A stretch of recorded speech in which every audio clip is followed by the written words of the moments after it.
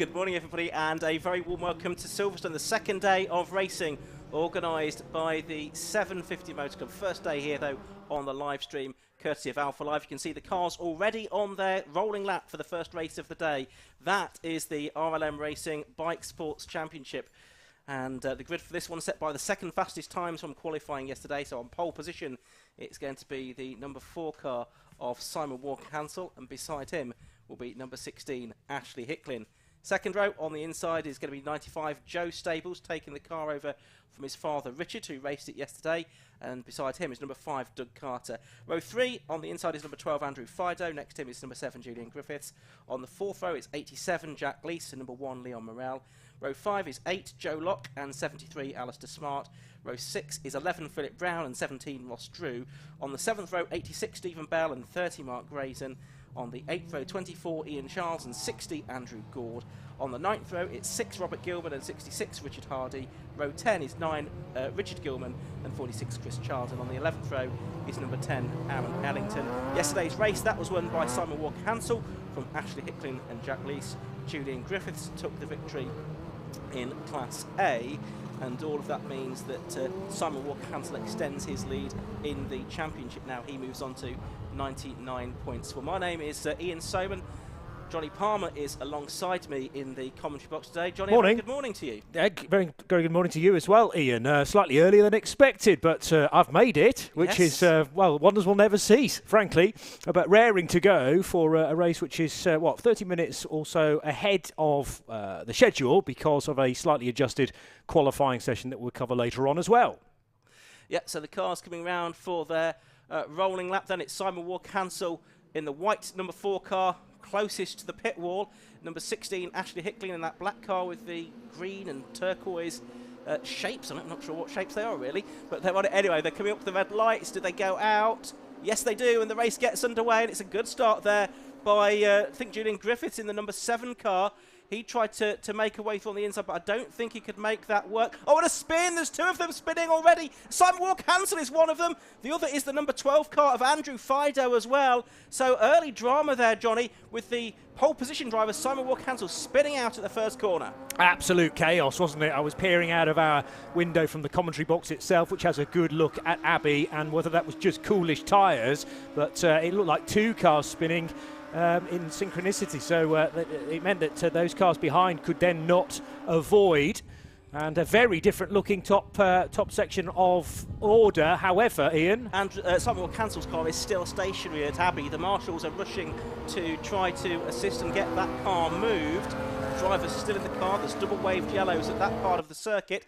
Meanwhile, the leader is Joe Stables, and he is already heading into Club Corner for the first time to complete the first lap of this 20-minute race for the RLM Racing Bike Sports Championship. There we can see the number 11 car. That is Philip Brown, who finished yesterday's race in 10th position. They come through at the end of lap 1 then, and it's Joe Stables that leads the way. From in second place, Ashley Hicklin. Third, Leon Morel. 4 is Philip Brown. 5th is Ross Drew, and Mark Grayson, number 30, is 6th. So a very unfamiliar look to the order compared to yesterday's race. Very much so. The double waved yellows are still being displayed at the very end of Hamilton Straight and heading into Abbey turn number 1, but thankfully the leaders have got safely through. Ashley Hicklin starting to eat away at a 1.4 second lead to the race leader Joe Stables. Then Leon Morel, who had a good dice yesterday but for a lower position than his current 3rd, so he'll be loving this as well. Cars running out wide onto the Hangar Straight in the background. Meanwhile, Simon Walker-Hansel's car is being pushed away by the marshals, so he is out of the race. We've got, I think, a safety car being brought into play as well. Yes, the safety car boards are out now. There you can see the safety car symbol flashing toward the drivers, and Joe Stables has already spotted that and he's slowed down.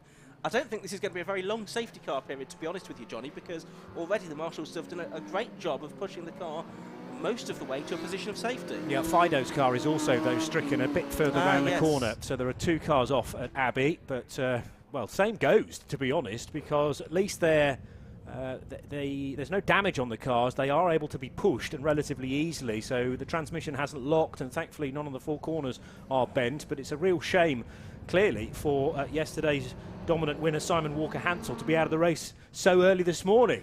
There's the safety car waiting to pick up the radicals. That's an entirely radical field in bike sports this weekend. Sometimes we have the Mattel chassis, but not today. There's Andrew Fido's car being pushed to a position of safety by the marshals. That's just going to be pushed behind the barriers here beneath us in our Abbey commentary box position.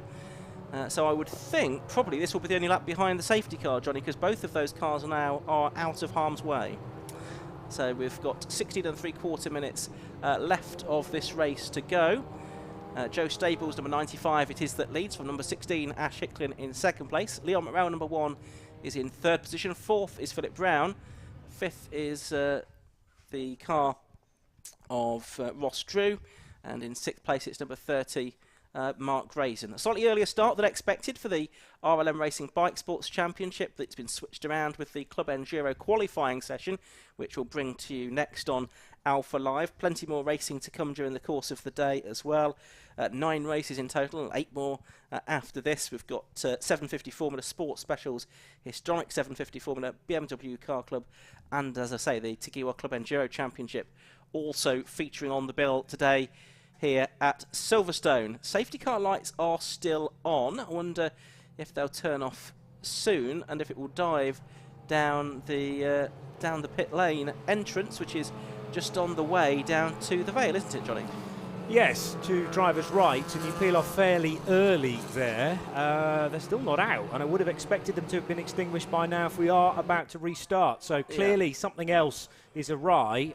2 cars have been collected in front of us then. From pole position, Simon Walker-Hansel will take no further part, and Andrew Fido as well. There is another car that is off further round, Abbey, that we had missed. It's in the gravel trap. I can see that on our CCTV pictures that we have here. There's a snatch vehicle currently attending to that, so that is pretty literally just behind our commentary position, which is why we can't see it. So try and work out who that is. There's only 15 cars that came round at the end of the first lap, and we should have had 21 that started. I don't think we've lost 6, so there must have been a few non-starters, which makes it more difficult to identify those cars that are not there. Let's just have a look down at the results of yesterday's race. So we know that Simon Walker-Hansel is out. Ash Hicklin is still in the race. Jack Leese is not there, is he? So Jack Leese, the former rally driver, he's not out. Jack was nursing a problem towards the end of the race yesterday with smoke coming out of the rear, so I wonder whether that has not been fixable overnight. Julian Griffiths, who certainly did take the start, he is not there, so I think it might be Julian Griffiths, and it does look like, it is the number... oh no, that's the number 5 car that's being collected. That's Doug Carter. But we know that Julian Griffiths took the start of the race. He's not come through either, so he must be off somewhere else. So that's 4 cars that we've lost on the opening lap. Yeah, well, Julian was taking to the grass in an attempt to make ground in the early stages, and then, because he was so far left, he had no further route to go when they all started spinning in front of him. Now you can see there's the gap between the 2 leaders, obviously behind the safety car at the moment. You can see that Ash Hicklin there with his image on screen as well. Just under a second behind the leader. Obviously, we are behind safety car at the moment, so they're all pretty much equidistant and moving around from left to right on the circuit to try and get some heat into, or keep some heat in their tyres. Being on the safety car lights are still on, and actually probably are going to get one more lap at least behind the safety car, because that recovery is still ongoing on the exit of Abbey. Yeah, so there's been a drama for Julian Griffiths. Doug Carter isn't in the race either anymore. He was starting from the outside of the second row, and Doug and Julian were together on the grid. Who else was involved? Andrew Fido, as we've mentioned. He was alongside Julian Griffiths on the third row. Jack Leese, I'm not sure he was there in the first place, probably related to the issues yesterday. Simon Walker-Hansel, though, it suggests, because Simon is also involved, that Simon had his moment actually at the front of the pack, and that's caused a ricochet or a kind of ripple effect further down the grid. We are speculating a little bit because it all happened so quickly, but a real shame to have a quick car, or 2 very quick cars, out of the race so early on, because Andrew Fido was overtaking a number of cars yesterday, and also it prevents us from producing any more K9 puns on Sunday. You were on fire yesterday. There's a 3rd race later on though, Johnny. Excellent. So there's still a chance that we might get some more in. Don't you worry about that. Good news. Yeah, so it's the 2nd of 3 races that we're seeing at the moment for the RLM Racing Bike Sports Championship. And there's another one this afternoon as well. It's the first race after the lunch break that we will see these cars out. And I mean, the cars that we can see down beneath us, and actually Doug Carter's cars now being brought into this radical graveyard on the outside of Abbey as well. I don't think there's much damage to them particularly. It's just that they came to a halt and couldn't fire up again. So hopefully those cars will be fairly readily prepared for the third and final race of the weekend. I suppose it is just as well that it's a triple header rather than a double header in some ways, because it means that the weekend isn't quite as much of a write-off as it otherwise might have been. So the cars heading through the link and back onto the Grand Prix circuit here. We're using the international circuit at Silverstone this weekend, based out of the wing building, and heading through the loop and onto the Wellington Straight, head through the link and onto the Hangar Straight once they've negotiated the village hairpin, and the Hangar Straight is where they are now. Head down towards Stowe Corner, then dip. It is actually a bigger dip than you realise, down towards the Vale and through the long right-hander at Club Corner to end the lap. Safety car lights are now off, Johnny. That's good news. And about the sort of point where we expect the lights to go out around the track as well, so that'll be worth remembering through the course of the day. We don't want a lot of safety cars, of course. Yesterday, well, they were sort of littered through the course of yesterday morning and afternoon's racing, but thankfully we managed to avoid every race being affected by caution. 2 races yesterday affected by safety car towards the end, and 1 early on. Now, hang on a minute, we've got a car taking to the pit lane, which is Ross Drew, Ian. Yeah, and right at the end of the safety car period, so obviously something's been nagging away at him during this yellow flag intervention, and he's decided that now is the time to head to the pit lane. So that's the 5th place driver out of the race. Also 14 survive, headed by Joe Stables, who goes now because he sees the green flag on the finish line there. The finish line is a bit before the start line on this circuit. He's made a very good restart to this race, has Joe Stables, and he has already pulled out a bit of a gap over Ash Hicklin and Leon Morrell. That shows Ross Drew in the lead on our timing tower now, because he effectively took the shortcut by going into the pit lane there, but it is Joe Stables that still leads. Aaron Ellington in the bright orange Radical was having a good scrap there with Stephen Bell. That was for 9th and 10th places. Meanwhile, Ross Drew has reached the pit lane. Race leader he may well be, briefly, but as you can see, stopped, and the rear deck receiving some attention. So clearly that is to access the engine bay, and maybe some worries about transmission as the runner in 4th position, which is Leon Morrell, reaches Stowe Corner. Oh, and there's a coming together there, or at least there very nearly was. That involves the 24 car of Ian Charles, who was 7th.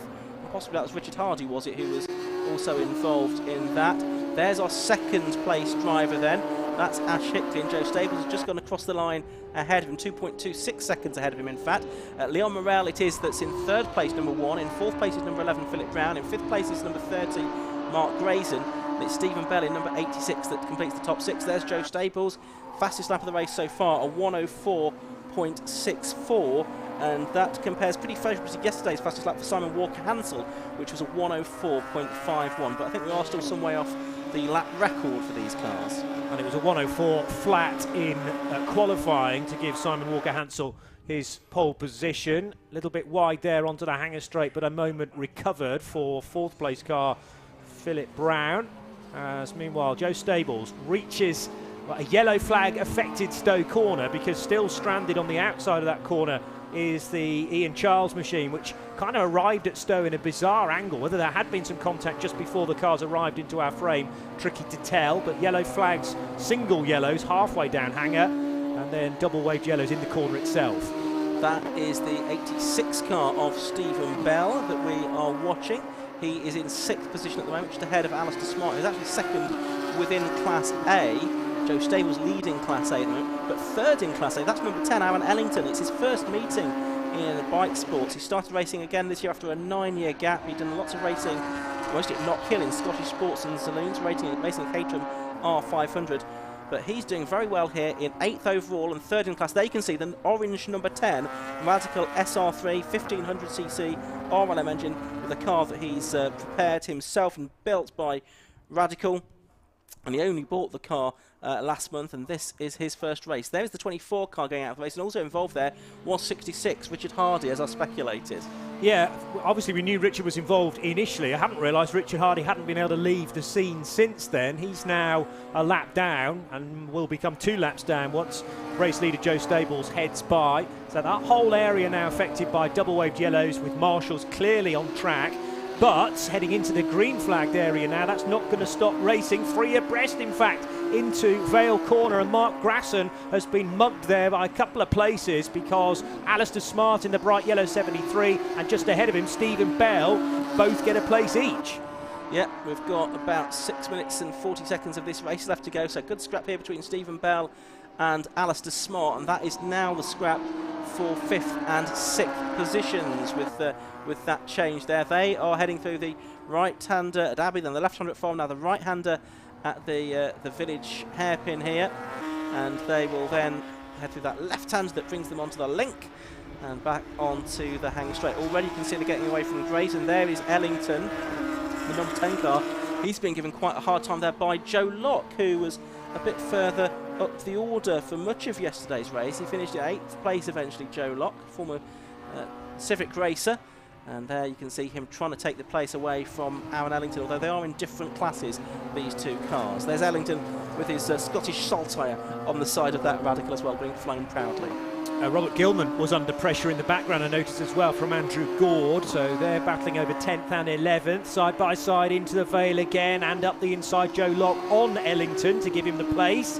That's 8th, and ahead of him Mark Grayson, needing to be wary because of course Grayson already unable to prevent these 2 cars from getting through, as Smart will make a move on Stephen Bell into Abbey Corner and get another spot. So Alistair Smart now up to 5th. He is, but Bell's trying to fight back here, I think, but no, he's not going to make that work. So Smart, who finished yesterday's race in 5th position, so he's now climbed back into P5. But remember, some of the contenders that finished ahead of him yesterday were Hansel, Lees and Griffiths, in fact, so 3 of them haven't made it to the end, or indeed in one case the start of this race.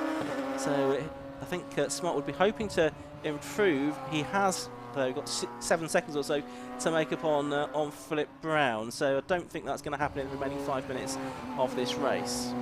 Joe Locke's got a good run on Mark Grayson into, or down the hanger straight and now into Stoke. Can he get up the inside? No, because Grayson has covered that line. Novice cross being run on the rear of Aaron Ellington's machine. It is still nose to tail. Joe Locke feinting to the outside of Vale Corner. That'd be a great overtake if he can pull it off, and he does. So to the outside of Vale Corner itself, and that will give him 7th position. The gap between the 2 leaders, meanwhile, Johnny, has come right down to 3/4 of a second.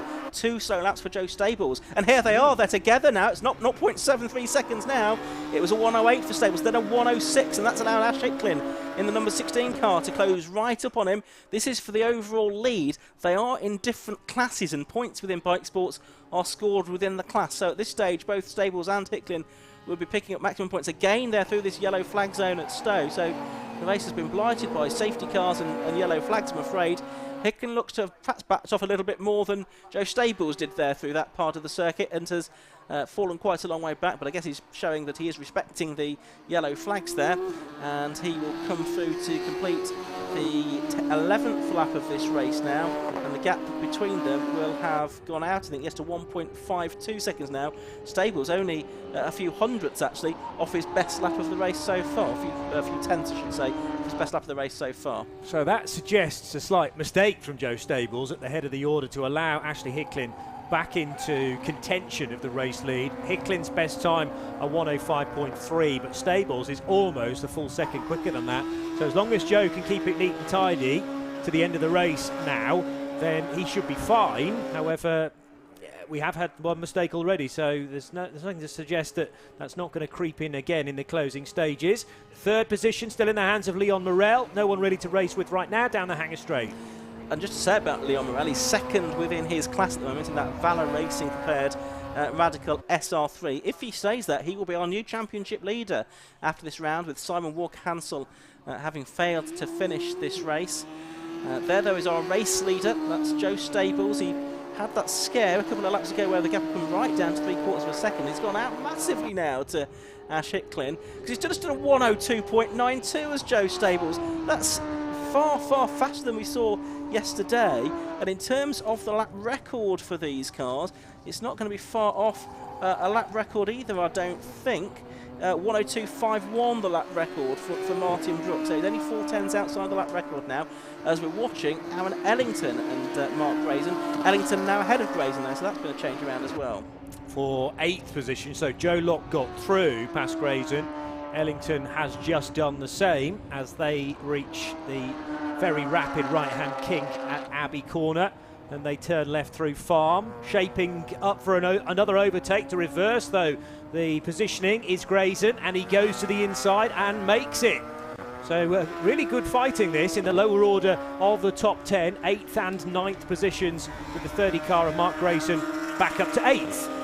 Mark Grayson then ahead. He's a Huddersfield Town supporter, and he's been racing in bike sports for the past 6 seasons now. He's got a 2014 Radical SR3 RS, and it's prepared by Valor Racing. And look at that, Joe Stables has done another new fastest lap to 102.66, so we're now within 1500ths of the lap record, which was set by Martin Brooks 2 years ago.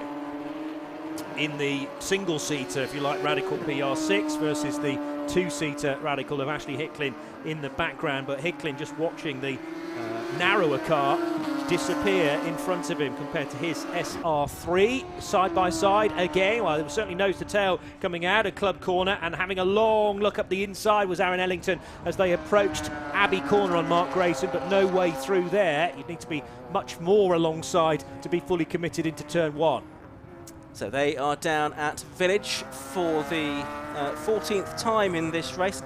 May be on the last lap. We'll have to see if we get the checkered flag for Joe Stables this time. It was only 30 seconds or less than 30 seconds on the clock now. Oh, he's just got on actually to his final lap. I think he's done a 102.62, so he's found another 400. So this will be the final lap of the race for him. It's the penultimate lap of the race for Grayson and Ellington, who are disputing 8th and 9th position.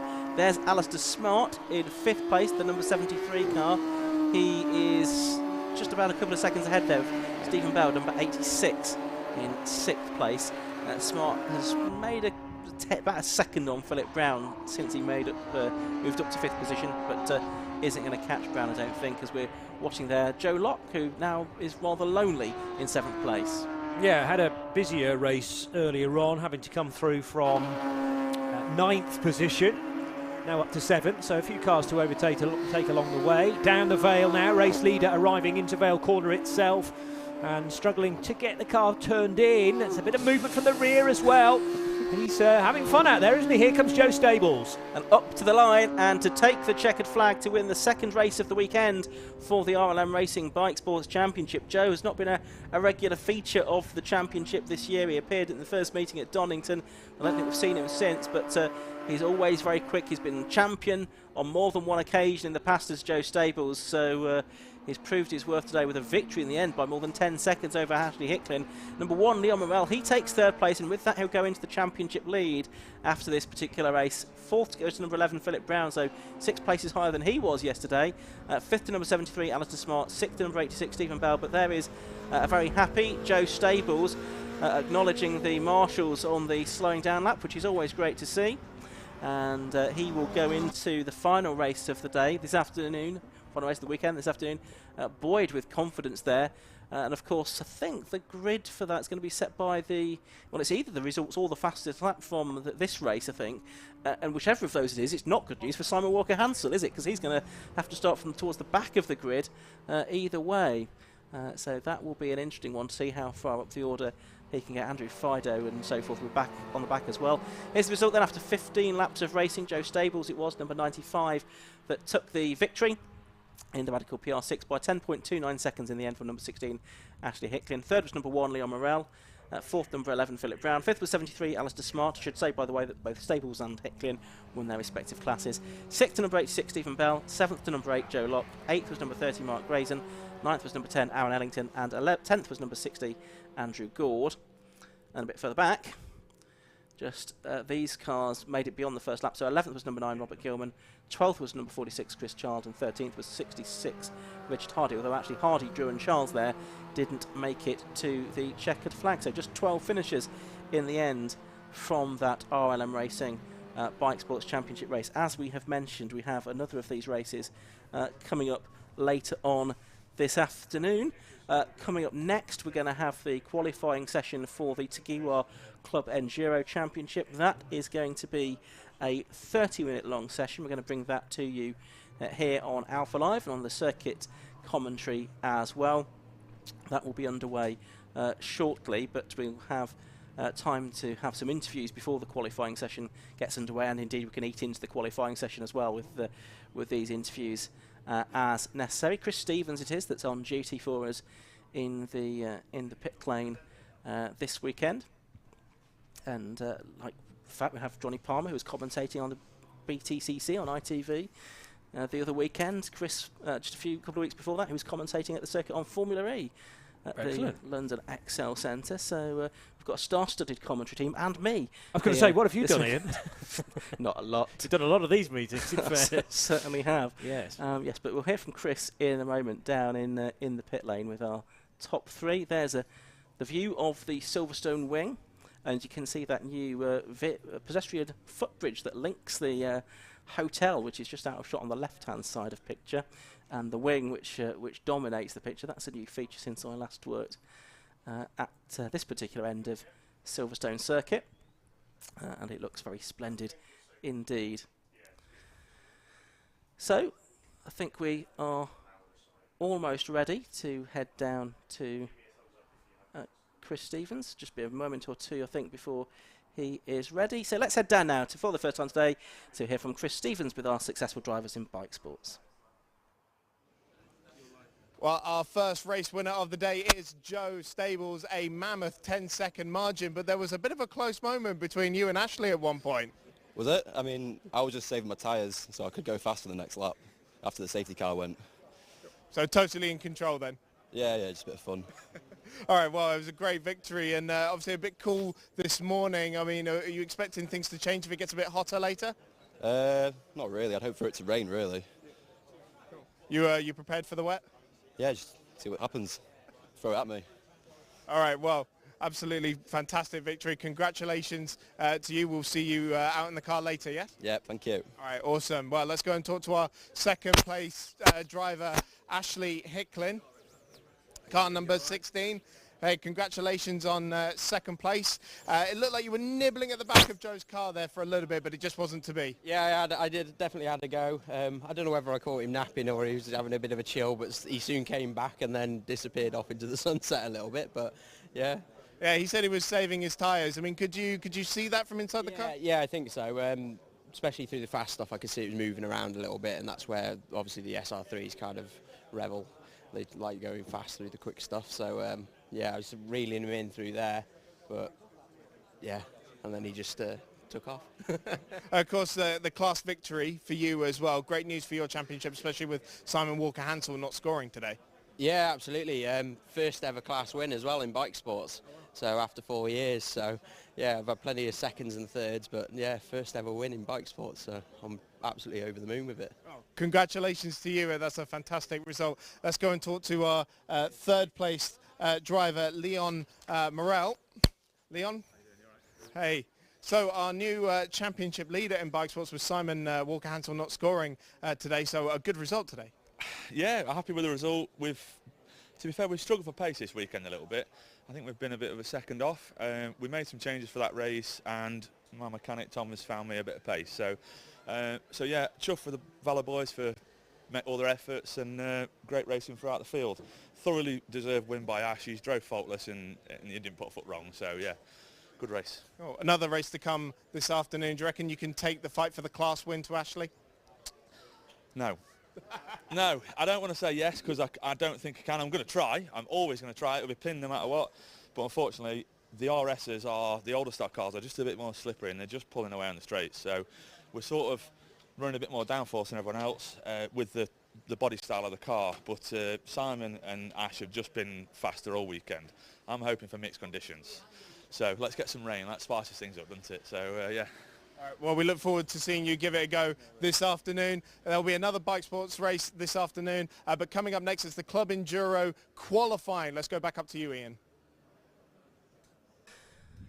Yes, thank you very much indeed, Chris Stevens down there in the pit lane. It was good to hear from our top three, Leon Morel, Ashley Hicklin, who won his class, and Joe Stables, our overall race winner as well. So a little bit, well actually, no, it's not a little bit, there's quite a lot of clearing up to be done after that race. Quite a few cars to be recovered back to the paddock after the RLM Racing Bike Sports Championship, but we're going to have a qualifying session coming up next for the Tagiwa Club Enduro Championship. This will be 30 minutes in length, and it will prepare us for the 125-minute race for these cars that will take place later on this afternoon. It's going to be race 17 of the programme, so race 7 I should say, of the day, and it will get underway at around about 2:20. Big entry though, I think more than 40 cars are expected to take to the track for this qualifying session.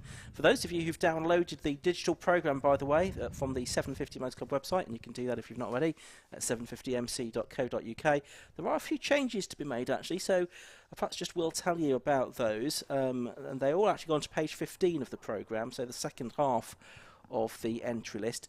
Number 72 has gained itself a third driver, and that third driver is going to be Steve Crompton. Steve Crompton is also going to be at the wheel of the number 72 car, which is a VW Scirocco alongside Yvonne Hufelar and Jamie Falvey. And there were 3 additional cars as well, and they are 166 in Class A, which is Alan Henderson, and he's in a Lotus Elise. 102 in Class C, which is Matthew Higgins. So Matthew Higgins, he's in a Honda Civic Type R. And finally, 316, also in Class C, is going to be Ivor Mares. Ivor Mares in a BMW 325 Ti, and Ivor, one of the great stalwarts of club racing, comes over from Northern Ireland for so many meetings. He was over at Donington Park for the BMW Car Club races a couple of weeks ago, also took in a couple of extra races that weekend. He's a last minute entry for the Club Enduro this weekend as well. I think we'll also see him out in the BMW Car Club races as well. See that cars are just being released out onto the circuit now, so green flags waving from the marshals post. The green flags symbols, the lighting board there, also illuminating as well as they do now at these higher grade circuits around the country, which have the LED lighting displays as well as the flag positions for the marshals as well.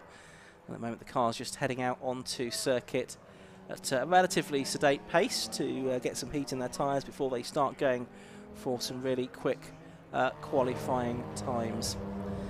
Just looking at the championship standings in Club Enduro. And that's one car that's already experienced a massive blow-up on the first lap of qualifying, and that's the 27 car. Johnny, you identified this yesterday in a different race, but that is the car of Will Beach and Mark Grice, the Audi.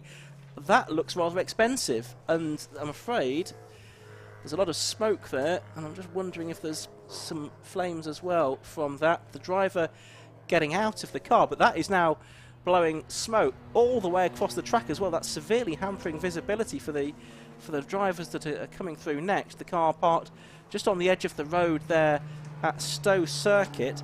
That is, as I say, the number 27 car of Beach and Grice. They've only finished 2 of the rounds of the 4 that we've had so far this season. The smoke is now dissipating. That was certainly a very dramatic moment on the first lap of qualifying before the cars had really got up to any kind of speed as well. Yeah, I'm concerned about whether there's been some coolant or indeed oil out of that car laid down onto the track surface. Double waved yellows. I can't yet see, though, a slippery surface / debris flag warning everybody that it's going to be pretty slippery on the run up to Stowe. So actually, so far, we may have got away with that. Not knowing a great deal about that Audi. I don't know whether, do you know if it's turbocharged? It's an RS3 TCR. TCR, okay. So there's the number 11 car that we are on board with. This is the Ryan Parkin and Daniel Sylvester Audi TT. So we've already seen one Audi expire, so hopefully this one will not repeat the feat, I would think. And yeah, I do see now the safety car symbols flashing and the safety car boards are going out. So unsurprisingly, with that car off the road, just off the road on the approach to Stowe Corner, the qualifying session being neutralised effectively, so drivers won't be able to improve their lap times. Drivers out of the car, as you can see, the 750 Motorsport rescue crew were the closest to the scene. They are there with the fire extinguishers as well. And there's the yellow flag being waved on the finish line by Stuart Dungate to let the drivers know that we're under safety car conditions. The safety car has now made its way out. It's found a gap in the traffic, and it has picked up the number 67 car, which is Julia McBride's BMW E46 M3. So be a few moments behind the safety car while that car is recovered. This will count to the 30-minute time that we have available for this session. As you can see, drivers starting to get a little bit of heat into their tyres while they're running at this reduced pace. Yeah, this is not ideal for obviously everybody else within the category wanting to use all of the 30-minute session if at all possible, but good 5 minutes, if not more, will be taken away.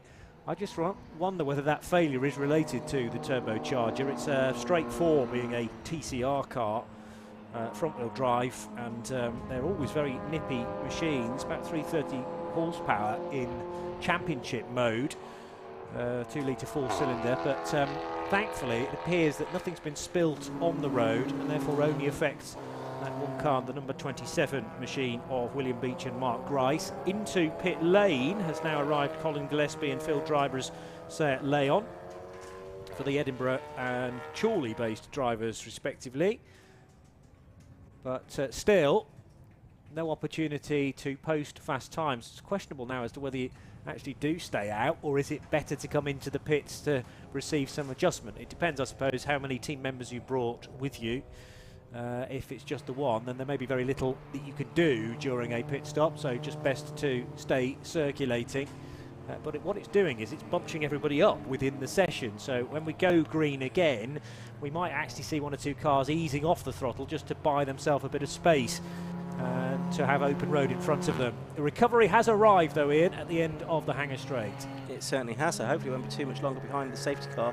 Within this half-hour session, of course, two drivers, or in I think at least one case, three drivers have to get their 3 laps in to qualify for the race. That's a Motorsport UK requirement that you have to complete at least 3 laps of the circuit to make sure you're familiar with it in qualifying or practice before the race gets underway. So most of the teams have 2 drivers. Presumably they can be safety car laps though. Yes. They don't have to be at race pace. They could be safety car laps. Yeah, right. So these would count, so probably we'll have at least 3 laps behind the safety car here, so it could be that some teams will just make the switch straight away, or possibly even during this safety car period, and get the second driver into the car. So we have 24 minutes of this session left to go, and it is Luke Handley at the moment that nominally is fastest in this session, and he is on a 1:17.5 time, but we didn't really get any proper running in before the safety car came out. I was going to tell you several minutes ago about the championship positions, but I didn't get as far as that when we saw the Audi expiring, so I'll go through that now. Class A, which is the top class, as we watch the number 11 car being brought into the pit lane. It's pulled in just behind the sister car, the number 12 car of which Parkin twin is it? Scott Parkin, isn't it, in the number 12 car? Yes, Class A, top class for the most powerful cars. That is headed by Rob Baker and Carl Swift in the Area Motorsport Seat Leon TCR, which actually you can see on screen there, the black, yellow and white car. They've won 3 out of the 4 rounds so far this season, so they have 58 points, which is a lot more than anybody else. Second on 30 points in that class is the Rob Boston racing car of Will Stacey and Rob Boston. We saw Will Stacey victorious yesterday in Road Sports. They won the second round of the championship, but have non-finished in a couple, so they have 30 points. The third place car is watching work going on the Golf, I think, of Scott Parkin, is the number 2 Corton Miller Seat Leon Euro Cup car of James Ramsden, Ben Rushworth and William Caswell. They're on 26, and Andy Martin and Brett Evans in there also Barn BMW E46 M3 are on 25 points. In Class B, which is the intermediate class, it is Luke Handley that is on 52 points, having won 2 of the 4 rounds so far. Jonathan Packett is on 35, both of those Area Motorsport prepared PW Golf GTIs. and third is the number 12 car, the Darkside Developments Golf, which at various times this season has been shared by Scott Parkin and Ryan Parkin. But is being driven by Scott Parkin today. They're on 31. And then the Matthew Tidmarsh, Chris Webster Flying Tangerine Racing Genetta G40 is fourth on 29 points, level pegging with the Intelligent Money Racing Porsche Cayman of Steve Houston and Matt Fazy, also on 29. And then as we look into Class C, which is the class for the least powerful cars, that's being headed by Johnny Hayes and Paul Subiani on 35 points. Tight class, this one. They're in the Canet Racing BMW Compact. 34 points for Nick Dougal and John Monroe in the TWP Racing Mazda MX-5. Also on 34 points, Roy Baptiste, Tim Hartland and Mark Lloyd-Jones in the Saxon Motorsport BMW 330 CI. And fourth on 33 points, Charlie Dark, Dan Orsano and Joel Oswick in the Elite Works BMW 328i. So very tight indeed within Class C. There is, as we go, green flag qualifying once again. Quickly, we have a new addition this season, that's the Clubman Cup for cars more than 10 years old. And that is being headed at the moment by Matt Taylor and Will Ashmore and the Army Sports Car Racing Holden Commodore. From 27, which is David Gooding and Nigel Greensall in the Jeff Steele Racing BMW E36 M3. And then level pegging on third in that class on 21 points, Reece Lycett and Steve Brockington in the TW Racing Lotus Elise S2, and Johnny Hayes and Paul Supiani in the Canet Racing BMW Compact. But while I've been going through all of that, Johnny, the green flags have come out. They have, and you needed to be on your mettle. Oh, hang on a minute, we've got more smoke coming out of another race car. This is the number 4 Lotus Elise of Reece Lycett and Steve Brockington, exactly the same part of the track, and white smoke spewing out from the central exhaust of the little Lotus Elise. So that car would be wise to head off to the right, which is exactly what it does, to head down pit lane. But again, concern about what the car has dropped onto the track surface. Thankfully for the Stourport and Cheltenham racers, it's happened relatively close to pit in, but this could be affecting pit lane as well if anybody else wanting to visit the pits in the next 19 minutes. Yes, indeed, and it looks like that car's actually going to pull off before it's even got into the main body of the pit lane, isn't it? So that is a shame. That's, as you said, the Lycett and Brockington TWP Racing Lotus. So some more dramas there, but at least it has got off the circuit and into the pit lane entrance road. So there's the sister TWP racing car. That's the Mazda MX-5 of... oh, another car that's smoking. What on earth is going on? That, I think, is that's the car you saw spinning yesterday down with you, isn't it? Car so 120. So that's Matthias Radstock, his Lotus Elise. And I'm trying to work out where on the circuit that is. But maybe coming out of the Lincoln onto the Hanger Straight. Possibly so. There's a lick of flame within the exhaust, I think, as well, or lower part of the engine bay, which is a mild concern. We've got an endurance race to come later on of 2 hours and 5 minutes, Ian, and it looks like some of these cars can barely make a lap during qualifying. Now, whether that's been because they're sort of tuned up for ultimate performance during quali and there's a few risks being taken, or it's just too early in the day, cars have been kept overnight, but it wasn't exactly freezing cold yesterday. No. There's Reece Lycett with the helmet on, standing beside his car, looking a little bit disappointed that this is how his qualifying session has ended. We saw Reece racing in F1000 a couple of seasons ago, and he's also, I think, done some Formula Ford racing as well. Switching to Club Enduro this season, possibly looking to go down a bit of a GT type route, switching to Club Enduro. Often is a fruitful way for young drivers to progress in motorsport, to make a career of it, rather than necessarily going down the single-seater route where budget is all, as you seek to progress up the single-seater racing ladder. So what have we got in terms of the times at the moment? Well, fastest at the moment is the number 86 car, although you have to take these with a pinch of salt, because some of these could be by cars that have dived into the pit lane a little bit quickly as well. But we'll go with that one, that being Joseph Marsh and Gary Townsend in their Seat Leon. Their fastest at the moment on a 1:12.29 from Matthew Hampson and Andy Schultz in the number 69 BMW at 1:12.45. And then third fastest at the moment is the number 1 car, Bob Baker and Carl Swift car, which is swept all before it this season, really, on a 1:12.52. Yeah, it's the ultimate way of getting pole position, isn't it? To dive into the pit lane at the end of a really good lap. But they will be whittled out from the qualifying times. Any lap ending with a pit in it's effectively an illegal lap. You have to run from finish line to finish line to get a legitimate and legal lap time. We will assume, though, that the Marshall and Townsend time of 1:12.59.29, in fact, is the best so far, and that is a legit lap to give potential pole to that duo by 2/10 over the Hampson and Schultz 69 car, which is their BMW E46 M3. It's interesting. I spent a few minutes in the timekeeper's office yesterday, and interesting to see the way that they work. So they have someone specifically dedicated to calling out cars as they come into the pit lane. That's Ben Adcock, who was sitting in the window of the timekeeper's room to keep an eye on cars coming in, and that's so they can, if necessary, remove that time from being a recognised lap time, if you like.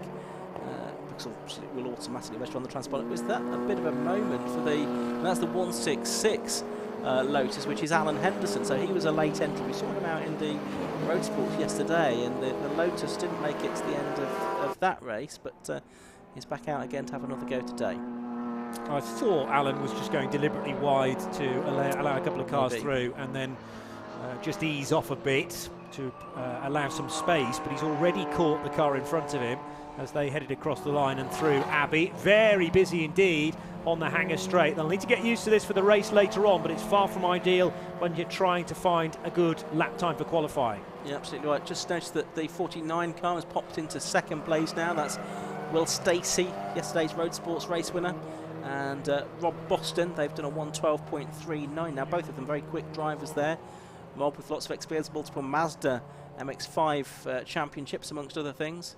It was quite an impressive drive yesterday from Will Stacey in the Road Sports, wasn't it? He had to come from quite a long way back to take the lead on the very final circuit.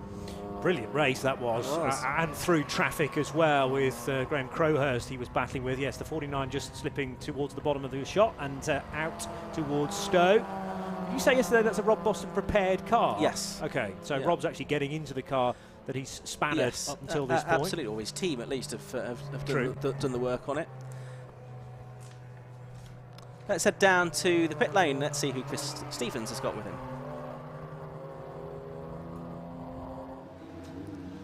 Well, it's a hive of activity down in the pit lane for the Takiwa Club Enduro Championship. I'm here with John Monroe from the Traction TWP Racing Mazda MX-5. How was those first laps for you? Yeah, it was good. The safety car came out pretty much straight away, so that made things a little bit tricky. And then when the safety car came in, thankfully I was right near the front of the queue, so I got a fully clean lap in. So actually I did a pretty quick lap straight out of the box and thought, okay, it's going to be tough to beat that. And then Lotus started blowing up everywhere and spilling oil everywhere. So I had a big moment on an oil slick at the apex at one corner. So I thought, you know what, there's possibly going to be a safety car. I can't go any quicker with the oil, so I'll just come in and let Nick have a shot because he's not driven on these tyres. So I just wanted to give him a bit more track time. You guys have been doing quite well in the championship so far. Are you expecting to keep the fight going today? Yeah, I don't think we've quite got the pace to fight right at the top, but hopefully if we have the reliability. The car's got a lot of oversteer at the moment, so it's kind of like driving a drift car a little bit. It's good fun, but not the best for racing, so we'll give it our best shot. It's not really a Mazda circuit, it's more of a power circuit, but we're good through the first sector. So the main thing for me today is just have fun. I think we're going to try and pick off a few BMWs, have a bit of fun, and not get too frustrated on the straights. So yeah, should be a good fun race. Obviously a bit of bad news for your sister car, the Lotus, just came in spitting oil, but all good on your car, no worries there? Yeah, no worries. I mean, our own Lotus dropped oil that made me go off at one point, so I blame them for that. But no, really, really unfortunate for those guys because they've had a few troubles this year. But for us, it seems to be okay so far. So yeah, fingers crossed. Well, all the best. Thanks for talking to us. Back up to you, Ian.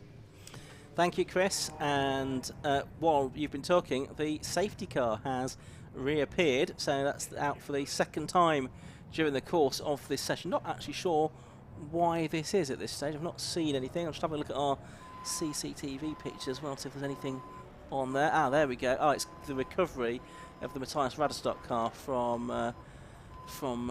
the link onto Hanger Straight. So while that's going on with the snatch vehicle in attendance, we've got the safety car out again. 12 and a bit minutes left to go in this qualifying session. Must have been shortly before the safety car came out that we had that change for pole position though, because the Will Stacey Rob Boston car, number 49, has now gone to the top of the timing screen, a 1:11.77.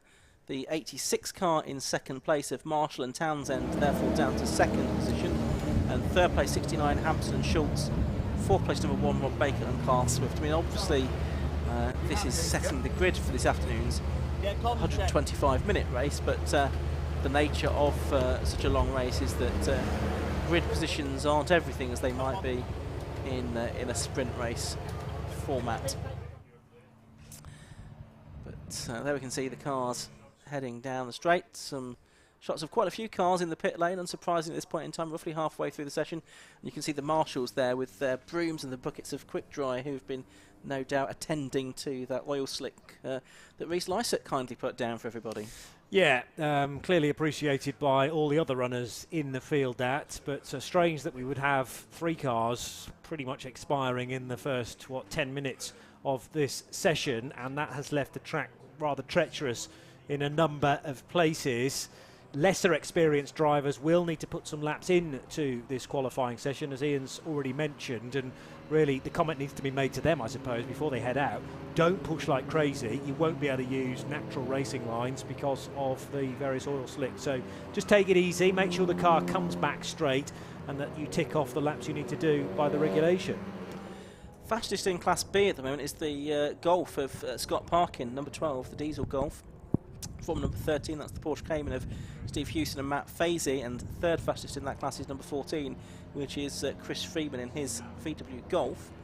And in Class C, it looks like it is Dougal and Munro. We were hearing from John Munro just a couple of minutes ago. He's fastest in the number 3 car at the moment. Second fastest is 66, which is Johnny Hayes and Paul Spiani in the BMW. And third fastest at the minute is number 58, which is Matt George and Christopher Jones in their Mini Cooper S. So a good performance from them.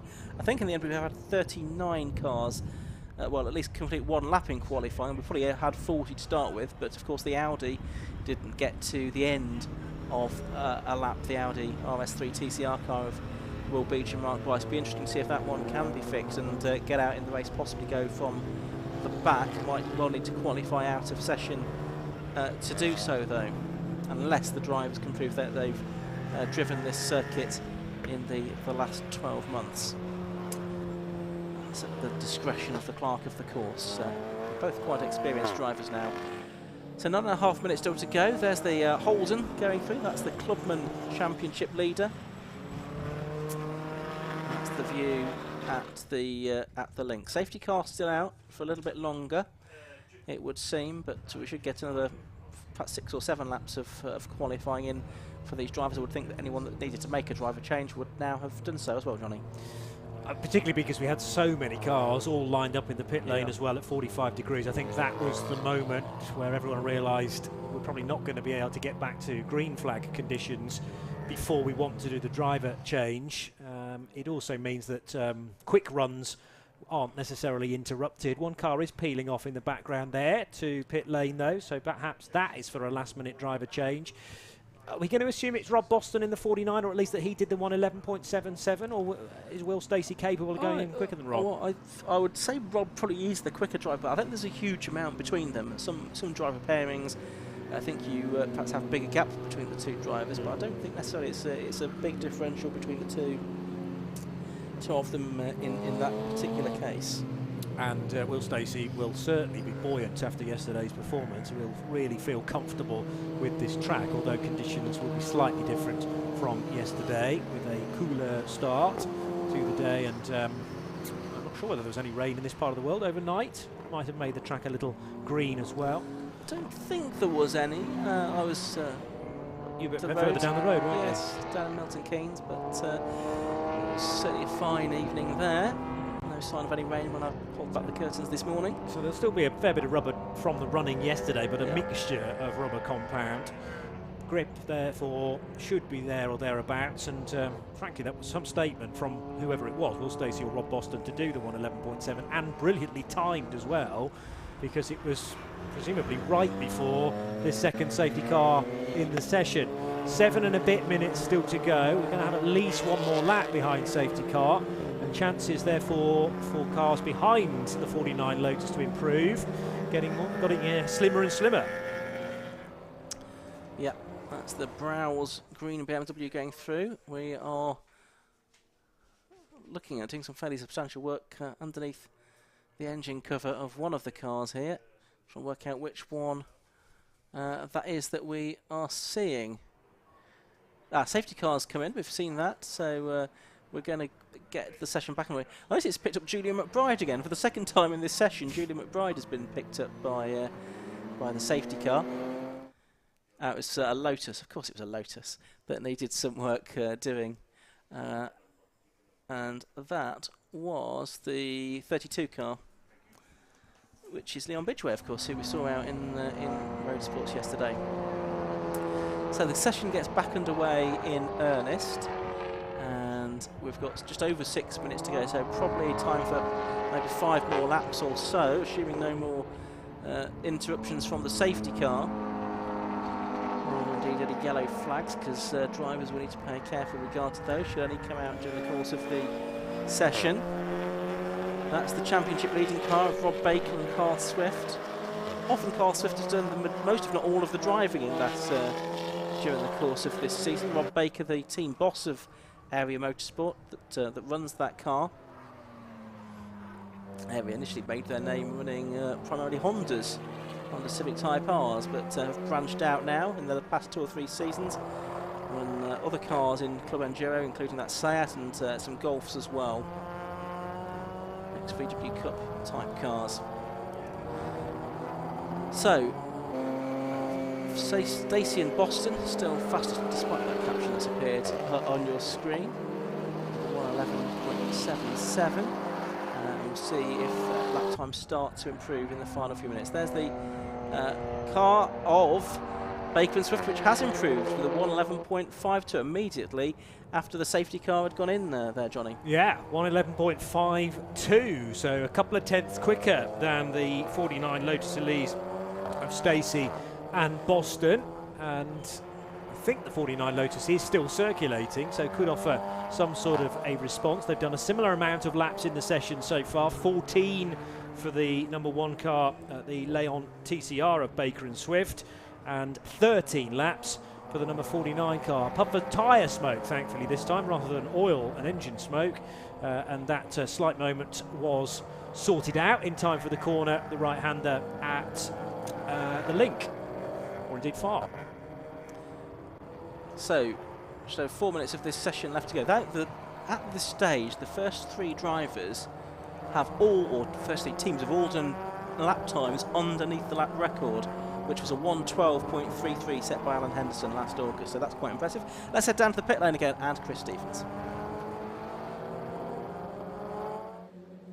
I'm here in the pit lane with Matt George, who's used to driving things with a 3-pointed star on it, but today he's out in the number 57 Mini. Tell us about that. Yeah, so was actually driving the 3-pointed star machine yesterday in the British Endurance Championship, where we had pole, fastest lap and won the race, so that was a really good day. I'm working here with another customer of mine this weekend, getting some license signatures, doing some training to look at progressing next year. We've done a couple of 750 rounds this year. We had awesome fun, and hopefully today will be much the same. It's very busy on quite a short circuit, so I'm certain the race is going to be good, chaotic, I think. Tell us about your role with Mercedes. You're an official Mercedes AMG customer driver. What does that entail? It entails going where I'm told and doing the best job I possibly can at the time. So they pick teams to send me to, which I go and race with all around the world, and yeah, help them improve, not just as drivers but as a team as well, and hopefully get some good results, which so far this year, my first year with the brand, we've had a 100% win record so far, so yeah, in a good place there. I raced with Aston for about 7 years as a factory driver, so it's been a bit of a step, big change, from what is like quite a small family brand to an absolutely astronomical brand. So yeah, it's been good.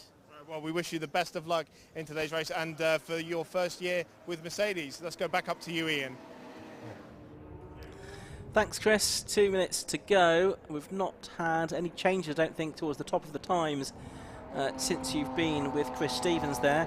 So it's still 111.52 for Baker and Swift at the top of the times, from Stacey and Boston 111.77, and the Marshall and Townsend car 112.29. But it is a very busy circuit, isn't it, Johnny? Look at that. Yeah, touring cars, tin tops, hatchbacks, all trying to fight for road position heading into the right-hander at Abbey. We've got another new time at the top. It's a 1:11 flat for Stacey and Boston. So they did have enough time to offer a response to the Baker and Swift lay-on and go half a second quicker than their rivals on the front row. A switch around for the cars at the front of the field, therefore. Here's the one that now needs to get a good lap time in. Crossing the line, should get 2 more laps in. Yeah, would have thought so. So we'll see if they can improve. Last time was a slower lap from them, possibly just positioning the car to find a bit of space for the final assault on pole position, especially knowing that they'd just lost out to the Stacey and Boston Lotus, which is a very rapid little car indeed, and it's good that you have the variety of the Lotus at least against these TCR cars as well. There in the background you can see the Sauer just coming on to the hangar straight with just about 50 seconds of this session to go. Just looking at Class B, that's being led by Luke Handley now in 14th overall, car 51 from the Houghton and Fazeley Porsche and Chris Freeman's VW, so it's VW, Porsche and VW. Class C is Oswick and Asano now at the top of that in their BMW from Dougal and Monroe's Mazda, and Hayes and Saviani BMW. Checkered flag has gone out, perhaps a moment or two early with a little bit of well, actually it is already at the half-hour mark, isn't it, looking at our screen. So it looks like session already coming to a conclusion then. I don't think therefore that Baker and Swift are going to have much more chance to improve unless they can do it on this lap, but no, it's a slow lap from them in the 17, so no improvement. They will start nevertheless on the front row, and that's good enough, isn't it really, Johnny, when you've got a 2 hour and 5 minute race ahead of you.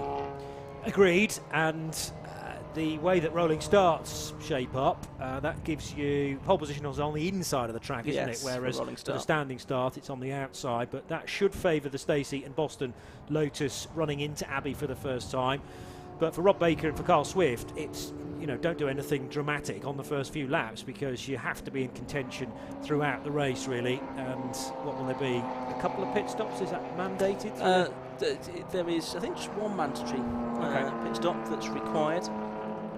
And that will switch one driver to the other for those that are here with 2 drivers. Did you say there are some teams with as many as 3? There are, yes. I think only 1. But yes, it's one mandatory 3-minute stop that has to be made during the course of the race, and it can't be made in the first half hour or the last quarter of an hour of the race. Yeah, but no fuelling to be done during the race. They should all be fine. No, there will be some refuelling. Yeah, there will be refuelling. Beg your pardon. So that's that done with a dump churn then? Yeah, effectively. Right. Yeah. Okay, so yes, some of the higher powered cars will need some fuel to help them along the way. Again, you know, do you integrate that with your driver change, or do you make an additional stop? All of these things will have been weighed up overnight, no doubt, and decisions perhaps even still being made at this point. Race not till this afternoon. Absolutely right, and no doubt we saw a couple of safety cars just in that 30-minute qualifying session. So if we get through a 2-hour race without a caution period, it would be very fortunate indeed. But that will no doubt come into the thinking as well of the teams to perhaps wait and see if a safety car comes out, which it may be a more favourable time to make the pit stop. So they can see the cars queuing to get through Parc Ferme at the end of that half-hour session for the Tagiwa Club Enduro Championship. As we say, the race for that this afternoon is due off at around about 2:20, and it's 2 hours and 5 minutes in length, and we should have nearly 40 cars on the grid for that one. 1 or 2 had problems during the course of qualifying. We'll see what the respective teams can do to get those out for the race, but they will obviously start from towards the back of quite a big grid of cars. So we will turn our attention in a moment back to racing action, and we'll have 4 more races to come before the lunch break. We've got the Race Parts 750 Formula Championship coming up next. Then it's the Freaky Parts Sport Specials Championship, and then for both of those, that's their final races of the weekend. And then we have 2 races for the cars that qualified this morning. the Race Parts Historic 750 Formula Series and the BMW Car Club Racing Championship as well. So 4 races to come before the lunch break here, and then we'll have 4 more races after the interval, centred of course on that 125-minute Takiwa Club Enduro Championship race. So we will look forward to 750 Formula in just a moment. It's the second race of the weekend for those particular cars, and if I find my relevant piece of paper, I can tell you a little bit about that. But there you can see the cars heading into pit lane after the Club Enduro session. More work being done by the marshals with the brooms and the quick dry to get the slippery surface safe again, although that's sort of on the runoff area within the pit lane. Yeah, well, there was a Lotus that came in during the session that needed to get to pit lane, and I'd mentioned at the time that it might be wise actually not to make it all the way down pit road for fear of making the pit lane entry, and that very sharp right-hander underneath the podium, in fact, even more treacherous. So a wise decision in the end for the car that was involved, and quick dry being worked into the surface now over that curbing, which is normally part of the Grand Prix track, but we're not using that part of the circuit this weekend, and indeed you have to ride over the curb which sits in the middle of the road between the link and the hanger straight. So quick dry needs to be laid down first of all, but then needs to be properly scrubbed, as is that tractor's doing so superbly, to get into the spillage and to really start to soak it up. But clearly that's going to take a little bit longer to do. You can see what I mean. What one of the two of the drivers have said now about it being really difficult to judge the conditions, really lap to lap, because there was so much happening in the first 10 minutes of that 30-minute qualifying. Yeah, that's absolutely right. They can see the Matthias Radstock Lotus. That was the one that was off on the hanger straight. That's being brought back into the paddock, and the safety car 750 Motor Club Ryan McGann is following it down the pit lane. And that will take it up its position at the end of the pit lane now, ready to be called into action at a moment's notice in any of the races that are coming up this morning. And you can see the marshals on the grid there as well. They're ready and waiting to receive cars from the 750 Formula field when they come out onto the circuit. But there is a little bit of clearing up to be done first before that gets underway. And we are going to head down to the pit lane once again, and Chris Stevens is there. Well, I'm here with Will Stacey, who's on pole position for the Takiwa Club Enduro Championship. How was it out there? It was hot, very hot. We had a couple safety cars during the session. Rob did the first half, and he was on pole with like an 11.7. And then we heard that we were down to P2. But I managed to get, I think, a 10.11 dead at the end on the second to last lap. Just. It was very close between you and the Carl Swift car as well, which has obviously been very, very fast all season. So can we expect a very close fight with you guys during the race? I hope so, I hope so. I think our car's hard to stay quick the whole race because you get so hot in there. But they do have a success penalty from the previous round, so that might help us out. I think race pace they're a bit better, we're a bit better on qualifying, but we'll see because they have the penalty, we may be able to get the win maybe. Obviously, normally you run solo. Obviously, young enough and fit enough to get away with that. But today you're sharing the car with Rob Boston, the team owner. So how do you think you guys are going to go out there today? Well, I think he's quick as well. We're both quick. We just got to maintain it for the race. That's the hard thing, because it's a long old race in this car especially. Yeah. Well, we wish you all the best with that. Congratulations again on pole position. Ian, let's go back up to you because coming up next is the Race Parts 750 Formula Championship.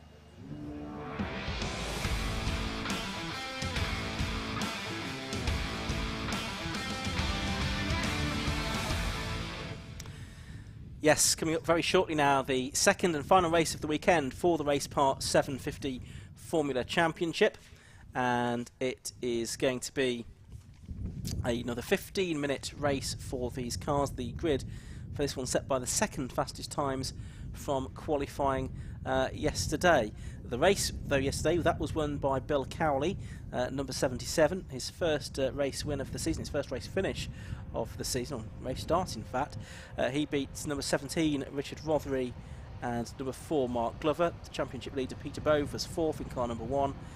5th was number 31, Ollie Collett, and Chris Goff, number 2, completed the top 6. But let's have a look at how the grid is going to shape up for the second race of the weekend. Pole position, it is going to be the race winner from yesterday, number 77, Bill Cowley. He did a lap time of a 1:16.1 as his second best lap time. And besides him on the front of the grid is Alex Bagnall, who dropped back down the order to finish 9th yesterday. He's in car number 41. The second row is going to be number 17, Richard Rothery, and number 4, that's Mark Glover. On the third row, it's number 57, David Watts, and number 1, Peter Bove, the championship leader and 50-time race winner in 750 Formula now. Jake Doherty, who in yesterday's race, I think took the Class B victory once results were amended, so he is there in car number 5. On the inside of row 4, besides him is number 31, Ollie Collett. On the 5th row, it's number 38, Christopher Johnson, and number 2, Chris Goff. On the 6th row, it's 9, Richard Jenkins, and 15, Bill Rutter. Row 7, you've got Simon Bolter in number 6 and Hugh Davis, 21. Row 8 will be 39, Matthew Unwin, and 67, Paul Mason. The 9th row is 50, Rod Hill, and number 8, William Smith. And on the 10th row, 70, Martin Depper, and 73, Tony Brazier, with number 42, Martin Kemp, all being well at the back of the grid. Now, yesterday's race, I seem to recall, was one of those that was disrupted by the safety car, Johnny, and that meant that we actually finished the race under caution. But nevertheless, we had plenty of good racing before then, with Cowley taking a good lead. Actually, that victory margin of 0.9 of a second is a little bit deceptive, really, because he was a little bit further ahead than that before the safety car came out, and that, if I remember rightly, was because the car of David Watts, the Centaur, needed to be recovered. That was down at your end of the circuit yesterday, wasn't it? Yeah, down it was. Stowe. Yeah. I can't remember whether there was another car involved. There was certainly gravel scattered, and yeah, David Watts then came back onto the circuit in a peculiar angle and basically the car parked itself on the racing line. I think something had seized, or he couldn't get it restarted. A horrible place to be sitting then, because the cars, despite Stowe being a right-hander, 90-degree right-hander, if not slightly tighter than that, you're still not really shaving off that much speed coming out of the corner, and you have to react very quickly to a car stopped in front of you. Thankfully, though, they all did. Safety car, the only decision to be made, and David Watts' car was going to take a fair bit of time to recover. Had that been the start of the race, we would have gone back to racing, I'm sure, in green flag conditions, but there just wasn't the opportunity yesterday. Let's hope we can stay green throughout for Sunday morning. Yeah, so let's have a look at how the championship stands now, with the results of yesterday's race taken into account. Peter Bove actually extends his lead in the championship to 20 points now. He has 177. Oliver Collett has 157. But the two drivers who were second and third yesterday move a little bit closer to them. So Mark Glover and Richard Rothery actually now level pegging on 141 points apiece. Chris Goff is 5th on 117, and Simon Bolter, who finished 12th yesterday, he actually moves up to 6th place in the championship, I think, with 79 points now. But Peter Bove still with a 20-point lead. This is round 9 of 14 in the championship. There are 5 more races to go, therefore, after this. 3 of them will come up at Cadwell Park next month, which is always a great venue for 750 Formula cars, and they complete their season at Mallory Park in October. So 5 more races to go to decide the destination of the championship. It's looking good for Peter Bove at the moment, but can't afford too many slip-ups, I don't think. Bill Cowley, although he's the winner yesterday, I say it was his first race start of the season, and so he will not really feature in the pointy end of the championship. The cars coming around onto the grid, that's the 31 car, the race kit's Falcon of Ollie Collett, with the sort of Evo bodywork on it, fully enveloping bodywork. And there you can see some more fully enveloping bodywork on the number 2 car. That's the CGR2 Evo of Chris Goff. That's the car that he designed and built and engineered over the years, and that's the great thing about 750 Formula, that all the cars have the 1108cc Fiat Fire engine, but beyond that, it's pretty much left up to the ingenuity of the designers, engineers and constructors, who often are the drivers as well. Problems on the green flag lap for number 9. That's Richard Jenkins, who should have started the Shepherd on 11th position on the grid, but it looks like he's not going to be able to. He's been pushed behind the barriers there, so that's unfortunate for him. The rest of them just forming up on the grid now. Colourful sight they make. It's going to be a 50-minute race. Look how Bill Cowley has got his car poised, Johnny, pointing towards Abbey, really, isn't it? Towards the right. Yeah, and even though he's in pole position, starting level with Alexander Bagnall, but doesn't necessarily have the ideal line into Abbey, so that's the reason he's done that. Okay, the green flag has waved at the back of the grid. The red light is on. You can just about see that in the top corner of the screen. The lights go out and away we go then. And immediately Cowley does move across to the right-hand side of the circuit. That's where he clearly really wanted to be. And he's got Bagnall in beside him. Mark Glover in the number 4 car has made a good start. He's moved up to 2nd position. You've got Richard Rothery in the blue PRS. Has fallen off one of the cars there, I think, as they head through Abbey for the first time. And it's side by side for the 2 leaders. They head down to Village. It is going to be Cowley that holds on to the advantage then as they turn their way through that right-handed hairpin from Mark Glover in 2nd place. It's Bagnall that's still in 3rd, Peter Bowe 4th, Richard Rothery 5th, and Oliver Collett 6th at the moment. There's some jousting for position a little bit further back down the order. Cars running side by side as they head down Hang Straight for the first time. Yeah, that was Hugh Davis looking to turn in at the usual point, then realising there was a car there, which was the 15 of Bill Rutter, so he had to readdress his line very slightly over the quick dry. So could be pretty slippery on the exit of that corner onto the Hanger Straight. They've all managed, though, to stay on the straight and narrow for the time being. Again, another puff of quick dry from Bill Cowley's front left tyre, rather. And side by side for the lead, this is Mark Glover trying to fend off from the front row, Bagnall. Yeah, Alexander Bagnall there in the number 41 car, who now in turn in 3rd position is trying to keep Peter Bowe in the Derby, the reigning champion, behind him. The Bagnall car is actually Dave Robson's, well, not his regular man, because Dave Robson not driving the car. He's the car owned by him. Oh, and that's the car that was off yesterday. The Centaur has had another spin. That is the 57 car of David Watts trying to get back into the race. That, I think, was on the link road between Vale and Club, yes, because now David's just coming out of Club to whip across the line to complete his first lap. So Cowley will lead, but we're quite rightly focusing on the scrap for 3rd position between Alexander Bagnall, Peter Bowe in the orange number 1, and Richard Rothery, who'd worked his way up the order nicely yesterday. That 17 car has got good lap speed. Bill Rutter runs a bit wide in the background, out onto the Hanger Straight, kicking up the dust once more. Race leader Bill Cowley heading for Stowe. As Richard Rothery goes down the inside of Peter Bowe for 4th position at Stowe Corner, he goes through, so the move is made.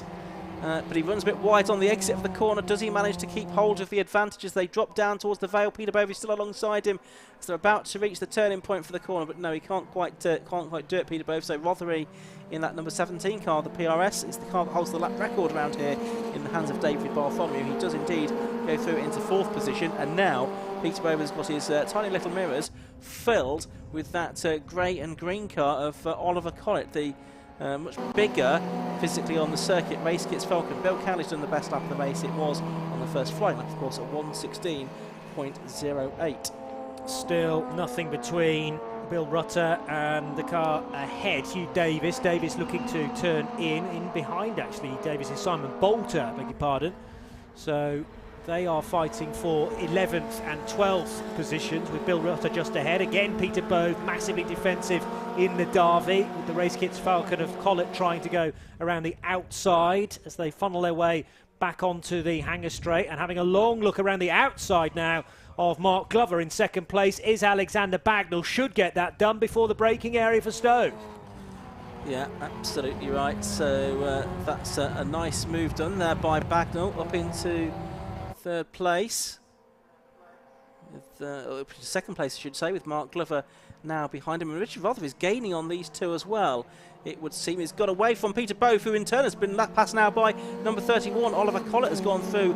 It looked like that was done under braking for the Vale, so 31 Collett now up to 5th position, and it's not been the strongest of weekends so far for Peter Bove in that Derby, although he took right in behind that car now. Meanwhile, a bit further up the road, Glover trying to get back ahead of Bagnall for second place.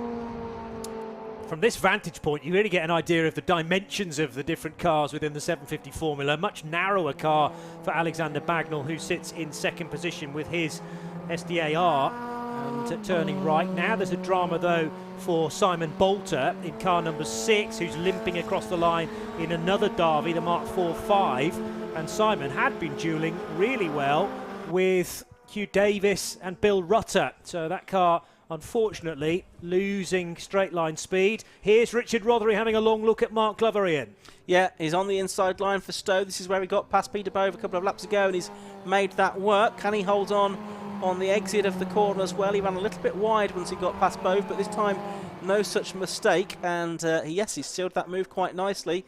And Rothery is up into third position. Remember, he finished the race second yesterday. And he's just got Bagnall ahead of him to try and at least equal that performance with Bill Cowley, the race leader, number 77, in the Cowley Mark IV, designed by his granddad, a couple of seconds further up the road. But it's a good, strong performance this weekend from Richard Rothery. There's our race leader then, Bill Cowley, heading down to Abbey for the 5th time now.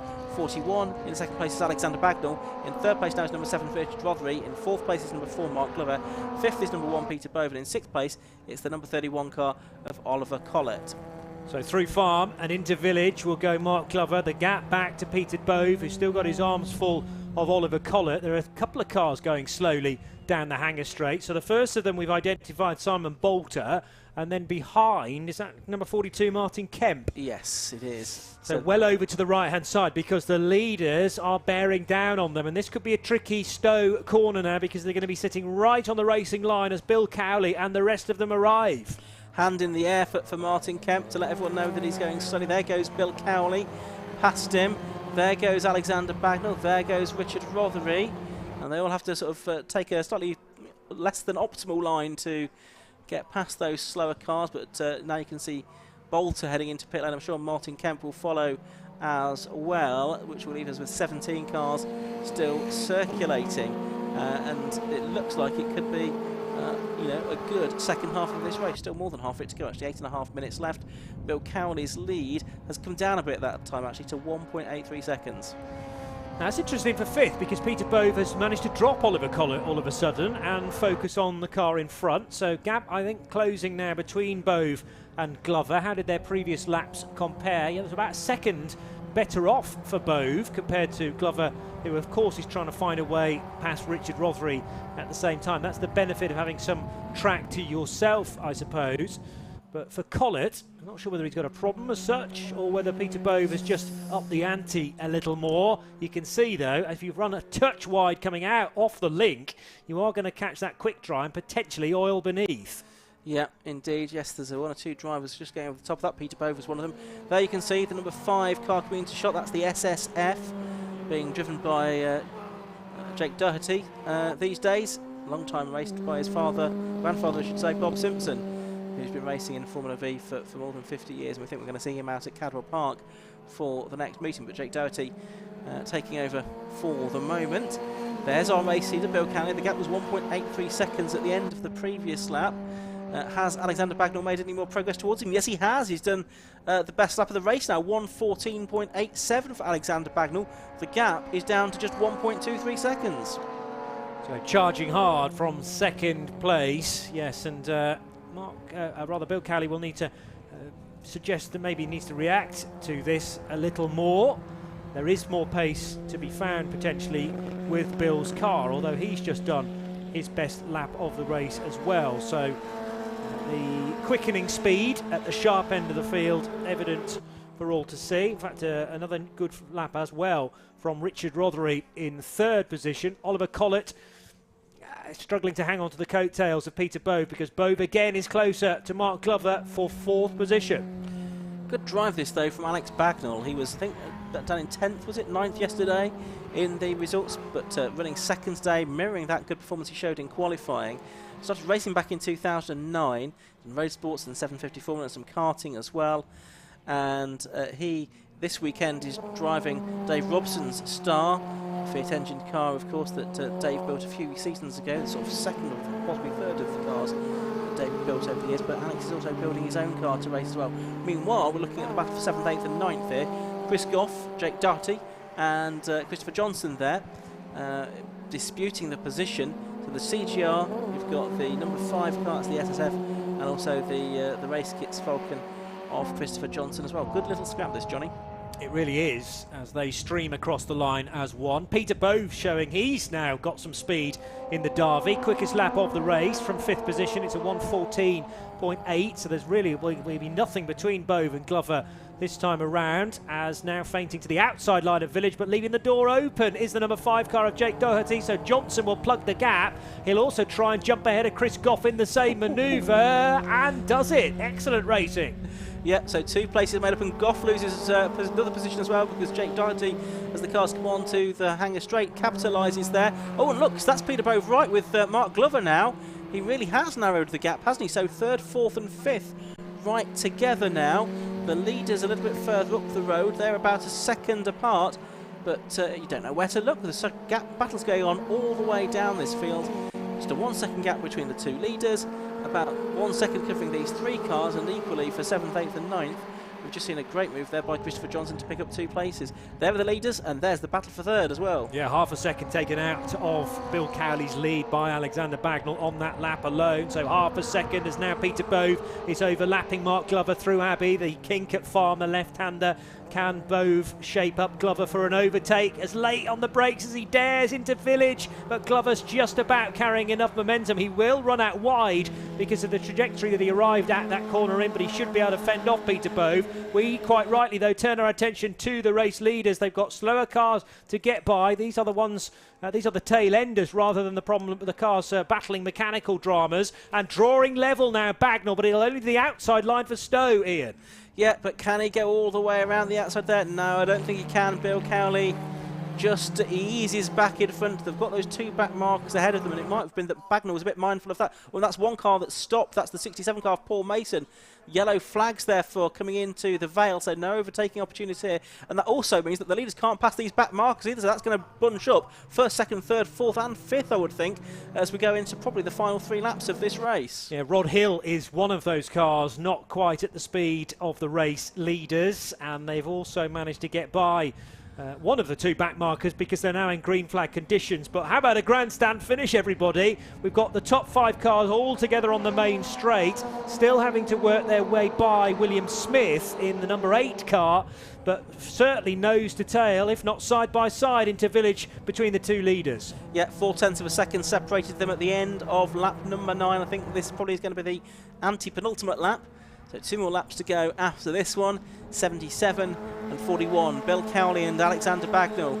And Bill Cowley, the champion a few years ago, back in 2017, in fact, so 5 years ago now. He's not been racing regularly in 750 Formula since then. Again, under attack from Bagnall around the outside into Stowe. Now he's a little bit further ahead this time. I think he got his nose in front, but again, just eases out of it, or does he? He sticks around the outside at Stowe corner. It's bold. It's not actually quite worked out for him, but he's still right in contention as they head down to the Vale.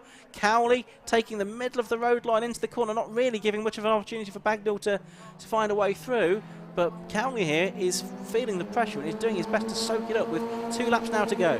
Yeah, almost deliberately slow from Cowley through the first part of Club just to back up Bagnall a little bit more. Peter Bove was right with Mark Glover down the hangar straight the previous lap, and he is still underneath the rear wing. And the number 4 car as Bove darts to the inside at Abbey, might even get through in time for Farm. But what about Bagnall? He's trying to find an outside, or rather, inside line on Cowley. Bove did not get past Glover in the background, but that's likely to change at any moment as they head for the link on lap 11. Yep, so really good racing this. There's not really a discernible gap between the 1st, 2nd and 3rd place car. In the background, I think Peter Bove was trying to get through and has got through now at the link. So Peter Bove is now through into 4th position, but in doing all of that, he's lost ground to the 3rd place car of Richard Rothery. Mark Glover has gone down to 5th. We've got Bagnall this time trying to go to the inside, switching to the outside here, but he's got to be mindful of Richard Rothery's blue PRS just behind him as well. So it looks like it's anyone Well, I was going to say you're free flooding, but Rotary all of a sudden seems to have lost a bit of time there as Bagnall again makes an attempt on the way into the Vale. He's going to try and drive all the way around the outside and have the inside line for Club Corner, but actually makes a little bit of a mistake there and loses a few car lengths because of that. And now he's into the clutches of Richard Rotary for the final lap. Just lost traction briefly, didn't he, at the turning point at Vale, and that means now he's a sitting duck to Richard Rotary, who had a cleaner exit, and is Rotary also being caught marginally by Bove. Well, Rotary will focus entirely now on trying to get the place away from Alexander Bagnall, but Bagnall's weathered that storm for the time being.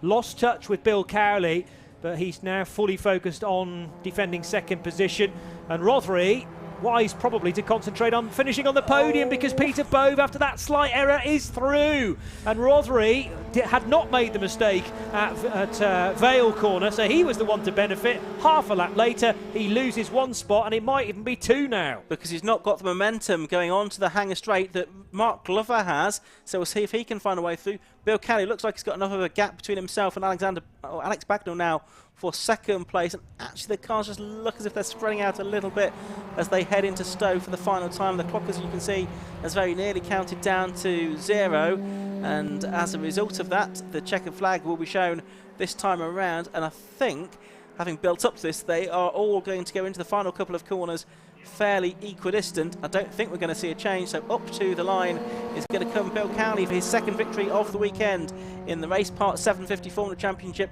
A great race it was, though. Second place to Alex Bagnall in the star number 41. Third place to number 1 Peter Bove, a good comeback drive from him in the Derby. Fourth place to number 4 Mark Glover in the Race Kits Falcon. Got Rotary at the line. He did, didn't he? Yes. You're quite right, by 300ths of a second. Fifth to number 17, Richard Rotary, 2.93 seconds behind. And here's this battle for 7th still ongoing. In fact, this is the battle for 8th now.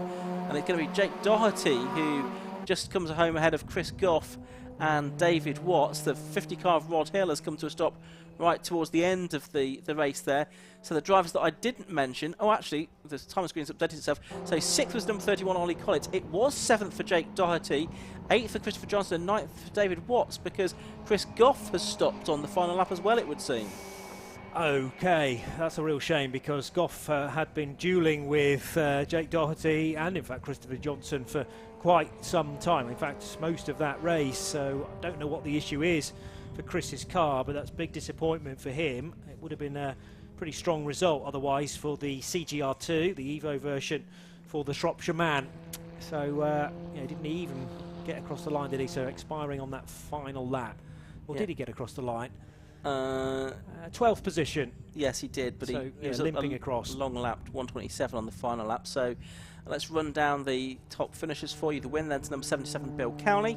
By 9/10 of a second, he was the winner from number 41, Alex Bagnall. Third was number 1, Peter Bove. Fourth was number 4, Mark Glover. Fifth was number 17, Richard Rotary. Sixth was 31, Ollie Collett. Seventh then, in the end, was number 5, Jake Doherty. Eighth, number 38, Christopher Johnson. Ninth, 57, David Watts, after his spin earlier on. And completing the top 10 was number 15, Bill Rutter. But it was another win for Bill Cowley on his return to racing in the Race Part 750 Formula Championship. We'll hear from him in a moment, as well as Alex Bagnall and Peter Bove. As I said earlier on, the 750 Formula cars are next at Cadwell Park in a month's time for a triple header event there, and then they'll complete their season at Mallory Park with Peter Bove again finishing ahead of all of his championship rivals there, so he will extend his lead in the championship heading towards Cadwell Park. What looked relatively inauspicious weekend for him at one point. He was sort of down in the bottom end of the top 6. Came good in the end as he moved up into the podium positions towards the end of that race.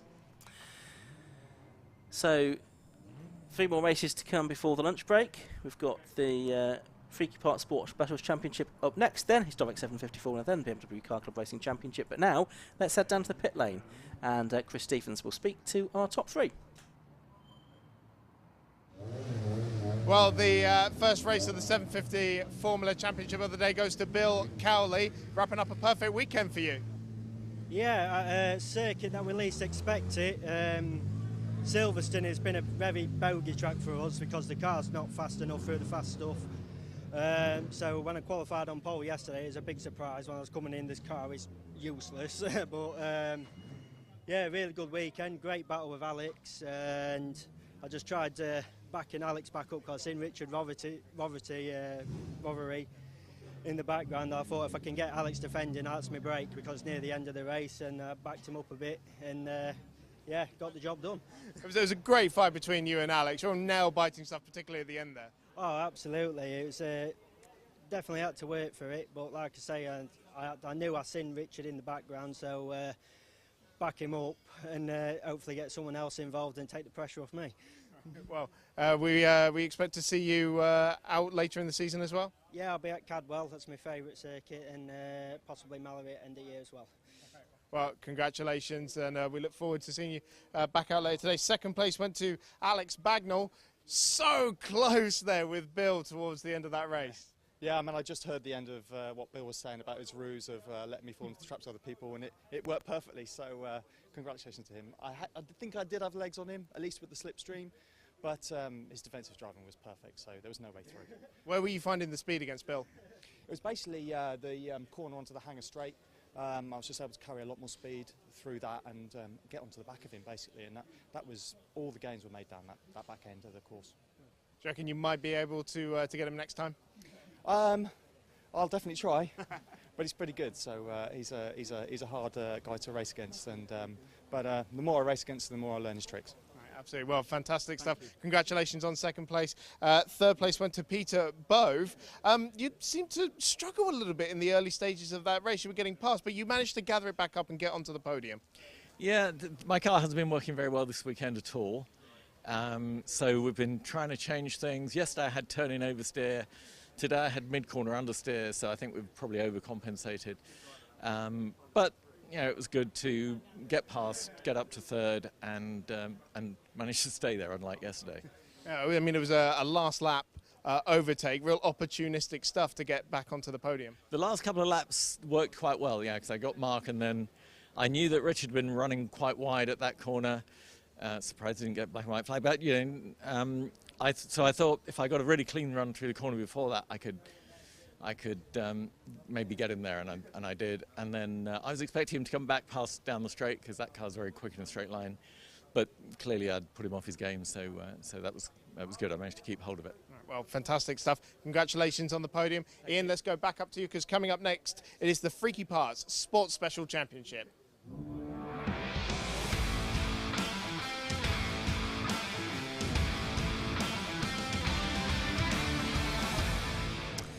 Yes, there you can see the marshals waiting on the grid. The cars have already been released from the assembly area to make their way around for the standing start for the Freaky Parts Sports Specials Championship. And it is indeed race number 13 of the weekend and the third race of the day here at Silverstone on our Alpha live stream. Let's have a look at the grid then. This again set by the second fastest qualifying times from yesterday. So pole position is number 53, Andy Hiley in the Kronos. The grid graphics just disappeared again, unfortunately, but it will reappear momentarily. Alongside him on the front of the grid is going to be number 11, Paul Collingwood. On the second row is going to be number 99, Martin Gambling, and number 15, Clive Hudson. So two eclipses on row 2. Row 3 is number 4, Lewis Ward, and 64, Anton Landon. Row 4 is 56, Gary Goodyear, and 76, David Hughes. On the 5th row, it's number 10, Nigel Brown, and 44, which is Nigel Roskill. On the 6th row, it's 27, Andrew Hayward, and 42, Darren Griffin. Row 7 is number 7, Stuart Much, and 30, Stuart Thompson, the championship leader. Row 8 is 69, Gerard O'Donoghue, and 65, Martin Hayward. The 9th row, 77 and 26, that's Brad Snow and Alan Robinson. On to row 10, that's where you find number 79, Sylvia Much, and 70, which is Trevor Harbour. 47, Ian Bonser, and 91, Darren Granger on the 11th row. 199, Nigel Liddell, and 18, Colin Benham on row 12. Then on row 13, it's 58, Mickey Scott, and 16, Derek Hambley, with number 52, Andrew Grant. If he is there, he'll be at the back. So that is the way that the grid lines up. Yesterday's race was won by Andy Hiley by 3.9 seconds in the Kronos, with Clive Hudson in second, and Martin Gambling completed the podium, with David Hughes and Stuart Thompson taking their respective class victories. This, I think, was another one, wasn't it, Johnny, where we had a safety car intervention, but this was at the beginning of the race, so we got a clean run to the end. Yeah, lots of cars and a fair bit of speed differential, so they struggled in the early stages. I think there was maybe an incident off the line, actually. Andrew Grant's car is there, though, at the back of the field, so that should make it a 27-car outing. Again, colourful, like the 750 Formula Championship cars, and potentially, you know, a tricky start with a very fast first corner. You have to make sure that if you are alongside somebody, by Abbey, that you're giving each other racing room. Certainly do. This is round 10 of 14 in the championship coming into this weekend. The championship overall is being led by Stuart Thompson, or coming into this race I should say. Stuart Thompson has 119 points. Second on 93 points is Stuart Much. Third on 88 points is David Hughes. Fourth on 82 points now is Andy Hiley. And fifth on 80 points is Lewis Ward. But Stuart Thompson controlling the championship quite nicely.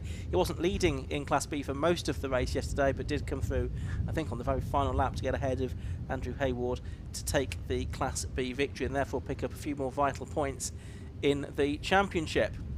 So they can see Andy Hiley's blue and white Kronos lining up on the front row of the grid on the outside there, and the 11 car with the sort of shark's teeth of Paul Collingwood, the Eclipse, and two more Eclipse, not with quite such exciting graphics on the second row. That's 99 Martin Gambling and 15 Clive Hudson. You can hear Rev starting to rise and the race gets underway then, and it's a pretty solid start by everybody, it would seem. Hiley and Gambling from the second row. Gambling's made a very good start there, and he's dived through into the lead of the race then in the number 99 Eclipse. He was the driver that finished third in yesterday's race, but he's got the jump on Andy Hiley here.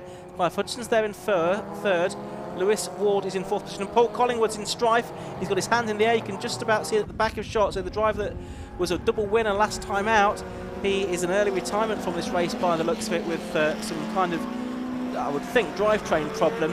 And that means that it's going to be Martin Gambling versus Andy Hiley at the front of the field, Johnny. There's been some contact further back, though, with a car struggling to get onto the hanger straight, and in fact that will dive to the left and onto the grass. But yes, I was wondering whether Andy Hiley was slightly distracted by Paul Collingwood not able to get off the line as cleanly as the others, because Martin Gambling, now being challenged by Andy Hiley, vaulted his way from third position to the lead, and Clive Hudson got a killer of a getaway as well to be up to third. But of course that's helped out by Collingwood's dramas, and now Hudson's being caught by Lewis Ward. Yep, so you've got the three rear or mid-engine cars in the lead. Then you've got the front-engine car of number 4, Lewis Ward. That's the Westfield in fourth place. Then it's the Sienna of Anton Landon in fifth position, and Gary Goodyear in the ARL is sixth. There is the move for the lead.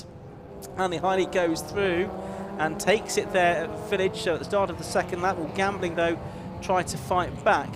Yesterday's race saw Hiley extend his lead to nearly 4 seconds in the end, so it'll be tough for Gambling to try and fight back here in the Eclipse, and possibly his race might be spent more so thinking about defending from Clive Hudson. But drama there for number 77, that's Brad Snow, who was third in Class B yesterday, already though out of the race here today, I'm afraid.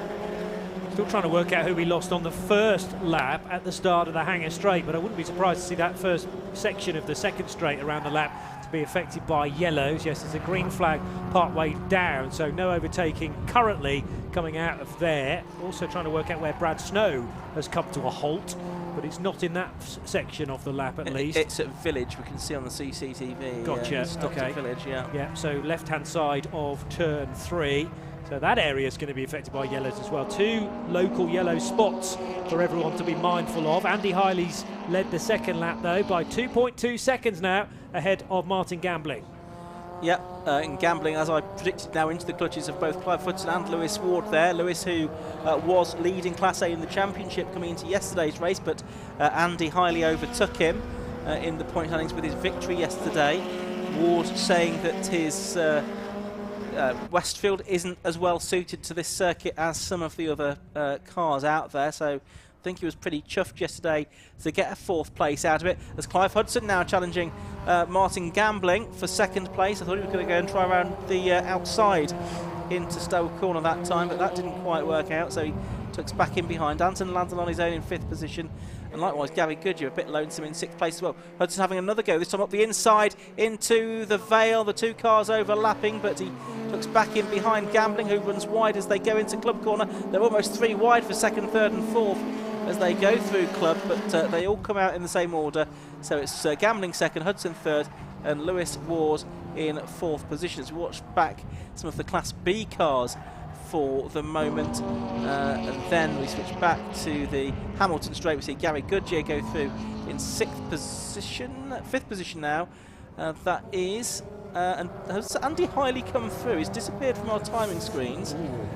I don't know if we, I didn't notice him out of the window whether he was there or not, but he's not come through on our timing screens, Johnny. No, oh, there he is. There he is. So, yes, so we're all fine. I was about to say all this is for the lead, but it's not. It's still for 2nd position, and we have had a change for 3rd, therefore, because the Westfield of Lewis Ward he's up the inside now of Clive Hudson. Although Hudson's straight line speed superior to the front engine car, and Hudson will sweep around the outside at Stowe in the Eclipse to retake 3rd position. Gambling, Hudson and Ward are 2nd, 3rd and 4th. Yeah, they just go past the Hambley Coupe, the closed top kit car with the Ford Fiesta running gear. That's a lap down. And, oh, hand in the air for Lewis Ward now. And that's because we've got the safety car flags out. So he's letting everyone know that he is slowing up and that the safety car boards are out. And is that possibly to recover the car at Village? I would imagine so. Brad Snow, which is sort of straight on, isn't it, at that head. Well, that is a fair way off the circuit, but nevertheless it might be that the officials want to recover that. There's just under 10 minutes of the race left. I think the car that we lost on the first lap was Ian Bonser's Ginetta G40, by the way. Didn't see that, did we? No. And he was due to be starting on the 11th row. So assuming he did start, it did not complete a lap, which would tally with where the car eventually retired. It was carrying front left damage, by my reckoning. That's what gave me the impression there'd been some contact in the middle order.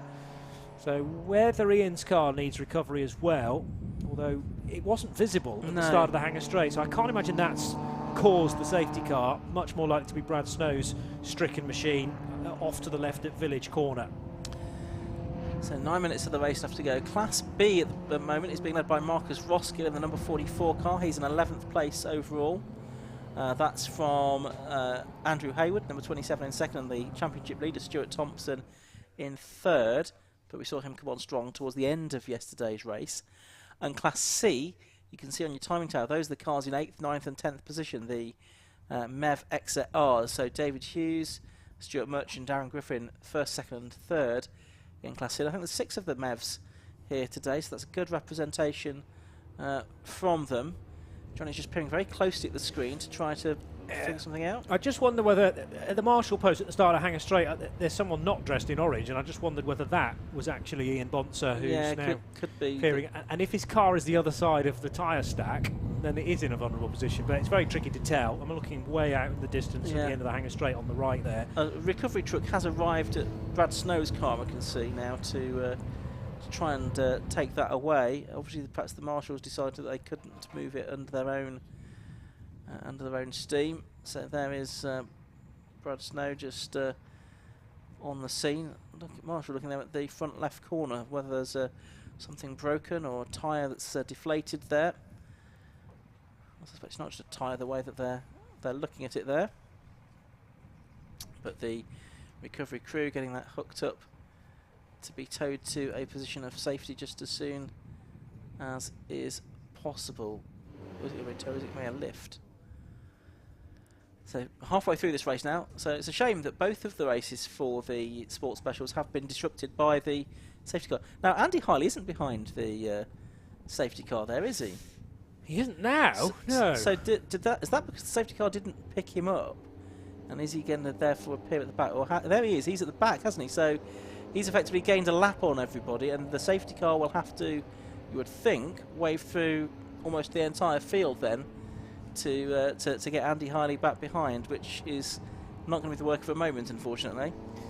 And not something you want to do whilst recovery is taking place at Village either. Once they get past that area, might be safe to do it, I suppose, but we want the marshals clearly looking after this recovery of Brad Snow's car to be as safe as possible. But yes, we couldn't release this field now and go racing again because Andy Hiley's effectively been waved into a lap's lead. Yeah. He's completed 6 laps, everybody else only 5 and a bit. There was that transponder glitch on Andy Hiley's car, wasn't there? There Which was. meant that it didn't show up. So I wonder if briefly the timing screen showed 99 Martin Gambling as the leader, and that was why the safety car was put out where it was. It does look like it's a full lift for Brad Snow's car, so that's going to take a little bit longer than just towing it away. So I don't think, unfortunately, we're going to have too much more time left for racing by the time all of this is completed. But it does need to be moved from that position at Village. So the car's been winched into the air now, and we'll put back on. So we've not got any cars being waved past, which I thought there might be. So we'll see what is done here about this, with 5 minutes and 40 seconds left to go. But basically Andy Hiley does have effectively nearly a full lap's lead on everybody else as things stand. So Snow's car now on the back of the flatbed there, Johnny. Yeah, and showing, well, a number of scars on that front left corner, a well out of shape steering wheel on the left side. I'm trying to work out whether there was any damage on the rear left as well. Difficult to tell from that perspective. It's not as simple as just allowing Andy Hiley to overtake all these cars either, because that would really put him a lap ahead of everyone else. So you're going to have to, if this is to be righted, allow everyone to overtake the safety car and then provide them sufficient time to catch up with Andy Hiley. Andy will say, well, I had a bit of a lead anyway, so I don't really want Martin Gambling right on my tail at the restart. Under safety car speeds, it's 2 minutes and a quarter, in fact, as an advantage. That will condense to more like 1 minute and 10.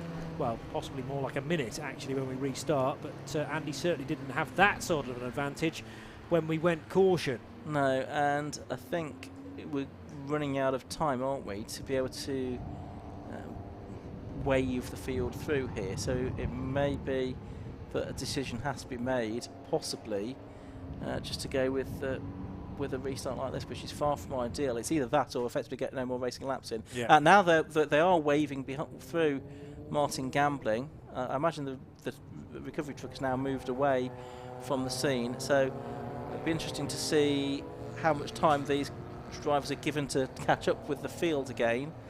I suspect not necessarily too much. It might be that the safety car in any case goes in at the end of this lap, having driven a relatively slow lap, with just Andy Hiley behind it once these cars have got through. Well, there is an argument to say that Martin Gambling, Clive Hudson, Lewis Ward were never going to win this race, I suppose. So, you know, it's a bit of a grey area as to how much of a lead Andy Hiley would have had. Well, clearly, if the safety car had worked correctly, he wouldn't have had any of the lead, and that would have given us a more interesting end to the race, but not necessarily reflective or a good idea of how the race was panning out beforehand. At least Gambling, Hudson and Ward will be kept together. And let's hope that we get one racing lap, maybe a couple, before the checkered flag is shown. One car now behind the safety car, which is Andy Hiley's. So still yellow flags waving, of course. So we've got Gambling at L. Gambling probably should go as quickly as he reasonably can do here to try to catch the pack. They're basically sort of half a lap now ahead or behind. Behind, I suppose, is the right way of looking at it. Andy Hiley's car here. It is, the safety car is going rather slowly. So poor Andy Hiley's not going to have a lot of temperature in his tyres by the time he gets to the line, but we might be in a position to get the safety car in this time, but its lights are still on.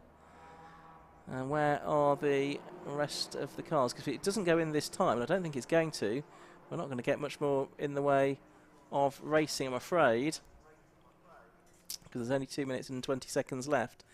Well, there's the next group of cars, but I have to say, only 5 cars have bothered to make any kind of progress here. I'm not quite sure what Nigel Brown in 7th place is doing, because he's stuck behind a back marker, and he can't overtake the back marker, and the back marker's not gone with them. So this is the problem that you are faced with. So still the safety car is out, and is that the checkered flag being waved as well now? I rather fear that it maybe no, it's still the yellow flag. It look from a distance like the checkered flag. So if the safety car gets a wriggle on, We might be able to get one more lap out of this, but that's as good as we're going to get, I feel, in this race. We do now have the first 6 cars together, but we're not going to get the rest of them together because Derek Hambley in the Hambley Coupe is not really catching up with the first 6 cars, unfortunately. And thus nobody else can either.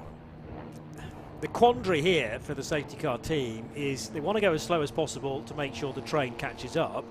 However, if they don't pick up the pace, we're not going to get an extra lap. so all been in vain anyway. Exactly, because you know, a good lap time around here is take Andy Hiley out of it, 1 minute 11, 1 minute 12. There was about 1 minute 40 on the clock as they came across the line. Only a minute left now.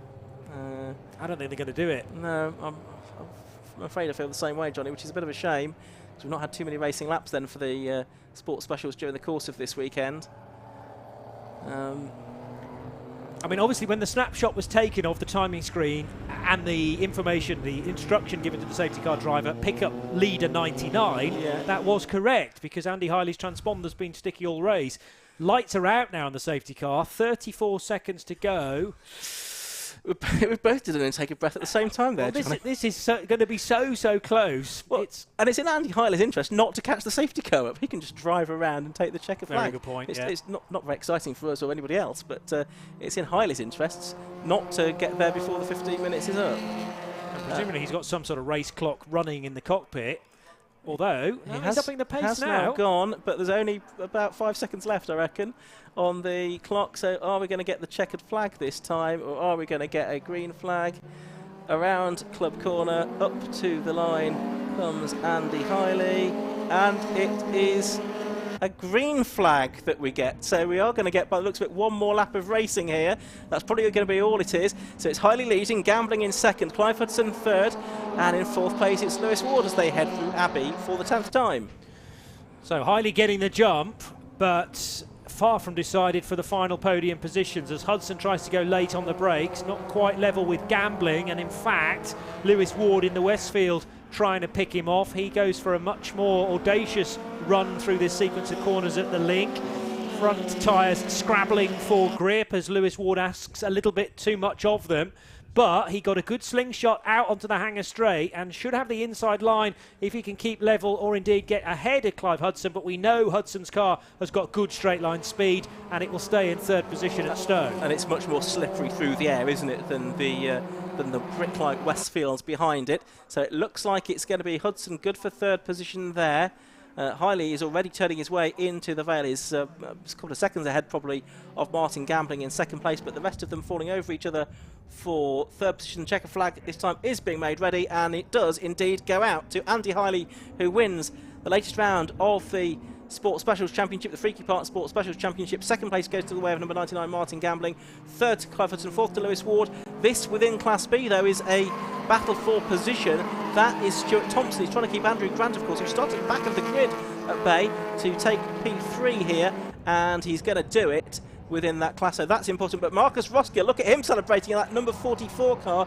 He is absolutely over the moon because he has got a class victory there in the number 44 car, the Silver Phoenix, one of the older cars on the grid, I think, and just looking at it, that's certainly his first class victory of the season. So Marcus Roskill in the 44 car gets the class win from Andrew Hayward, and Stuart Thompson just clinging on that final lap from Andrew Grant's Caterham.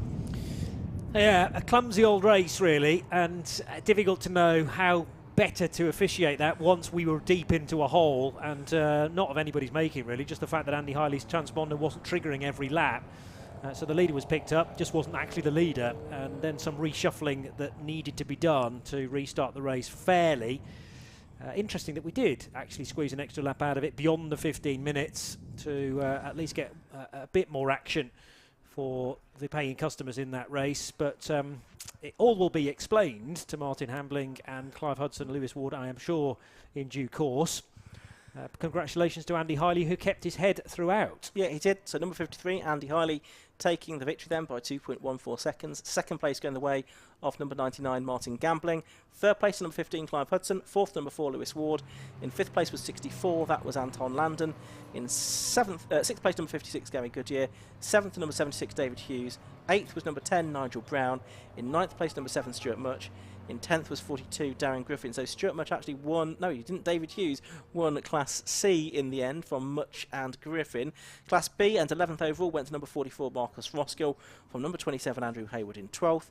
30, Stuart Thompson, 13th. Andrew Grant was 14th in 52. And Mickey Scott was 15th in car number 58. So that rounds off the Sports Specials action for this weekend.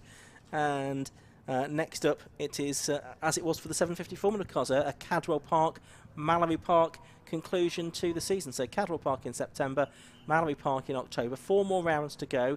It's looking good for Stuart Thompson for the overall championship, and Andy Hiley, after a bit of a rocky last meeting, he seemed to be back in control in Class A with 4 races left to go.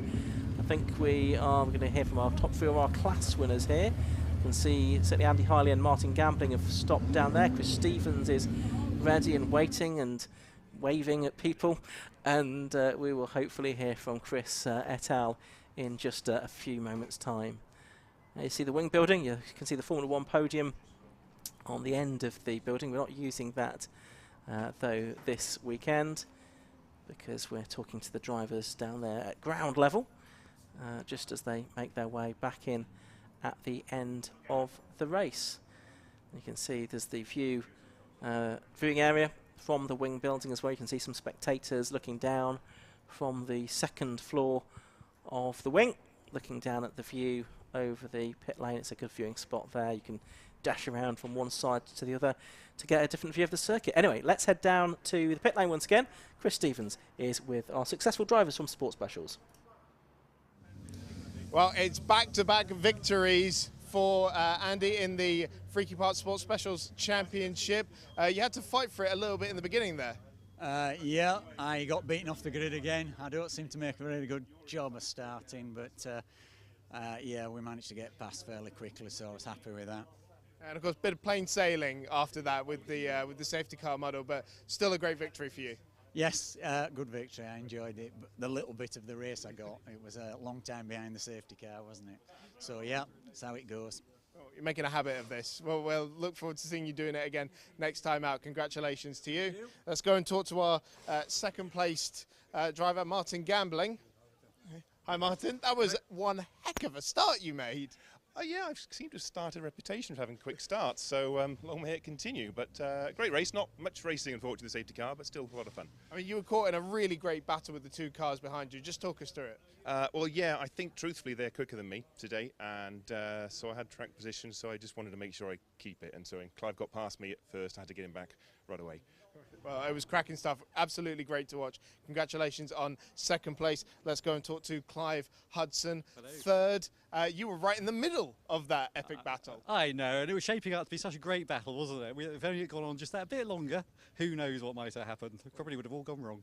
Well, hopefully not, but it was definitely really, really great to watch. So happy with today's racing? Oh yeah, it's always good fun. Yeah, that's a great thing. And yeah, I've got to work out how he does his starts so I can do those too, because it is true. He is quick off the line. Makes a big difference here. That's the great thing about short races. You've got to go for it. You've got to get those starts. You've got to go for it on the first lap when the tyres are cold. Absolutely. Very exciting. Oh, well, it's great stuff. Absolutely great action in the Freaky Parts Sports Specials Championship. Let's go back to you, Ian, because coming up next, it is the Race Parts historic 750 Formula Series.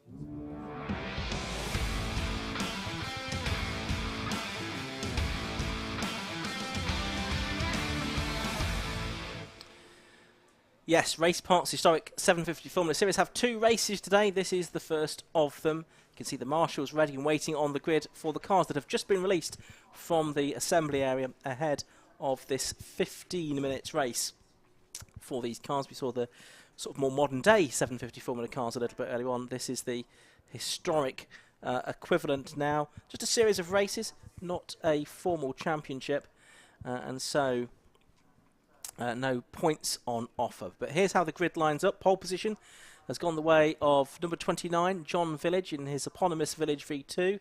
And alongside him is number 27, Richard Pryor. On the second row, it's number 65, Jörg Schneider on the inside. And then Lyndon Thuston, 23, next to him. On the third row, it's 12, Ben Mile. And it's 7, Graham Wilson. On the fourth row, number 3 is Charles Cooling and 72, Trevor Slatter. On the fifth row, 2 is Nigel Howard and 42 is Tim Sage. And then on row 6 it is 55 Roger Rowe and 18 Tim Roebuck. On to row 7. That's where we find 37 Tim Ellison and number 1 Gregan Thruston. On the 8th row it's 88 Jerry Fincham and John Ingram in number 19. On row 9 it's 20 Ian Grant and 49 Peter Coombs. On row 10 it is 22 Charlie Plain Jones and 69 Hugo Pickup. 5 Michael Harvey and 99 David Lewis on the 11th row. 75 Mike Peck and 147 Mark Lawton on row 12. And a very big grid of these historic 750 Formula cars we have, because it's number 60 Clive Neal and 13 Ben Bolt on the 13th row, and number 50 Jeffrey Cowell on the final row of the grid. So that is how it lines up then for this 50-minute race. There you can see the cars arriving onto the circuit then ahead of this race. Only 2 of them have arrived so far, so hopefully more will appear momentarily, and we'll be able to get this race underway. So you can just see some more cars heading out of Club Corner now. So far this season we have had 6 races. 4 of those have been the scratch race format, and those have been shared the victories between John Village and Christian Pedersen, who I don't think is here today in his methanol fueled Austin 7. John Village has also had a couple of second place finishes. Richard Pryor, who was also on the front row today, he's had 3 third place finishes. Also on the podium we've had Timothy Sage and Graham Wilson during the course of the first few meetings of the season. We've had scratch races as well, handicap races as well, with John Village winning the one at Alton Park and Hugo Pickup winning the one at Snetterton last time out in his Austin 7. But we've got 2 scratch races for you today, and there's 2 more at Cadwell Park and Mallory Park to round off the season. Now it looks like there's a gap there on the front row, isn't it, Johnny? I can't see the number 27 car of Richard Pryor, I'm afraid. Agreed. Should be sitting between the 2 red cars of Lyndon Thruston and Jörg Schneider, but just a few metres in front of it. So it's a side-by-side but staggered grid, and yeah, not sure what the issue has been there. These cars were not in action at all yesterday, so Richard clearly qualified the car earlier this morning and has not made the race itself. Need to track back to see how many laps Richard did, because it was only 2 or 3 and he did that 1:30.8 early on. That might give us an indication as to whether there were problems then later in the session. Yeah, I can see there's another gap a bit further back down the grid as well. We're trying to work out exactly where that might be. Is that possibly Gregan Thruston kind of territory? I think it could well be. I think he might be missing from about row 7 of the grid. So 1 or 2 cars not being able to make the start of this race. Hopefully those might be available for this afternoon's race, though. Not much time to waste, because the green flag has already been waved at the back of the grid there, and the red lights are on, and 15 minutes of racing. We're underway at Silverstone, and it's John Village that makes a good start in his Village V2. Lyndon Thruston, number 23, then had the clear track ahead of him. Has he been able to capitalise on that? I'm not sure he has, because Graham Wilson, number 7, was trying to squeeze his way through in the time 3B, but I don't think he could make it. So it's John Village leading then. Lyndon Thruston is second.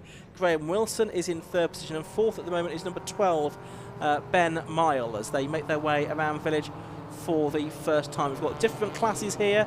We've got Class C, which is the main class for the historic 750 Formula cars themselves. Oh, and there's contact there! And that's Lyndon Thruston just being nerfed out of the way by Graham Wilson, I'm afraid. Ben Miles had to take avoiding action, and so too has Charles Cooling in the number 3 car. So that's a little bit historic 750 Formula-like, really. That incident down there at the link on the opening lap, it's given a huge lead to John Village. Absolute chaos there, wasn't there? For just a little tiny tap which caused a spin, but it was the reaction required by a couple behind, Ben Mile and Charles Cooling, having to effectively do a full 360 to rejoin the race and briefly go in the wrong direction of the circuit, but thankfully using the link road that comes in from Maggots and Beckett's to help with that U-turn. So 2nd position now in the hands of Trevor Slatter, who's just worked his way through, number 72, yes. If that is 2nd. I think it is. 3rd place for Timothy Sage. but yes, throwing the cat amongst the pigeons, and they're coming through now in all sorts of different orders. Graham Wilson was there in second, so Trevor Slatter third then in the number 72 car, fourth to number 42 Timothy Sage, fifth to number 65 Jörg Schneider, and sixth to 55 Roger Rowe. But John Village leading, so Graham Wilson, having precipitated all of that chaos, is the one that survived pretty much unscathed in second position as the cars come through at the end of lap 1. I was just explaining the classes. There is the main historic 750 Formula class, that's Class C. There's also Class A, which is for normally aspirated Austin 7s, and Class AS, which is for supercharged Austin 7s. I think, though, there's only Timothy Roebuck representing the supercharged Austin 7s here this weekend. You can see him on the timing tower. He's represented by the green square, and he is in 7th position overall as the cars work lap 2, and there'll be a bit of sorting out to be done after that early chaos. Yeah, Ben Myhill rather came through in 12th position. Charles Cooling also involved in that opening lap skirmish, 14th, but lap time should be a lot better than those positions, and hopefully they can find their way through in only a 15-minute race. We've had nearly 3 minutes of that. John Village leading by 4.5 seconds at the start-finish line. Graham Wilson trying to chip away at that then as early as he can. Trevor Slatter, Timothy Sage, Jörg Schneider much closely bunched, and they're running in 3rd, 4th and 5th. So there is Slatter in that number 72 Centaur, making its way through Club to complete the 2nd lap of this race. In 3rd position he's got the Malak of number 42 Tim Sage. Behind him, that's the I think the only 1 litre engined car here. The majority of the cars are with the 850cc Reliance engine. We've had a spin there for number 88, Jerry Fincham. Now, he was in 12th position, but it was rejoined behind the number 147 car, which I think may well be the car that's in 16th position. It's showing us a transponder issue on our screen, but I think that may be the 147 car of Mark Lawton, the Beach, in 16th position. And that spin for Jerry happening on the exit of Vale. Just before Club Corner, he was sitting 90 degrees to the direction of travel briefly, but thankfully found a forward gear. Some white flags being waved at Abbey now to indicate someone's in strife rounding that corner, but has now left the scene. It's the number 2 car which is struggling. Nigel Howard, who had started from the 5th row, came through at the end of the lap in 11th. But that car expiring with smoke coming out of the side of that car, I think. Yellow flag, so yellow flags there, Johnny, you have to warn of that. Looking like he's going to go no further, unfortunately, for Nigel. Yes, so there is one of those cars that's recovering. That's Charles Cooling, who is 28 years of age. Ron Brackley, he's a composites engineer at Alpine Formula 1 team, Alpine Formula 1 team. So racing very much at his local circuit, but he's under threat there from the 37 car. Is he not? That's Tim Ellison that's going through in the Centaur Mark 16. So Charles Cooling, I think, losing a position there. So it's Charles' first season of racing. He's racing the 1972 DNC with its Reliant engine. He's trying to come back now, and they're both behind there. Timothy Roebuck in the only supercharged Austin 7 in the race. That's the car that was formerly owned by the late John Miles, and Timothy Roebuck sort of in 8th position overall as they're heading into that yellow flag zone at Abbey. Meanwhile, John Village continues to lead. Graham Wilson is 2nd, Trevor Slatter is 3rd, and Timothy Sage in 4th. These are the cars heading down the Hangar Straight now. Well, Charles Cooley's car is capable of a high 1 minute 31, and that was a fair bit quicker than Trevor Slatter in qualifying this morning. So I would expect Cooling to certainly get into the top 6 by the end. Well, that's a bit of a big ask, quite possibly, but he has got more speed than his 10th place would suggest. Ben Mile, who was in grief because of that opening lap collision, has now ground to a halt completely, Ian. Yeah, that's a great shame. He was 20th at the end of lap 1. He'd come back to 13th at the end of lap 3, but now pulling off into retirement, I'm afraid. So that's a great shame for the driver of number 12, Ben Mile, in the Reliant engined car, as the majority of these are. So we're watching now the 49 car coming down the hang straight towards us. So that is the car of Peter Coombs, who is in 14th position at the moment, and he has behind him Jerry Fincham, and that confirms that is then the 147 car that is 16th on some screen, the Beach of Mark Lawton. Yeah, so switch the T in our graphics for Mark Lawton instead. 147. After the spin, Jerry Fincham looking to try and recover some of the places. Back again, Ben Miles obviously going to tumble down at the order now from 13th as other cars stream across the line. Charles Cooling loses a couple of spots actually on that lap. He was scrapping with Tim Ellison for 9th, but Ian Grant and John Ingram have got through, and a place change there. More recovery for Jerry Fincham, getting ahead of Peter Coombs. Yeah, up into 14th, and actually 13th position, went it with the retirement of Ben Mile as well. So that is 88 now, up to 13th position. That updates on our timing tower now. Here's John Village still leading the race. There's the 69 car, which is being driven by Hugo Pickup, who had that handicap race success at Snetterton in the last meeting for the historic 750 Formula cars. And he is, I think, yes, he is the leader of the normally aspirated Austin 7 class as well at the moment, ahead of Charlie Plain-Jones. There is the 37 car, that's Tim Ellison, trying to get past the supercharged Austin 7 of Tim Roebuck. So there at Stowe, tucked in behind Ellison is Ian Grant, who has recently got ahead of Charles Cooling. John Ingram about 3 seconds back from this battle. 3 cars all together though, heading into Vale Corner itself. Actually, Cooling might got ahead of John Ingram in the background. We know, as I say, the number 3 car is a quick machine. And yes, Charles has managed to leapfrog Ian Grant, rather John Ingram for 11th position. And now Grant will be the next on his list. Here comes the number 3 car off the racing line, carrying very good speed out of Club. Can he draw sufficiently level though at the point of turning? Yes, to get ahead now of the number 20 car of Ian Grant. So they are heading off down towards the hairpin at Village, and it's a nice little tussle this. We've got 5 cars pretty much all together, which is good to see Charles Cooling coming back into it.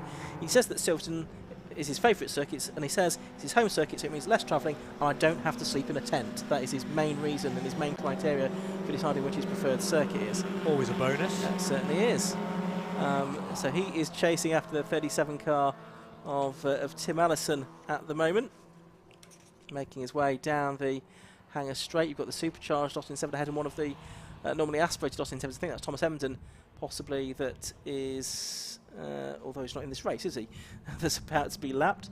That's one of the other cars. John Village, meanwhile, has done another new fastest lap of the race, 1:28.39. He's now 14 seconds ahead of Tim Sage in 2nd position. Cooling was just about to tap Tim Roebuck there. We're watching the 147 car, which is the Beach. I think that's a historic Formula V car in actual fact, but it's looking like it is expiring because the driver had his hand in the air there. Yes, so 1 car getting through. Hugo Pickup, quite possibly. Side by side almost into Village Corner for between Jörg Schneider and Lyndon Thruston. So this is the battle for 6th position. They've got Roger Rowe a bit further up the road from them. John Village, though, we know is finding even more time. He's almost got a 14-second lead over Timothy Sage. Cars littering the Hangar Straight.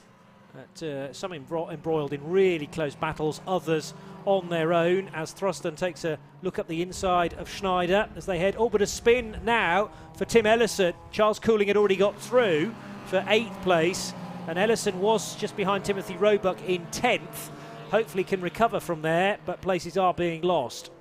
Yeah, so the Centaur was the car that went round there. Look at this, we've got 3 cars almost side by side, 2 battling for position. Lyndon Thruston getting his way ahead now of Jörg Schneider then in the number 65 car. So Lyndon, the prime mover behind the historic 750 Formula Series these days. Does an awful lot of hard work, and it's partly why we've got such a good field of cars. I think we had 24 cars start this race, if not slightly more than that.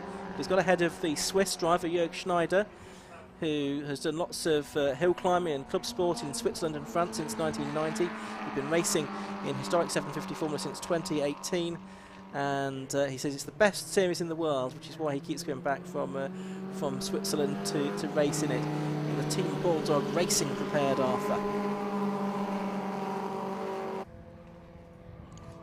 3 minutes 40 seconds still to go. Jörg get then in 7th position. But any hope really for Timothy Sage of catching up with race leader John Village has gone well and truly out the window now, because it's north of 15 seconds the advantage on lap 8 for the race leader. Sage, though, only has about a second to play with back to Graham Wilson, so that's very tight as Michael Harvey heads out from the link and onto the Hanger Straight. Clear road in front of him, splendid isolation for Michael, with Mike Peck just appearing in the background. Yeah, that's 3rd and 4th respectively within their class, which is the Austin 7 class. And of course this year celebrating the centenary of the Austin 7. 100 years old this year. Hard to believe that really, isn't it? But there we go. And we celebrated that with a special one-off race at Snetterton last time out, just for Austin 7s. Now, it looks like Schneider's got back ahead of Lyndon Thrusten, and they've now caught Roger Rowe, the Kidderminster carpet impresario, and he is under pressure now for his 5th position.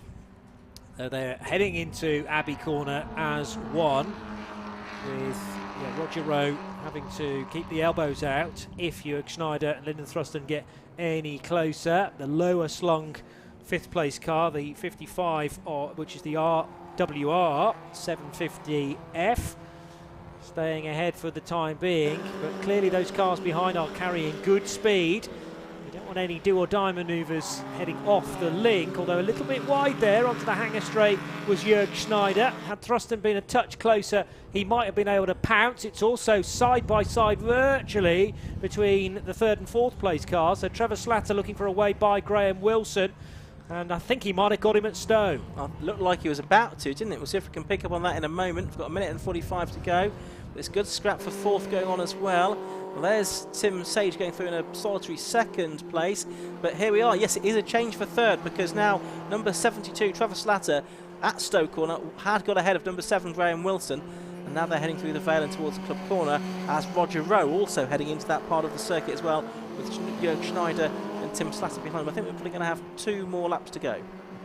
So Roger Rowe having to take a tighter line out of Club Corner to steer by one of the back markers, and also having to fend off Jörg Schneider's advances, because Schneider pretty much getting his front wheels level with Roger Rowe's rears, but Roger's car is good down the straights.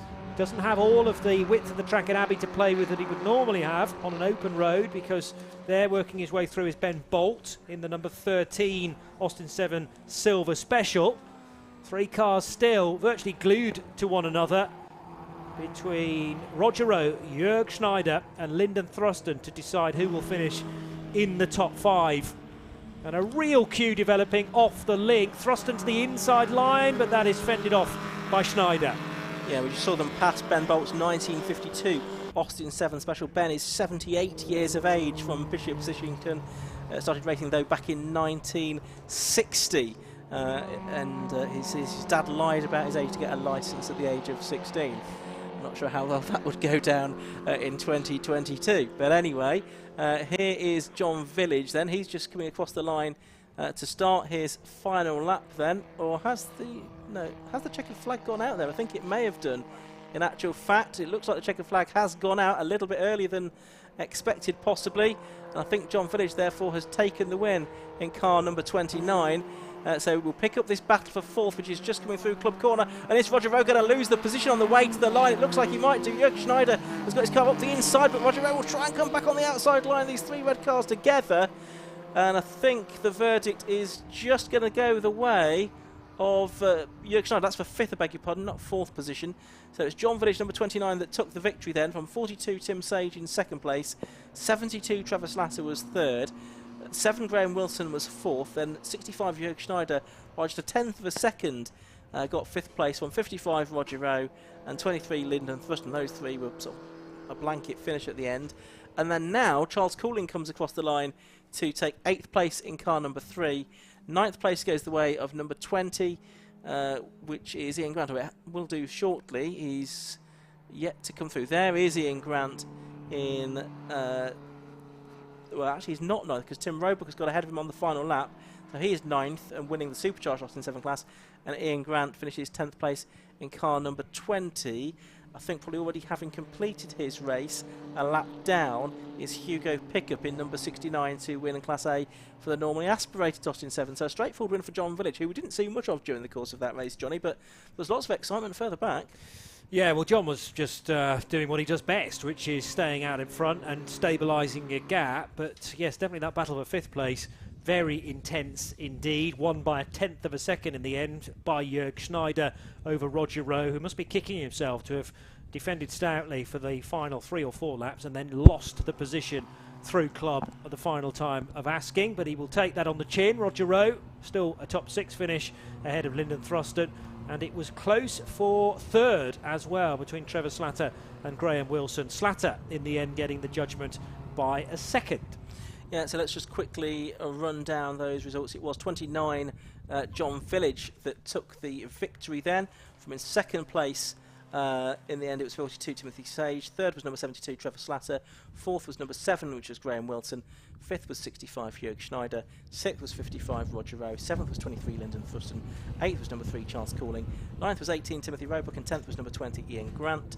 The class winners were Timothy Roebuck, who won Class S, the Supercharged Austin 7 class, in 9th position overall, and further back 14th overall was number 69 Hugo Pickup. He won the normally aspirated Austin 7 class from 22 Charlie Plain Jones and 5 Michael Harvey.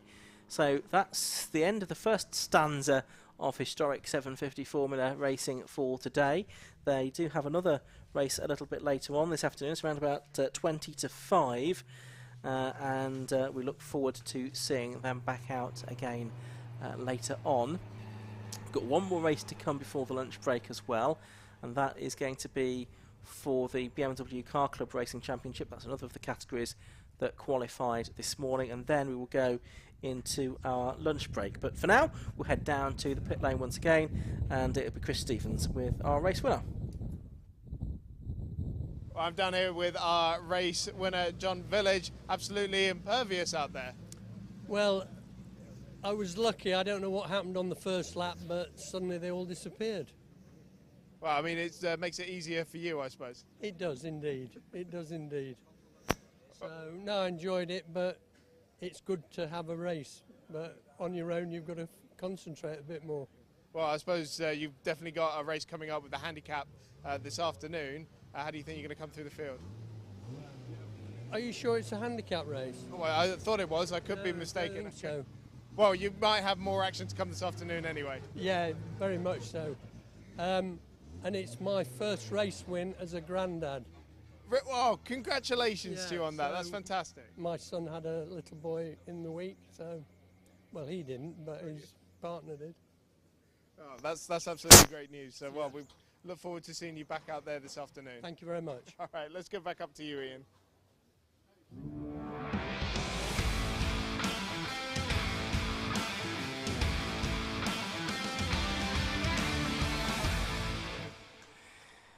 It's the BMW Car Club Racing Championship coming up next, and we will look forward to this. It's our final race before the lunch break, and this one's going to be a 20-minute race rather than 15, as the other races that we've had for the previous few races have been. Certainly, so 20-minute race ahead of us for the Race Part 750 Formula Championship.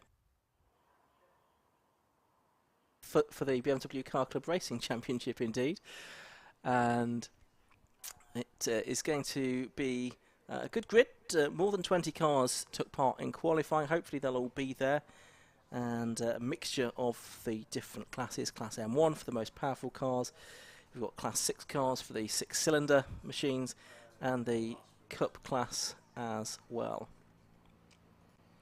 So we will await the cars to come out onto the circuit. The marshals are ready and waiting. The car's not yet out, but let's have a look at how the grid will line up nevertheless. On pole position, it's going to be number 15. That is Graham Crowhurst in his M3. And besides him will be number 26, Paul Cooker, a late addition to the programme. Second driver of the grid is going to be number 2. That's Rick Kerry, and he's out in his 1 Series. Besides him is number 80, that is Mike Eustace in another M3. On the third row it's number 66, Mark Colmer, another Class M1 car, an E36 M3, and Jim Benson is the first of the Class 6 cars, number 59 in 6th position. On the 4th row, on the inside, it's 55, which is Raheem Ballou's M2 class car. I think the only M2 entry here this weekend. And 31, Paul Laramie in the compact. On the 5th row, it's going to be number 48, Mike Nash in his 330 Ci, and 43, Steve Schweikart in his E46 compact besides him. On the 6th row, it's going to be 37, Cavan Granger.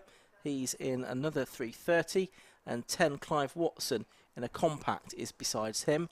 On the 7th row, on the inside, it's number 23, Tom Singleton in the E36 328i, and number 8, Bill Redrop in the 330.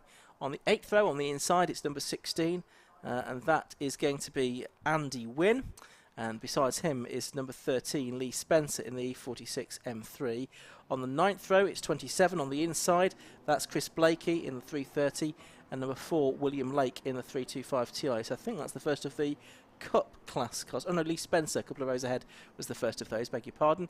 Row 10 on the inside is number 76, that's Stuart Pywell in the 325i, and number 60, Carl McMillan in the 325 Ti.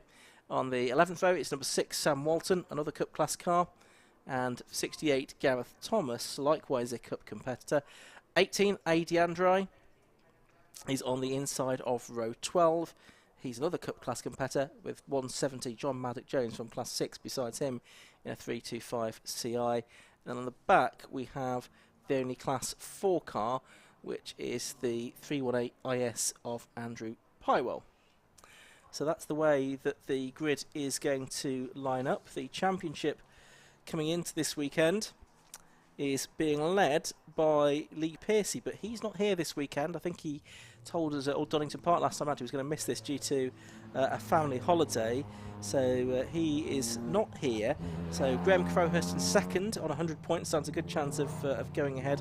Stephen Schweikart is third on 84 points. Gareth Thomas is fourth on 83. Then it's Jim Benson and Ivor Mayers, Lee Spencer, Paul Cook, Dan Harborough and Mark Coulmer completing the top 10. Within the classes, Graham Crowhurst, Tops class M1, Raheem Ballou, M2, Lee Pearcey, class 6, but as we say, he's not here this weekend. And Gareth Thomas is on top of the Cup class as they come into this meeting with Andrew Pywell, the only driver to have competed in class 4 this season. So cars being round to the grid, and BMWs always provide excellent racing, Johnny. They do. They're fairly big cars, so you always have to be mindful of what the person alongside you or potentially in front of you is doing, I suppose. Give racing room. That nice wide track though here at Silverstone, a little bit of runoff as well, which you can utilise at times, but bear in mind that track limits will be closely observed as well. Over the link could be rather interesting if they're in a gaggle of 5 or 6 together on the first lap. Graham Crowhurst, very impressive in the longer distance run yesterday, but that wasn't up against a whole load of BMWs. So it's a different scenario today in the same car, although different race number. I presume that's the same car, although yes. Graham's got 2. No, I think mighty E46s. He had to sport the extra 1 yesterday to make him 151 because there was already a 15 in the road sports race, I think, yesterday. 26 Paul Cook, that's a different car than I've seen him in before. I noticed he was a last-minute entry because he wasn't in the programme, but he was added late on, so that's not the car that we usually see him in. So there's probably a story behind that. I'm not sure what it is, I'm afraid. Good to see Rick Kerry there on row 2. I don't think we've seen Rick so far during the course of this season's BMW Car Club Racing Championship, but he's there in his mighty 1 Series BMW, so it'll be interesting to see how he goes. And he has, as we've said, got Mike Eustace, number 80, besides him. So we've got multiple classes to look out for here as well. We'll keep an eye as best we can on, in particular, Class 6 and the Cup class. Class M2 and Class 4 both just have 1 competitor in them, so we'll perhaps not pay quite so much attention to them.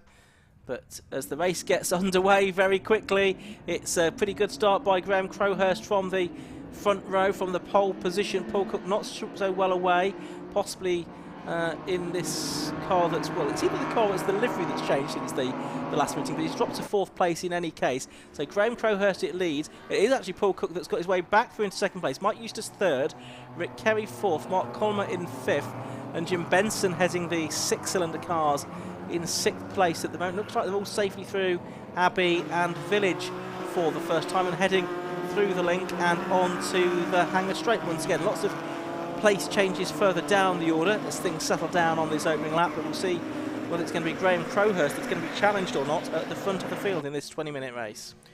Well, under pressure now at the end of the Hanger Straight is Mike Eustace. To the inside line will go Rick Kerry in the Little 1 Series BMW. I was impressed with Mike Eustace's getaway. Obviously BMWs are normally notoriously good starters with all that weight lurching to the rear over the rear driving wheels. Very busy at the end of the Hanger Straight though, and everyone just about survives that moment. Yes, Eustace and Kerry were side by side. Get an idea of their order by the end of the lap, but it's been a good start so far for Graham Crowhurst.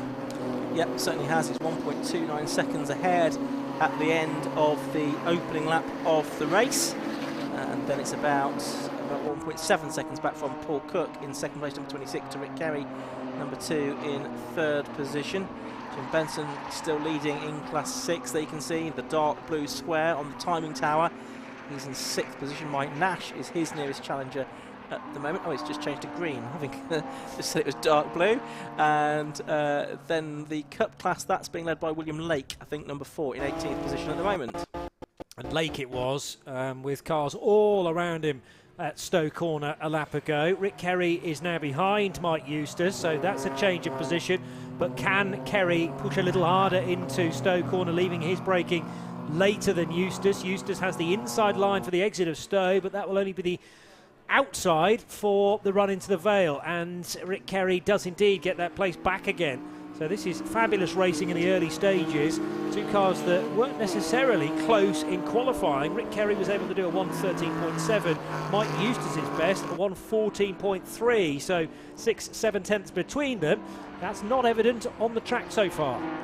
Certainly not. Graham Crowhurst in the best lap of the race, a 1:12.36, has nearly got down to his qualifying time already, which was a 1:12.29. He's not too far away from that kind of mark. Here's the scrap for third. Then Rick Kerry, number 2, former British Touring Car Championship driver, goes a bit wide there on the exit of Village, but I don't think Mike Eustace is able to capitalise particularly as the cars make their way through and on to the Hanger Straight. There is a squeal of tyres out of our commentary box window, but I think everyone has made it safely through there. So there's Kerry, there is Eustace. They're in 3rd and 4th positions at the moment, heading down into Stowe Corner for the 3rd time here.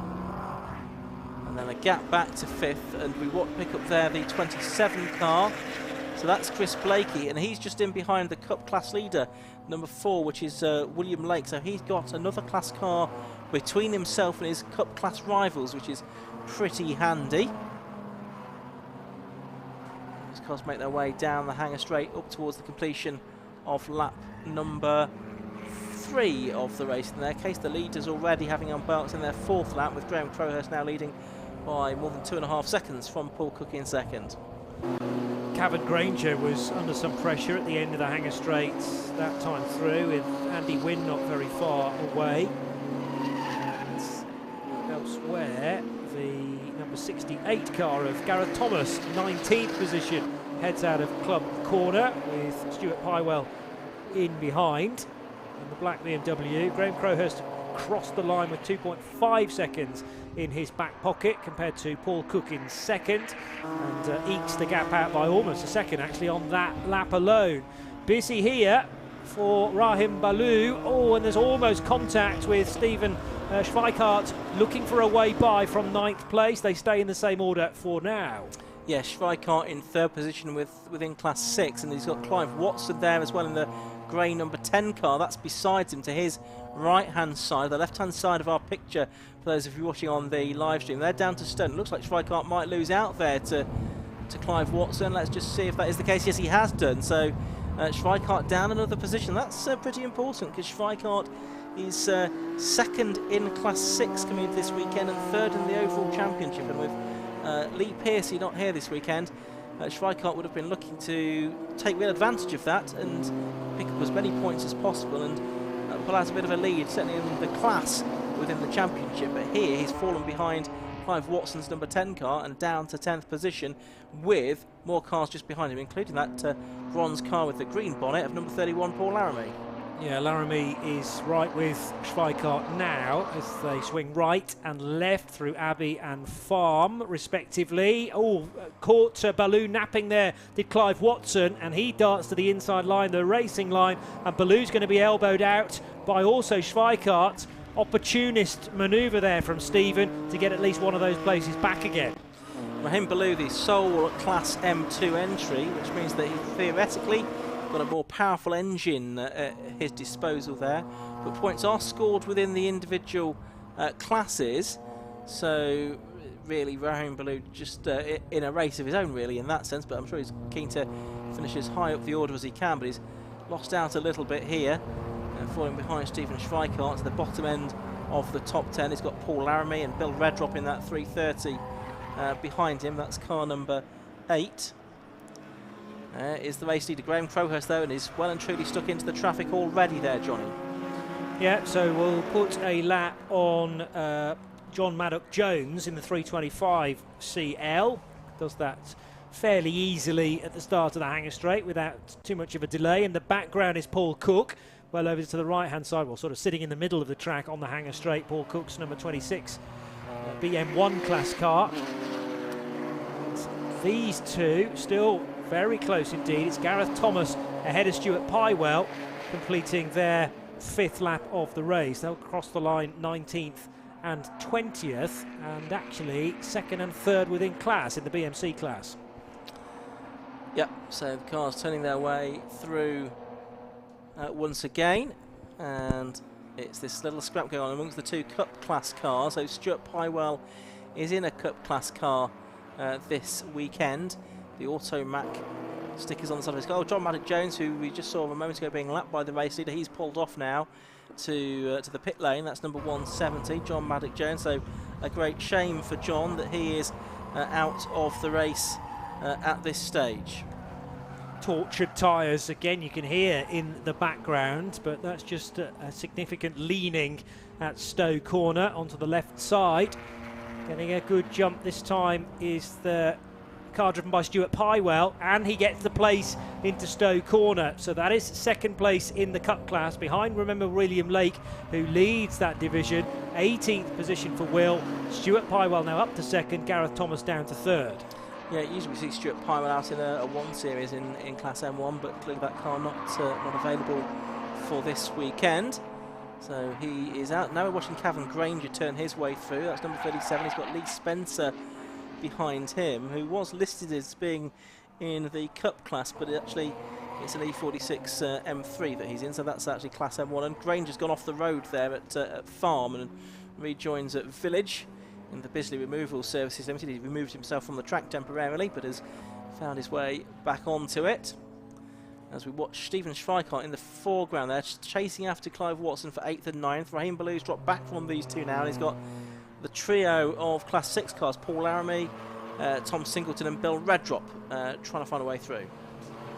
Yeah, so Singleton and Redrop have found one another because of this natural bunching a little bit behind Raheem Baloo's car.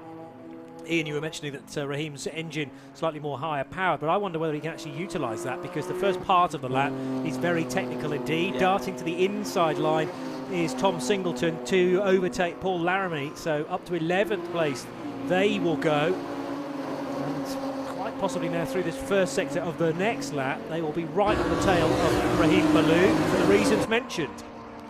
Yeah, over the line they go then, and Baloo with Singleton now behind him, then Laramie and Redrop in that order, so they have changed around. Pywell and Thomas continuing to battle for 2nd position within the Cup class. They're nose to tail there through Club Corner. They're about, well actually on the Thomas field, only a couple of seconds now behind William Lake, who's had a couple of slower laps, it would seem. No, 8 seconds behind on my screen actually as I look at the screen to my left. So they're a little bit behind William Lake, who leads that class.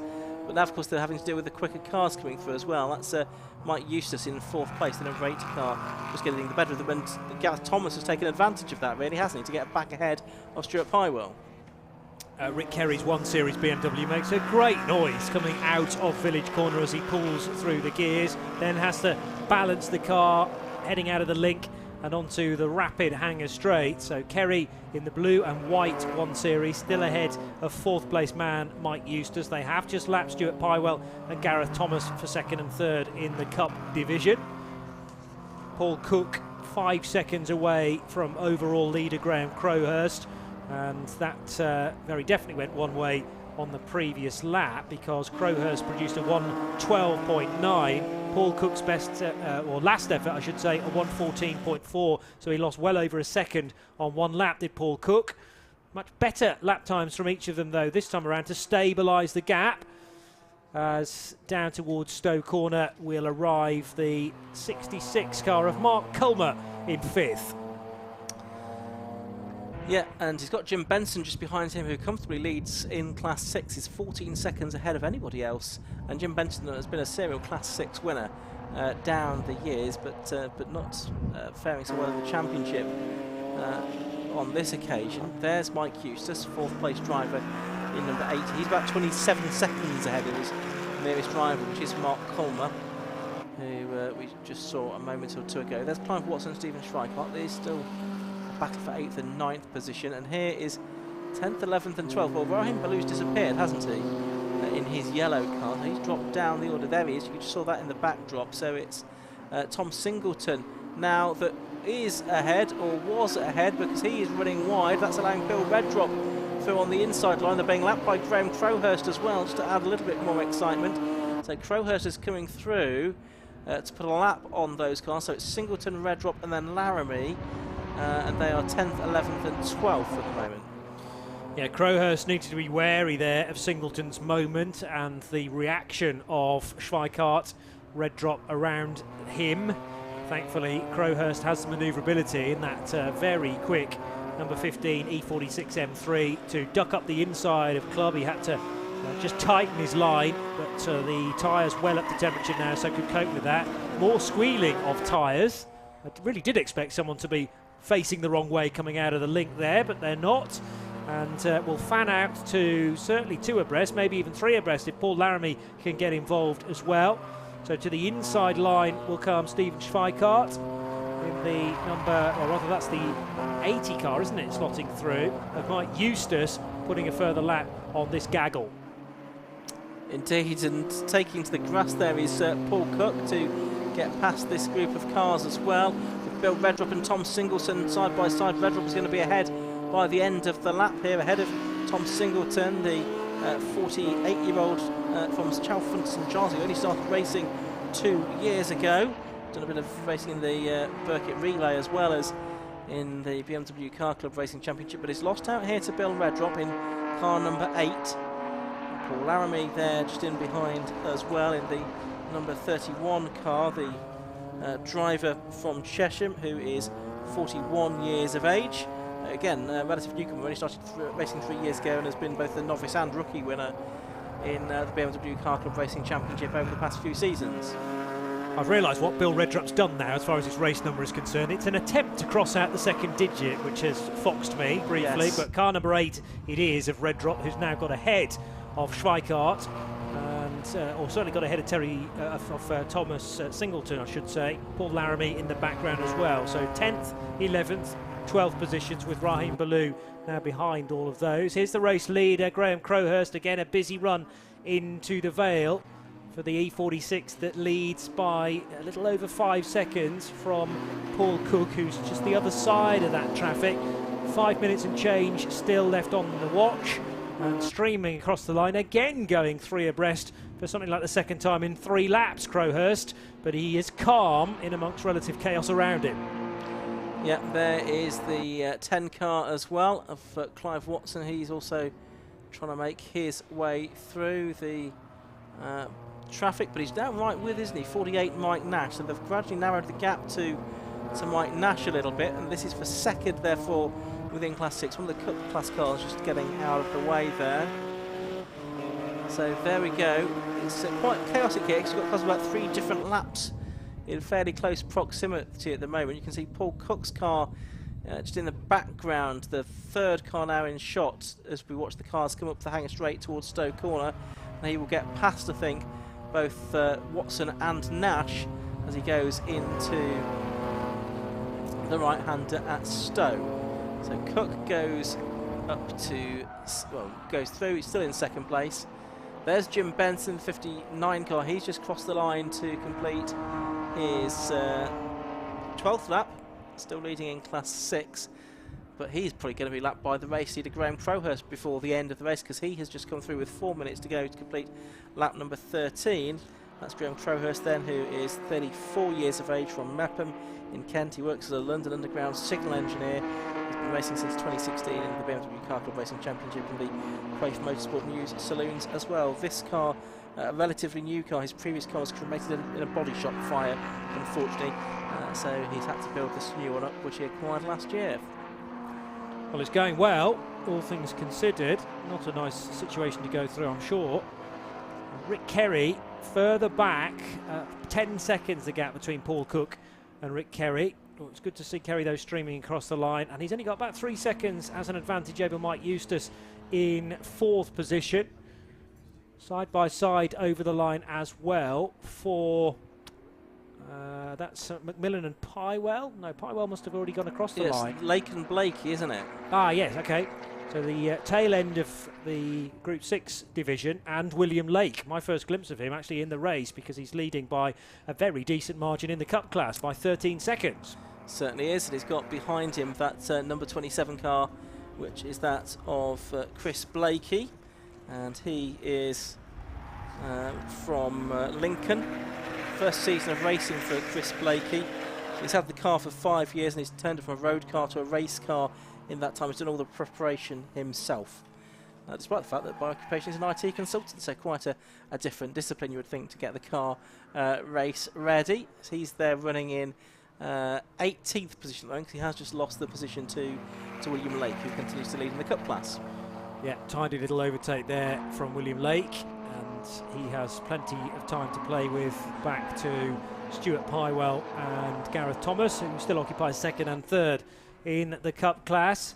Just over 2 minutes to go, and into Village Corner turns Tom Singleton with Paul Laramie behind. There's the car of Andy Wynne, and it leans over with squealing tyres beneath, tortured tyres at certain points around this track, including that tricky run over the link when you hit the lip of, well, the edge of the Grand Prix circuit and sort of vault your way onto the link road itself, which brings you back out onto the hanger straight. And a bit of a look at the inside there from Andy Wynne, but he needs to be closer if he's going to attempt a full-blooded overtake. A minute and a half of the race left to go then.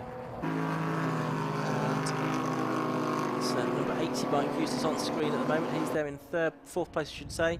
Still chasing after Rick Kerry. He's stayed with Kerry for most of the race, but Kerry hasn't really been able to make an impression at the front of the field. As I said, I think it is the first time we've seen Rick during the course of this season so far. Usually we've seen him a bit more often than that. This battle's been going on for a while, hasn't it, Johnny? Yeah, and back in the favour of Stuart Pywell ahead of Gareth Thomas, but Thomas clearly got a bit more speed to give. He's running out of laps, though, is the next problem, and also the overall leader has just got in front. They will all reach the end of this lap and force one more out of it. Stuart Pywell did allow Carl Macmillan to get by, so that's now created this wedge between William Lake, who leads the Cup division, and Stuart, who is second. 2 Class 6 cars, in fact, between them, including Chris Blakey, who we've spoken about. So there's Will Lake, there's Blakey behind in number 27. Race leader Graham Crowhurst heads through Abbey for the final time. Yep, he does, so he's on to his final lap of the race. He's 8 seconds clear of Paul Cook at the moment. He's lapped most of the rest of the field, hasn't he? I think everyone up to including 7th place, certainly. He has got past. Has he lapped Jim Benson as well now? Possibly he has. So time ticking down to 0. We'll await the checkered flag. Yes, he has lapped Jim Benson, because we can just see him in the background, still actually doing battle with Mark Cullen. So he's lapped everyone up to including 5th place now as Graham Crowhurst. I don't think he's going to get any further than that, but that's a mighty effort from him. We saw him out yesterday finishing runner-up in the road sports race from that late charge from Will Stacey.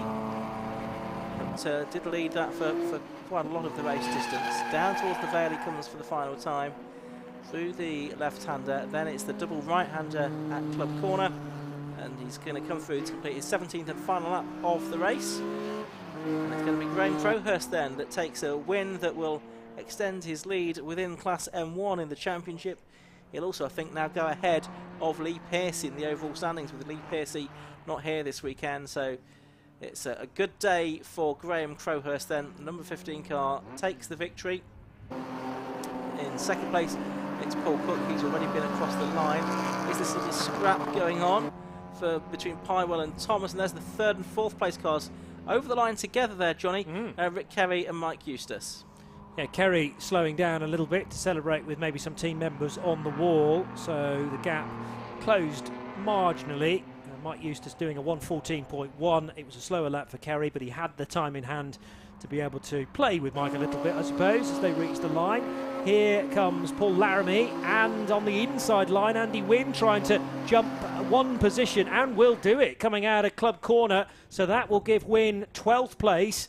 And we're in class 2, 4, 6, 7th maybe? Yeah, 7th place ahead of Paul Laramie, who is 8th in the Class 6. Well, there we go. Last couple of cars coming over the line. I think everyone else has completed their races now. So that's Kevin Granger coming across the line, and also the 15 car, that is, as well. And there is the Class 4 entrant, which is Andrew Pywell in the number 17 FINA liveried car. So I think that's everyone through. So Graham Crowhurst it was that took the victory then, completing 17 laps. He was 9.34 seconds ahead of anybody else. Number 2, Rick Kerry it was that took third position, so behind Paul Cook, number 26 in second place. Fourth was number 80, Mike Eustace. Fifth to number 66, Mark Colmer. Sixth was 59, Jim Benson. Seventh, number 48, Mike Nash. Eighth is 43, Stephen Schweikart. Ninth, number 10, Clive Watson, and 10th, number 8, Bill Redrop. So Graham Crowhurst won Class 1. Jim Benson won in Class 6. Further back, Raheem Ballou, the only Class 2 entrant. The Cup class was won by William Blake, number 4, in 17th position overall. And the only Class 4 entrant was Andrew Pywell, and he won that class clearly. So that's all of the racing for this morning. We'll head next into our lunch break in a few moments' time. Racing due to get back underway again at around about 1:45 with the R&M Racing Bike Sports Championship. We've also got races this afternoon for the Tagiwa Club Enduro Championship. That's 125 minutes in length. The Race Parts Historic 750 Formula Series and the BMW Car Club Racing Championship. The two categories that we've just seen will round out the weekend's racing here at Silverstone. So we look forward to that. We're hopefully going to hear, though, from some successful drivers in the BMWs, though, in just a moment before we head into our lunch break. But don't forget to take advantage of the catering facilities here at Silverstone while you enjoy your lunch. But for the moment, we'll head down to Chris Stevens in the pit lane once more.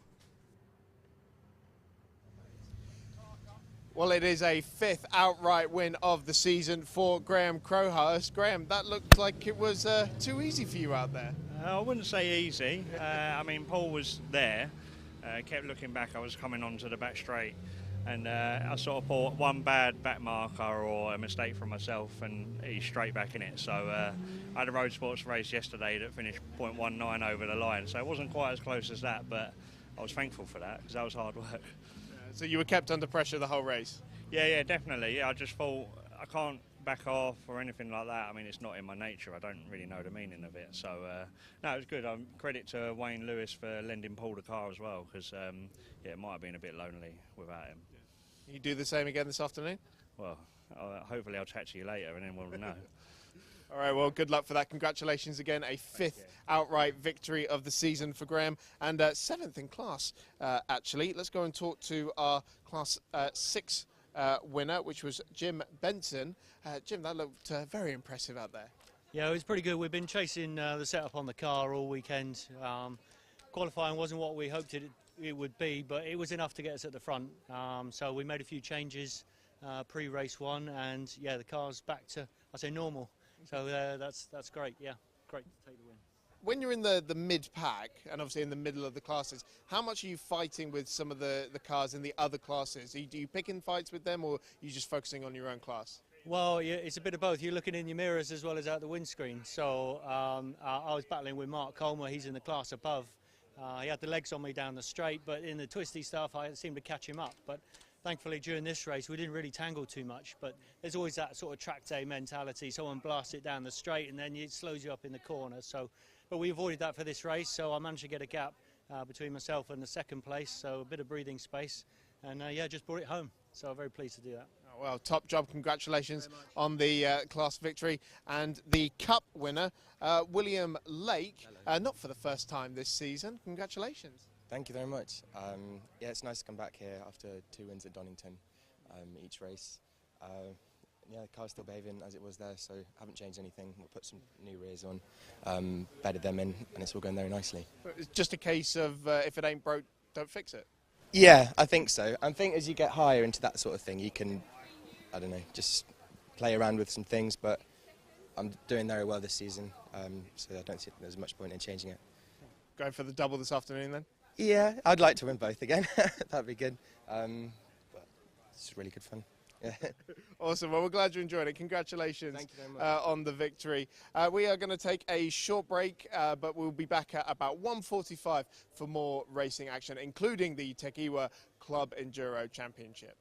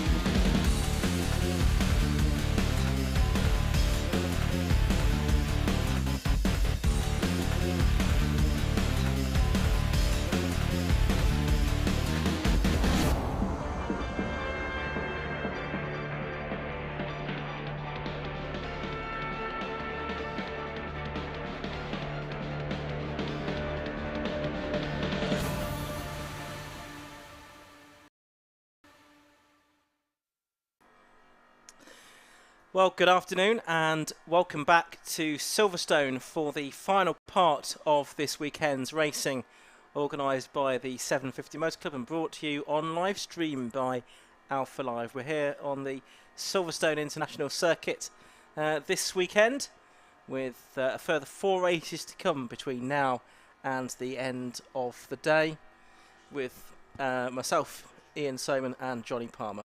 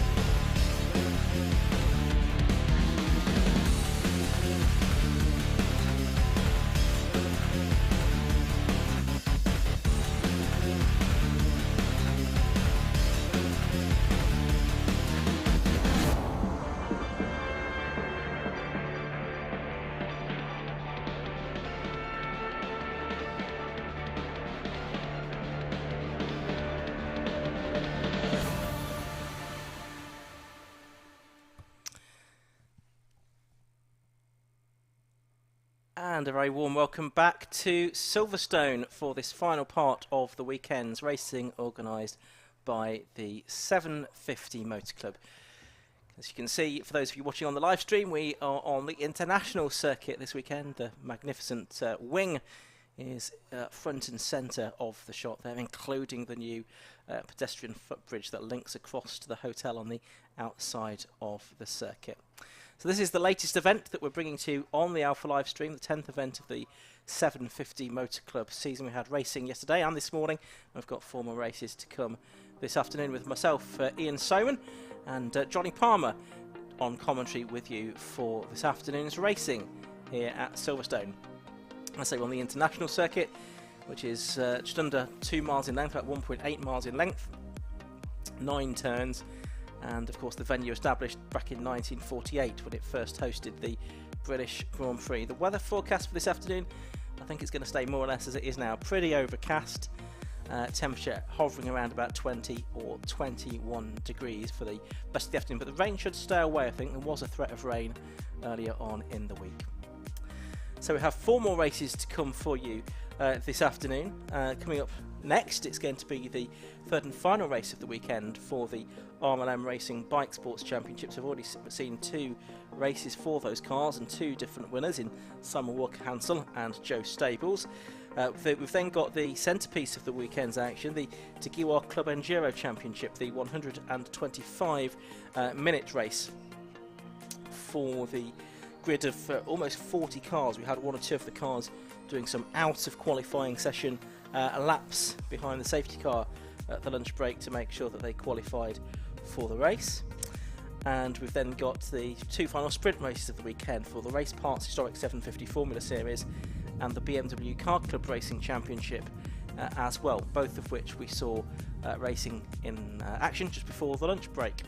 So 4 races to come this afternoon, but it's never very long to pause in 750 Motor Club action, because the club back in action again at Brands Hatch next weekend, and then at Anglesey on the 10th and 11th of September. So lots more 750 Motor Club racing to come all around the country over the next couple of months as the season draws towards its conclusion. And of course, we're back here on the 29th of October as well on the full Grand Prix circuit on that occasion for the Burkitt 6-hour relay race, one of the true highlights and great traditions of the British club racing season. So we will look forward to bringing you that as well here at Silverstone in a little over 2 months now.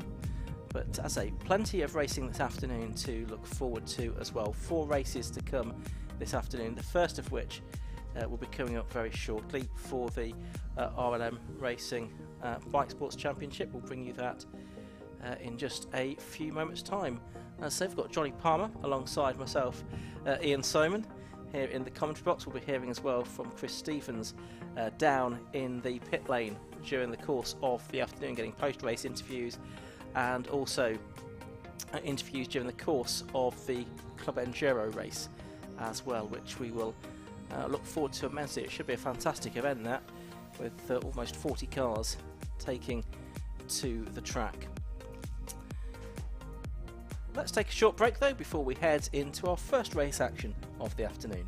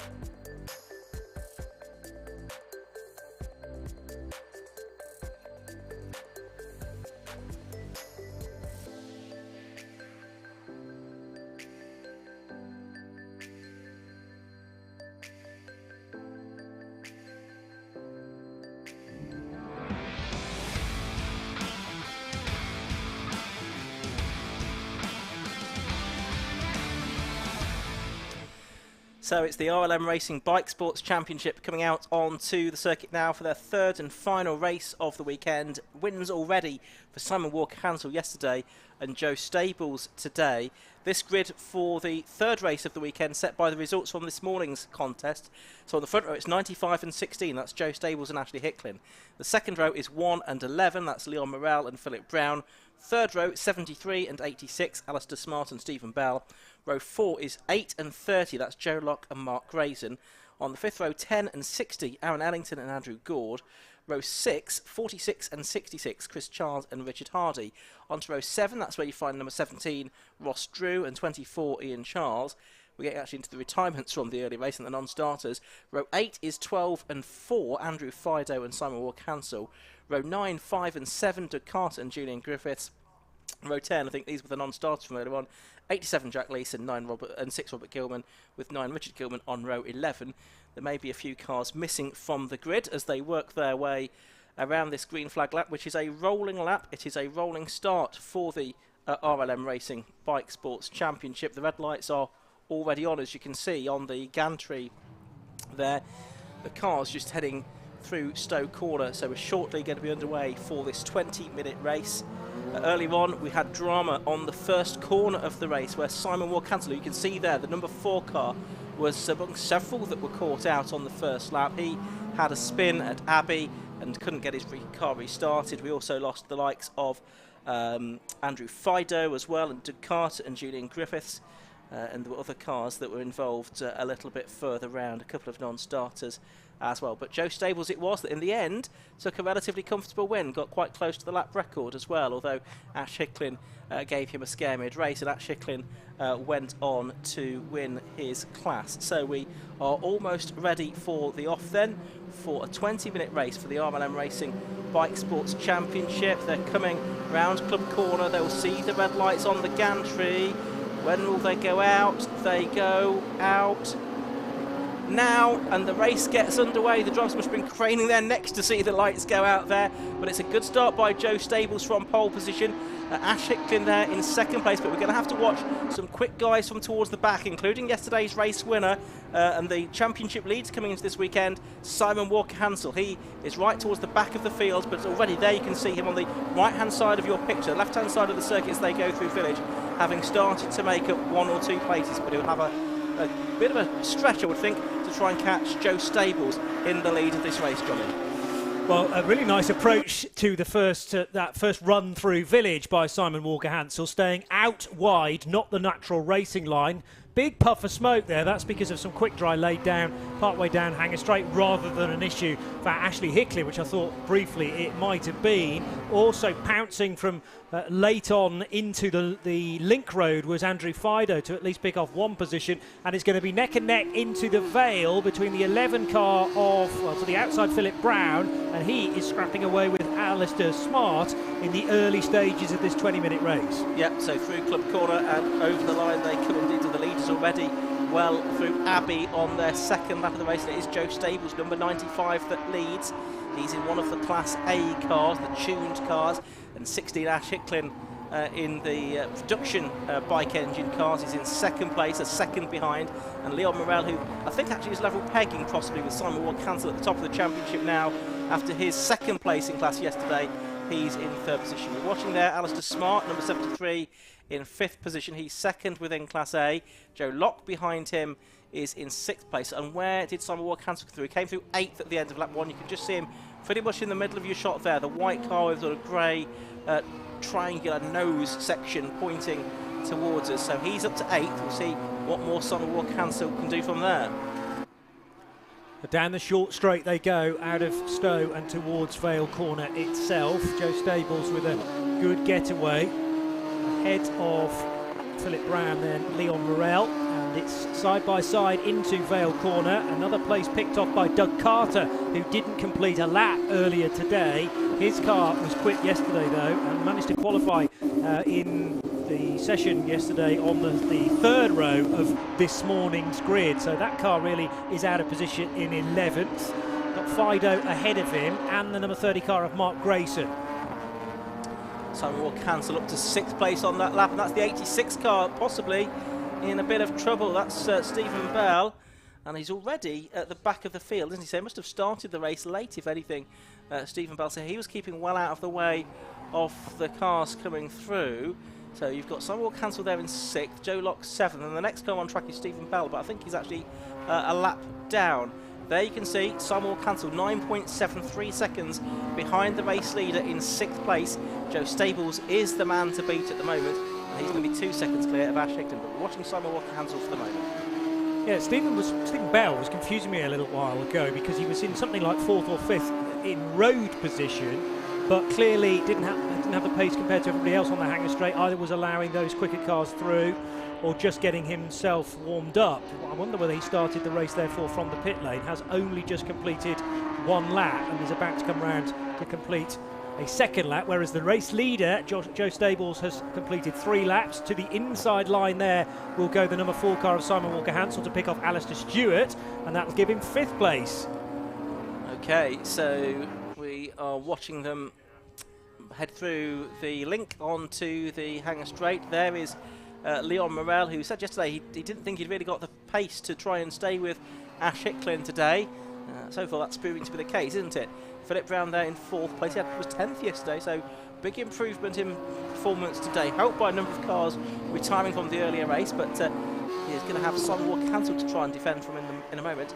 And Walker-Cancel taking Alistair Smart with him. He's just got past Alistair Smart, but Smart trying to stick with Walker-Cancel as he is about to attack Phil Brown for fourth.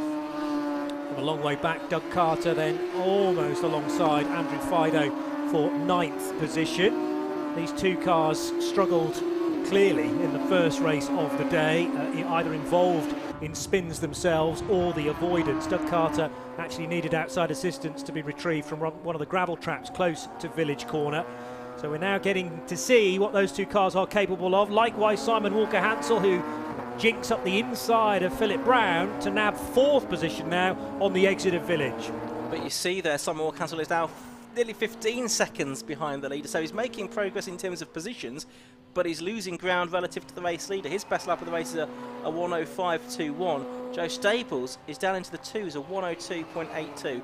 It's worth pointing out, though, that Staples and Walker-Hansel are in different classes. Walker-Hansel in a Class B car, in that eco trailer liveried car, that's the family business, and he is not in a Class A car as Joe Staples is. So Philip Brown there now in fifth. Alistair Smart just behind him, number 73.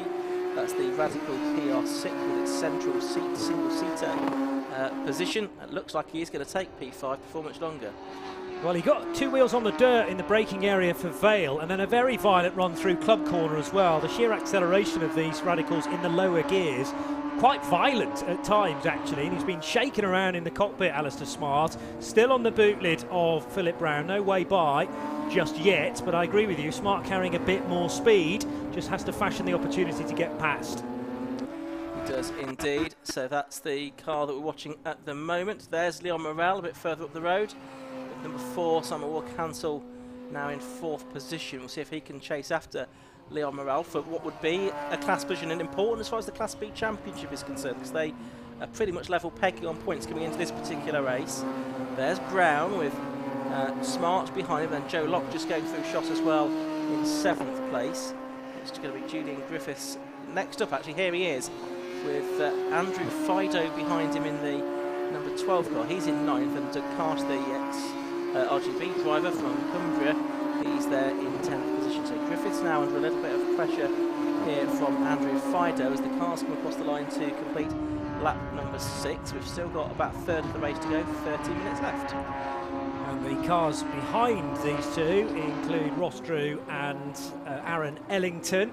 They're pretty much nose to tail, crossing the line for 11th position. Still no way by for Alistair Smart in the 73 single-seater type Radical. PR6 versus the wider car up ahead. Thought for a moment there a car was going a touch wide on the run through Village, but that's how far to the left that corner is in comparison to the link. Very good run for Alistair Smart this time, under the rear wing of Philip Brown, so he'll certainly give it his best step towards Stowe to wriggle up the inside. The problem is the inside line at Stowe only produces the outside line at Vale, and often a rival can get back past at the very next corner. We're concentrating on the fight between Julian Griffiths, who is in 8th place, with Andrew Fido and Doug Carter behind 9th and 10th. Yep, they are at the moment. Ross Drew is behind them in 11th position. Of course, he was retirement to the pit lane in the earlier race. So this trio coming up to Abbey for the 8th time now. Griffiths managing to fend off Fido at the moment. And just a bit more of a gap between Fido and Doug Carter. Now, Fido having a look to the outside as they go to Village, and possibly looking for the cutback on the exit from the corner. Where does that put him for the link? Well, nowhere useful really, I don't think. He still needs to tuck in behind the number 7 car at the moment, but they now get the run up the straight. And look at this, this is for 4th place. For 5th place, I should say, Philip Brown and Alistair Smart, and it's Smart that is going through on the inside. Brown trying to cling on around the outside, and he has done it, so that's well defended there by Brown.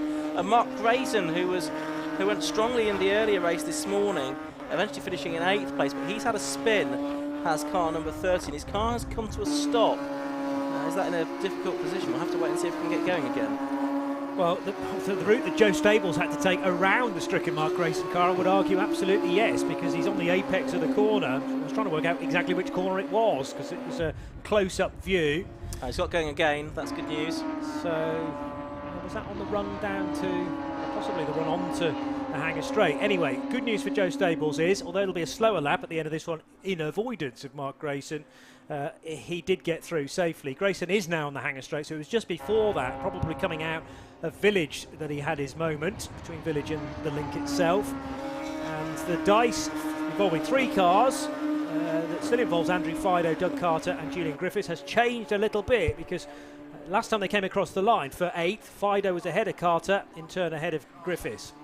Ash Hicklin in 2nd place, but he's, as you can see, 14.45 seconds behind the race leader, Joe Stables. Now he's done another, he's got the best lap of the race, a 102.82. Not quite as quick as he managed in the early race when he was into the 102.6s, and that in terms of about a 10th of a second outside Martin Brooks' lap record from 2 years ago. Streaking across the line, Philip Brown and Alistair Smart. Joe Locke is a touch on his own again. Similar race as that he had earlier this morning, actually. There was a big gap behind and indeed in front. Andrew Fido, though, is going to try and bridge this gap between Doug Carter, who he's recently overtaken, and the car ahead, Joe Locke. That would be for 7th position. Fido, a great run through the order yesterday. Where did he finish in the first race of the weekend, Fido? He like was 5th, 6th okay. in the end in yesterday's race. I think he had got up as high as 5th and then slipped back a position by the flag, but it was a great charge through the order. He wasn't presented the opportunity to replicate that earlier today, but we are seeing similar racing styles today from Andrew Fido, now at Stowe Corner. Yep, turning his way through Stowe down towards the Vale. Smart's having another go at Philip Brown here, this time up the inside into the Vale, and there was a touch there between the two of them. You could see the tyre mark on Smart's car. It's delayed Philip Brown. They can see the corresponding mark on his car as well. So he's lost the place. He's gone down to 6th. Alistair Smart into 5th position, and that's going to bring Philip Brown into the clutches of Joe Locke as well, who's 7th. Yeah, tricky one to read that, because clearly Smart had got the corner but then ran a touch wide coming out, and it was a big old clout that Philip Brown, I should say, had to deal with, and it's now out of the frying pan into the fire for Brown, because Joe Locke is in the queue behind. Andrew Fido's not too far away either, and if these 3 start to slow one another up, Doug Carter will think he's got a chance to get ahead of a few of them. All a bit wide there for Philip Brown, onto the Hanger Straight as well. So whether that's as a result of the damage which is now being carried by the Philip Brown car, as meanwhile Simon Walker-Hansel, was that Leon Morelli was getting up the inside of on the exit of Stowe Corner. Here comes Fido on Brown. Yeah, he's up the inside and he goes through. He's not taken Joe Locke with him. Oh, he's now got his hand in it. I think he was trying to get into the pit lane there, but he just missed the entrance, did Philip Brown, because I think momentarily he had his hand in the air, if I'm not mistaken. Meanwhile, for the battle for the Class B Championship, that's just going through. Abbey and Leon Morel and Simon Walker-Hansel were side by side there. They're heading down to the Village hairpin now, but it looked like we might have a change. Yes, we do have a change. Number 4, Simon Walker-Hansel, goes through at Village to get ahead of Leon Morel, and that's for 2nd place in the class today. But importantly, Walker-Hansel now getting ahead of Morel and taking points off him in the championship battle between those two. Yeah, back to your point about Philip Brown. I'm not sure whether he wanted the pit lane or just wanted to indicate to those around him that he'd got an ailing car, because the tracking will be well out of alignment now. So he wants to continue, I think. Just a question of having to concede those places to Smart, to Fido, to Locke, to Carter and to Brown, in fact, who are immediately behind him. Here's Simon Walker-Hansel now ahead of Leon Morel for 3rd position into the tight Vale corner. Club corner opens up the more you go around it, and a very rewarding exit as long as you get it right, to clip the curb a touch but not to go too wide onto the Hamilton straight. So Walker-Hansel now having to find something in the region of 9 seconds to, now maybe you were right all along, Ian. Philip Brown did want the pit lane. You're doubting me there, John. I couldn't get there a lap ago. I can't believe that. Yeah, he is there now. It's always the first time. I've just noticed that our timing tower seems to have locked at the moment, so I'm going to disregard that for the moment and look at our timing screen to our left, which shows that Joe Stables now leads by 22 seconds from Ashley Hicklin in 2nd place. Simon Walker-Hansel is another 9 seconds or so behind him in 3rd. Stables has just come through. He's complete his 13th lap. There we're watching the number 10 car of Aaron Ellington, who is 12th on this occasion. He finished a very creditable 9th in the first race, considering it's his first meeting out in bike sports. So Philip Brown, having come into the pit lane, turned immediately right and through the gap which leads to the paddock. So he presumably hasn't got too many crew members here this weekend, or he just knows that can't be fixed on the spot. We've only got a handful of minutes left in the race, just over 5 of them. That's the only Radical SR4 in the race of number 46, Chris Child. He finished 12th earlier on today and 16th yesterday. Watching Andrew Fido again now. He is in 6th position in car number 12. And he is about 2 seconds behind Alistair Smart, about 2 seconds ahead of Doug Carter. That's the Joe Locke car. So you've got actually 2 Cumbrians together in successive positions, linked to Carter and Joe Locke. As over the line comes this battle with Ian Charles and Andrew Gord and the number 9 car of Robert Gilman, and that is for 13th, 14th and 15th positions. Yeah, so the black car looking up the inside now of Gord to make the move, and it's a neat and tidy one for Richard Gilman. Bit scrabbly on the exit, but he'd already significantly got by, so there was no chance for the 60 car to pounce on the exit of Village. Meanwhile, the number 10, the bright orange car of Aaron Ellington, is under a bit of pressure down the hanger straight from Richard Hardy. And this is certainly not decided yet for 15th, in fact now for 14th position, as the number 9 car, having made the pass at the start of the hanger straight, having to keep the elbows out once they reach the top of hanger straight and Stoke order. 4 minutes of the race left to go then, and this R&M Racing Bike Sports Championship final race of the weekend for these particular cars. It is still this battle that we're watching, with Charles there in 13th position, Gilman now ahead of Gord then and up into 14th spot in the number 9 car. And these drivers lapping in sort of 1 minute 6s and 1 minute 7s, whereas Joe Stevens will be lapping in the 1 minute 2s. Besides him, no one else has bettered a 1 minute 4.45, I don't think. That's Ashley Hicklin, who's been the second fastest man in this race. But actually there's only about 6 seconds covering all 19 cars in terms of best lap time, so it shows how competitive this R&M Racing Bike Sports Champion is, and if you own a Radical or a similar car, this is certainly the place to bring it racing. Yeah, some real good racing. Certainly yesterday, the earlier race today was spoilt somewhat with the carnage at the start of the race and then the safety car required to clear it up. But this is much more like it. Joe Stables, though, proving to be the class of the field to this point. His fastest lap of the race at 102.7. The next nearest is actually in the 104s. No one yet into the 103s to attempt to plug that hole.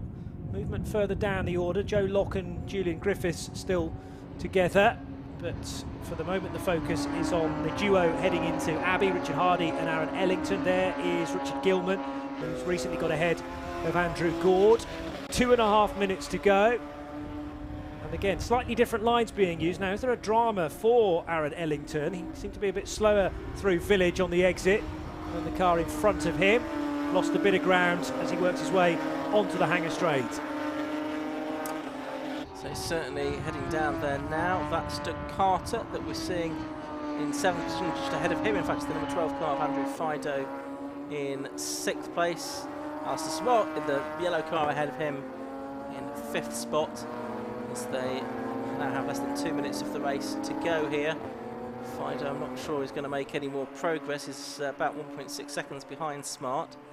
And there's Ian Charles again. He's caught Aaron Ellington now in that number 10 car. And question whether he might be in a bit of strife, but he's still quite close to the back of Richard Hardy, number 66 there, I think, Johnny.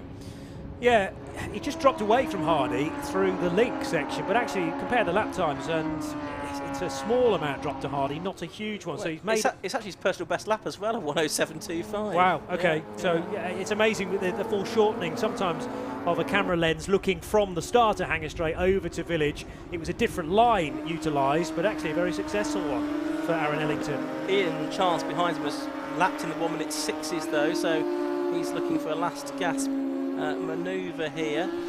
Joe Stables, I think, is shortly going to go on to his final lap of the race. Yes, he's just gone over the line now. It's complete 18 laps, so one more lap to go. There's the car of Stephen Bell, who's down there in 17th position in his SR3, I think it's an RSX.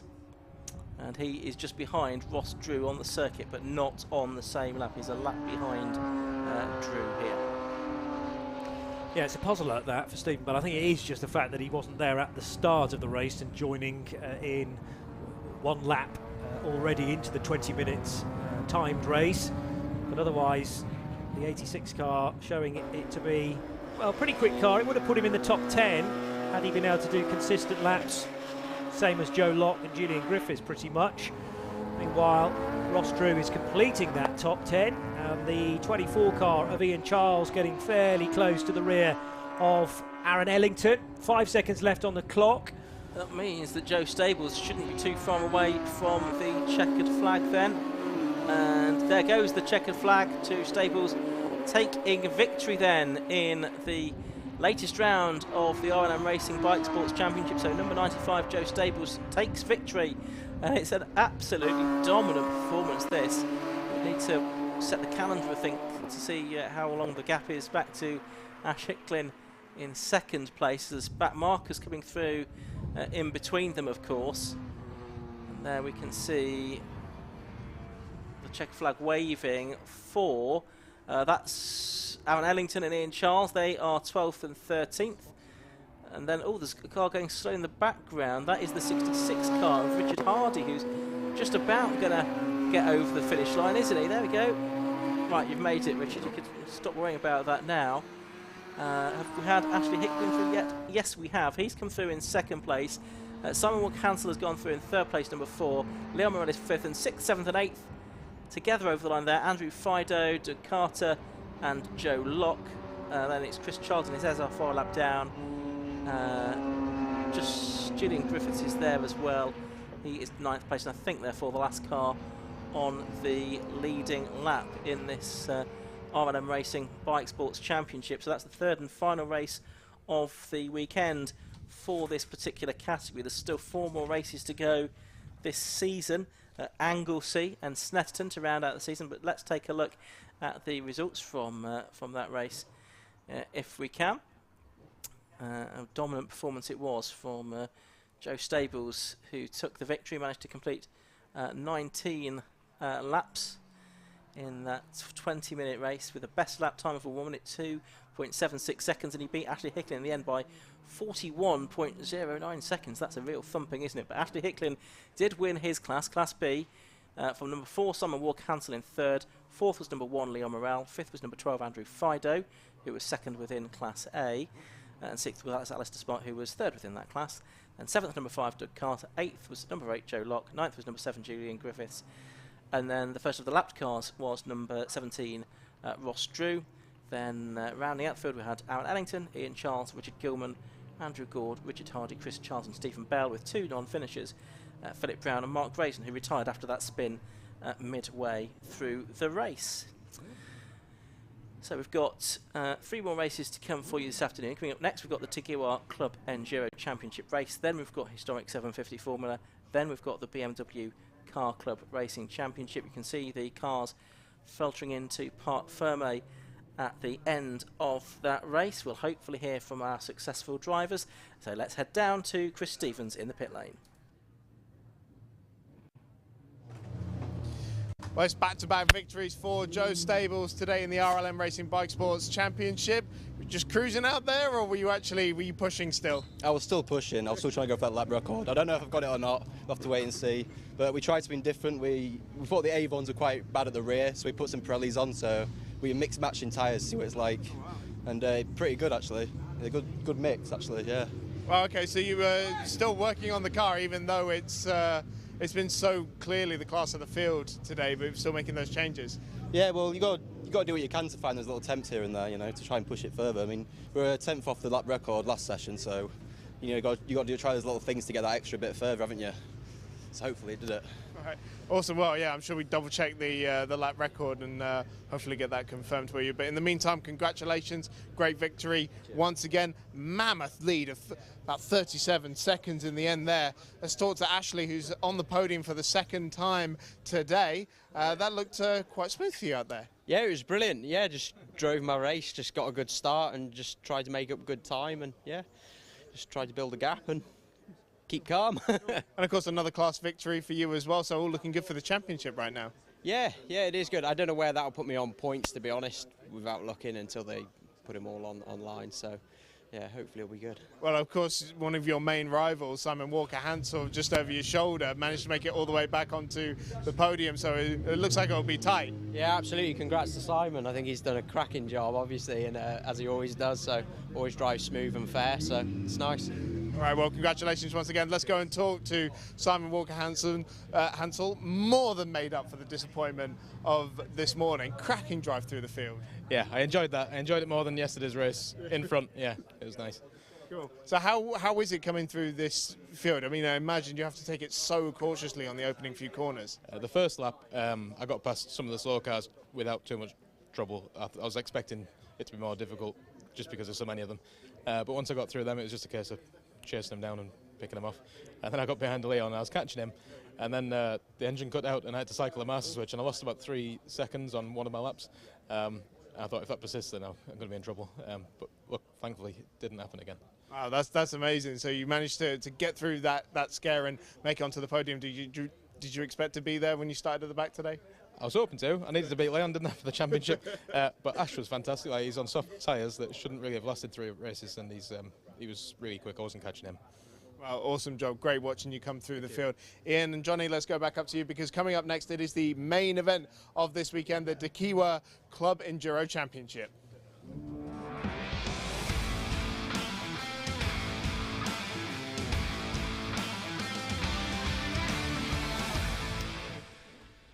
Yes, it is the Tequila Club Enduro Championship. Up next, 125 minutes of racing around this Silverstone International Circuit with a grid of around about 40 cars set to take to the track. We just hope it's a little bit less incident-packed than the qualifying session where we had a few cars go up in smoke. In the very early stages of the qualifying session, it was disrupted by a couple of safety car periods as well. So hopefully they've got all of that out of their system now and we can get underway for a race that is 2 hours and 5 minutes in duration, and with this big field of cars. As we go through the grid, we'll try and tell you who the start drivers are, so you can make a note of that if you would like, and also we'll tell you which drivers and which teams have penalties to serve, and you have penalties to serve if you've been successful within your class in previous races, and they come in multiples of 10 seconds, so anywhere from 10 up to 30 seconds. Drivers may have a longer pit stop penalty. But first of all, let's just take a short break before we look ahead to the race.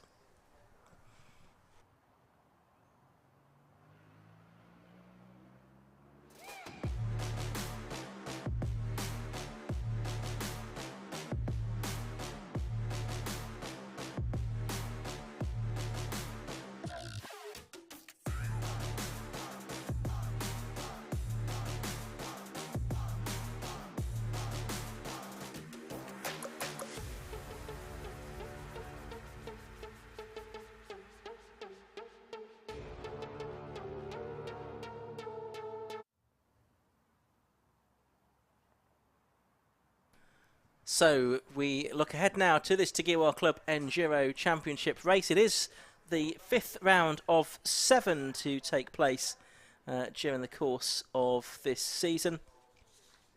And it's a championship that's being led by Rob Baker and Carl Swift. But here's the grid then. Pole position, it's the Lotus Elise, number 49, and that car's going to be started by Will Stacey. Alongside them on the front row is number 1. That's the car that will be started by Carl Swift, and that car will have to serve a 30-second success penalty at its pit stop. Second row on the inside, number 86 is going to be started by Joseph Marshall, and number 69 will be started by Matthew Hampson, the BMW. Row 3 on the inside is number 166, that's Alan Henderson, and on the outside is number 2, that car, the Seat Leon, will be started by Ben Rushworth.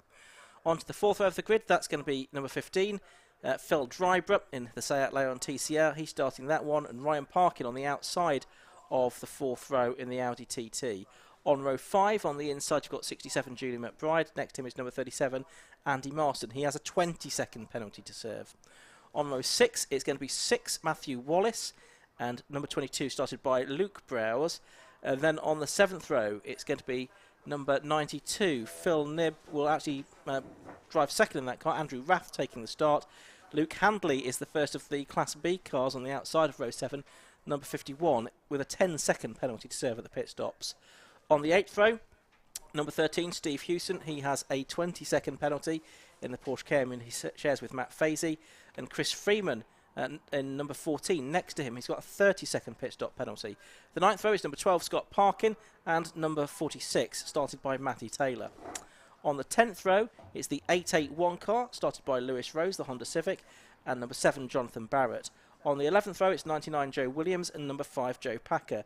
The 12th row is 60, that's going to be started by Callum Lockie and number 32 Leon Bidgeway.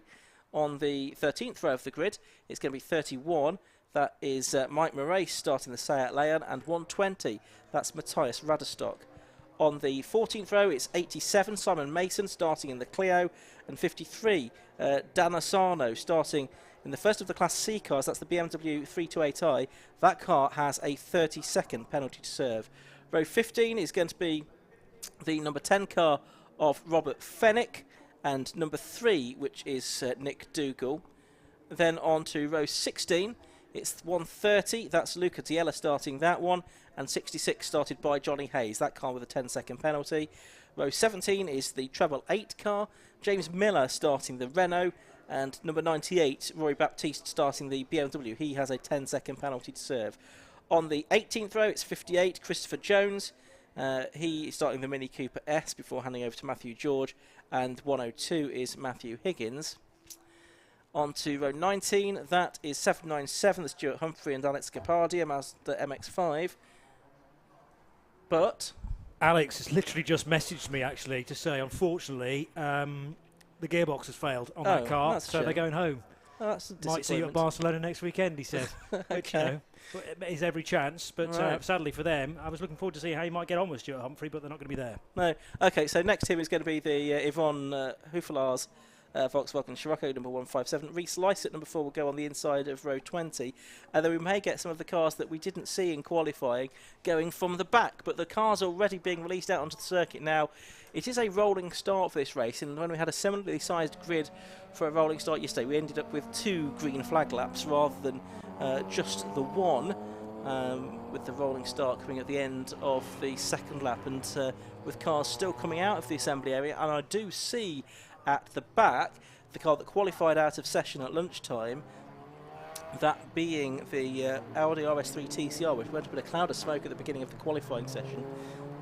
That is going to start from the back of the grid. So I can see now out of my commentary box, there is on screen as well, the safety car leading the cars round at the end of the first of the green flag laps. They're going to do one more, so they'll try and get in formation this time around, 2x2 formation, and ready for the rolling start. The situation in the championship coming into this weekend, well, the points are scored within 3 different classes. Classes A, B and C. Class A for cars up to 300 brake horsepower per tonne, Class B up to 240, and Class C up to 180 brake horsepower per tonne. Within Class A, that's been dominated by the Area Motorsport Seat Leon TCR of Rob Baker and Carl Swift. They've got 58 points out of the possible 64 and are 28 points clear of Will Stacey and Rob Boston, who won the second race of the season, which was at Croft. I think it's just Will Stacey going solo on that occasion, actually. So 28 points from first to second there, and then in third place on 26 points, the car being driven this weekend by James Ramsden and Ben Rushworth, the Corton Miller Seat Leon. Class B, that's being headed by Luke Handley on 52 points, and he's on class pole position today in the Area Motorsport VW Golf GTI. Here ahead of, on 35 points, Jonathan Packer, and on 31 points, Scott and Ryan Parker, but it's Scott is going solo in the Dark Side Developments Golf TDI today. And in Class C, the pace being set there by Johnny Hayes and Paul Subiani. They're on 35 points in the Canet Racing BMW Compact, but it's very tight in that class. 2 on 34 points, that's the TWP Racing Mazda of Nick Dougal and John Munro. and also Roy Baptiste and Tim Hartland in the Saxon Motorsport BMW 330. They're on 34 as well, with on 33 points the Dan Olzano, Joel Oswick, and on occasion Charlie Dark, Elite Works BMW 328i, and that's the car on Class C pole position for today. So lots to look forward to in the course of the next 125 minutes. The car's now on their way around the second of the green flag laps. You can just see them heading through Stowe Corner. Green flags waving as they head down there. The safety car heading for the pit lane. So it's going to be for Will Stacey and Carl Swift on the front row of the grid to control the pace now. You can see the red lights already are on the gantry on the exits of Club Corner. That's the scene in the pit lane there, as the teams are waiting for this race to get underway. So they should be in 2x2 formation. If the officials are happy, then the red lights will extinguish, and this 125-minute race for the QR Club Enduro Championship round 5 of the season is going to get underway. The lights are still on red. They go out now, and we're off and running here at Silverstone with this big field of cars heading towards Abbey for the first time. So it's Will Stacey in that little blue Lotus Elise on the inside line, but he's going to lose out to the much bigger car. 2 drivers left. That is the car being started by Carl Swift, the Seat Leon TCR car. A spin very early on in the race for Luke Browse in car number 22. That car started on row 6 of the grid, so he will be dropping right towards the back of the field. And we briefly got a change for second there, as James Marshall in the second of those Seat Leons briefly got ahead of Will Stacey, but I think Stacey put that right through the link. And as they head down to Hangar for the first time in this race, it should be, we see the car of Rob Baker and Carl Swift being started by Carl Swift leading the race. Yep, so Carl starting to try and check out a little bit. Everybody else in second at the end of this first lap. 3 of them Seats or indeed Cupras.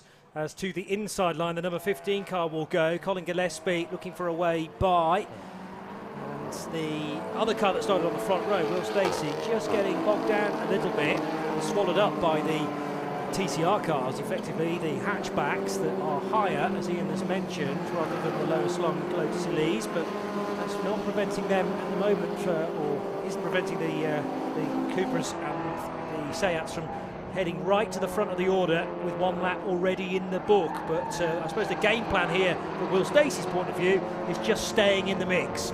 That's absolutely right. Now in Class B, it looks like Chris Freeman has taken the lead there, and Luke Handley, who was on Class B pole position, he has dropped down to 17th place overall, so about 5th within Class B as well. So a poor start from Luke Handley in the Golf, and losing out to the teammate car, the fellow area motorsport VW Golf with Chris Freeman. So he has gone through, and on the first lap it looks like Nick Dougal and John Munro. We didn't know who was starting that car, but certainly the Dougal and Munro car, I suspect John Munro therefore who started it, has got into the lead ahead of the BMW of Dan Orsano, coming towards the end of lap 2 already. And Carl Swift is already through Vale Corner and Club, but he's not embroiled in this nose-to-tail fight for second position, involving 3 Cupras and then the Will Stacey-driven Lotus. I assume, as far as drivers' names are concerned, my grid sheet cannot be relied upon, because, for instance, Rob Baker is putting the number 1 car, but I think that's just because he's driver 1. Yes. And that's what's churned out from our timing. Yeah, absolutely. So the start drivers as provided. And on my sheet, hopefully you've got... oh yeah, I've got a copy of that as well. It's just it's 1 or 2 bits on of paperwork. Yeah, exactly. Fine. Thank you for that. That's okay. 2 hours, 2 minutes to go. So we're very in the early stages of this. Oh, and that's Alan Henderson there looking a little bit out of shape. There's number 37, that's Andy Marston, and he is in battle with number 69, Matthew Hampson. So that is a call that Andy Schultz will take over in the later stages of this race. And Andy Schultz in the 69 car will be much the quicker driver of the 2. It's quite interesting this, because most of these teams do have 2 drivers to change at the mandatory pit stop.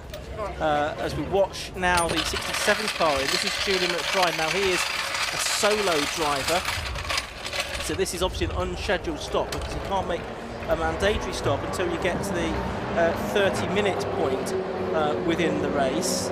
And it looks like they're looking at something there on the front right of Julie McBride's car, the driver from Woodcote in Oxfordshire, who is 55 years of age. So dramas early on for Julie McBride.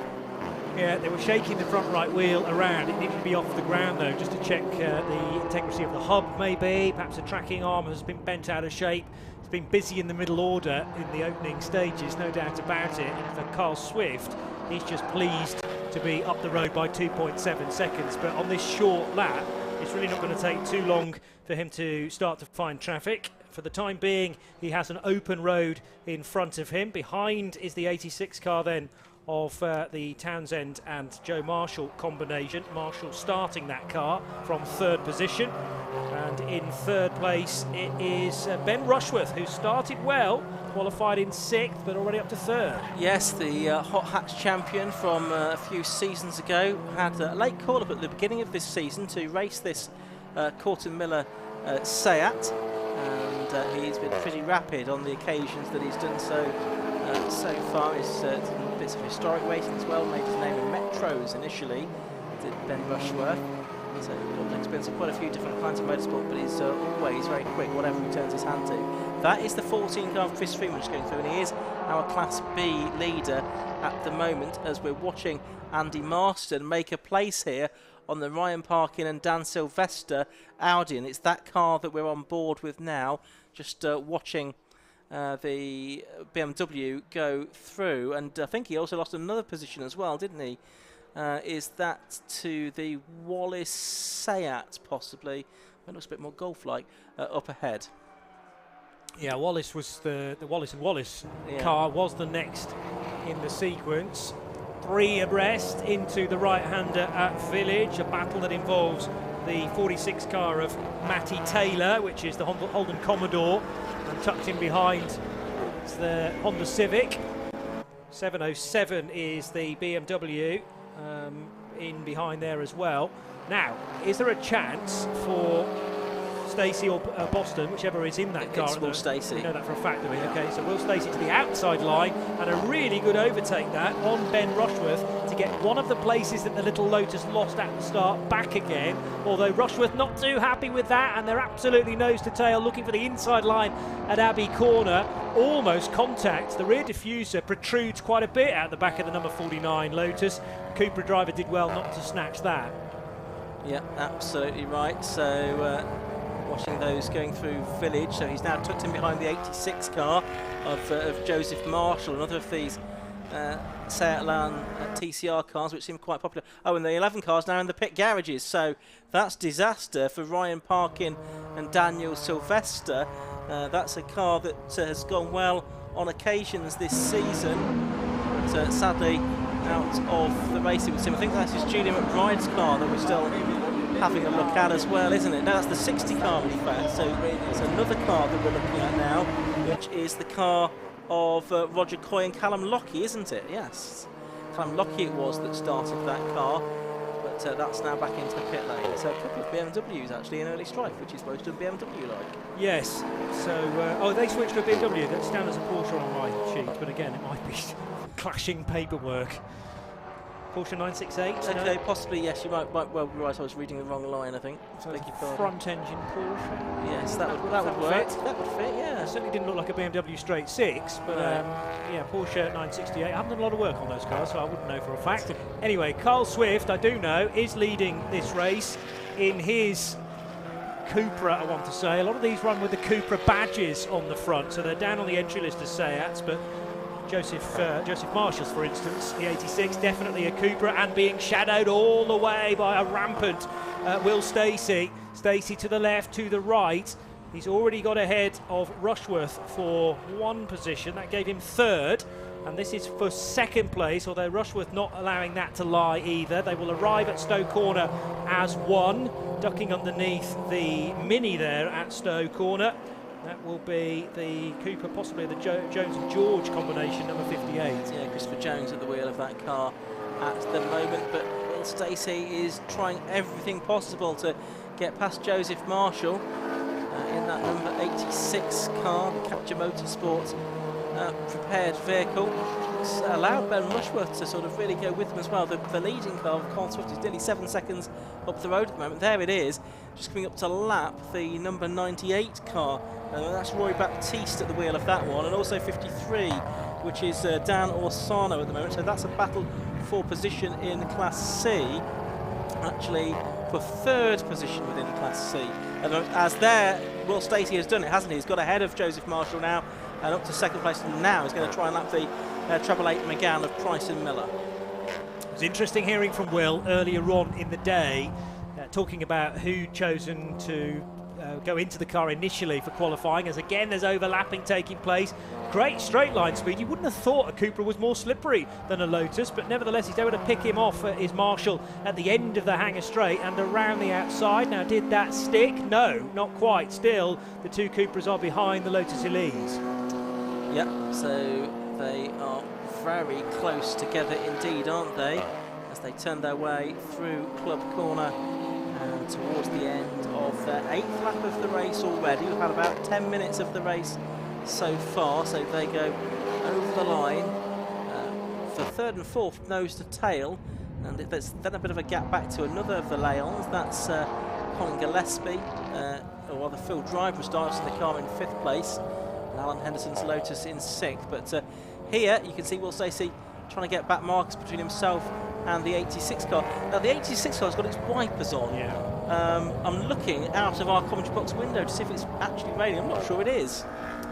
I'm not, yeah, there was a sprinkling of rain in the air just before the cars were summoned to the grid, so it might be that period of the day where we're going to get passing showers, but only the slightest bit of precipitation. Might only affect 1 or 2 corners on this short lap at Silverstone, the Silverstone International Circuit. Heading down towards Stowe again. Now Will Stacey is establishing more of a gap in 2nd place from Marshall and Rushworth behind. Those two are going to think about overlapping.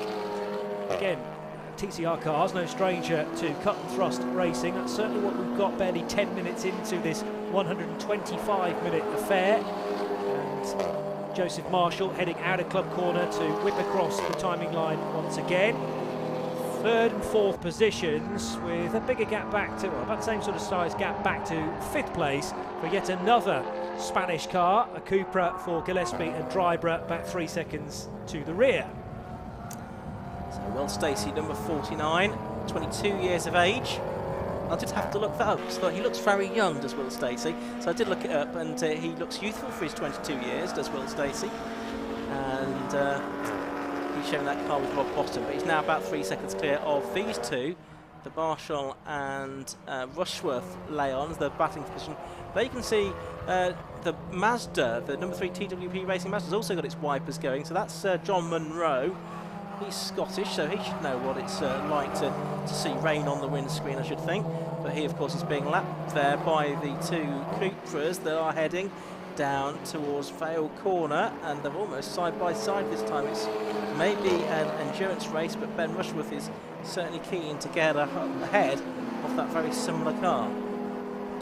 So Joseph Townsend heading now through the Joseph Marshall should say, heading through the Club Corner. We've now got small raindrops on our commentary box window, I notice, at Abbey, so that would back up Joseph Marshall's decision to turn the wipers on. The bright lime green BMW has come into pit lane, maybe bearing some scars on the front right corner, but a bigger concern is a smoking, well, that's water temperature, I would say, which has gone sky high. Yeah, bonnet's going down, so that's a bit of a, that's not going any further type gesture, isn't it? That's Jonathan Barrett, I think, in the number 7 car, who has is going to drop out of the race there. So disappointment for him. Yeah, he's undoing his belts there and had a very sad look in his eyes.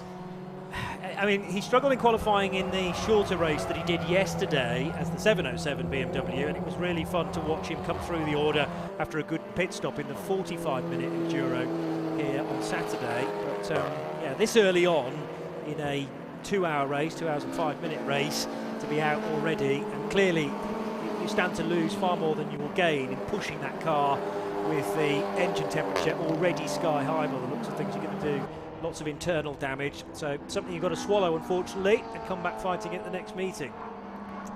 Yeah, absolutely. I was just watching a moment ago the leading Leon of Baker and Swift, Carl Swift at the wheel at the moment, having to take the run-off area to go round the outside of one of the Golfs there.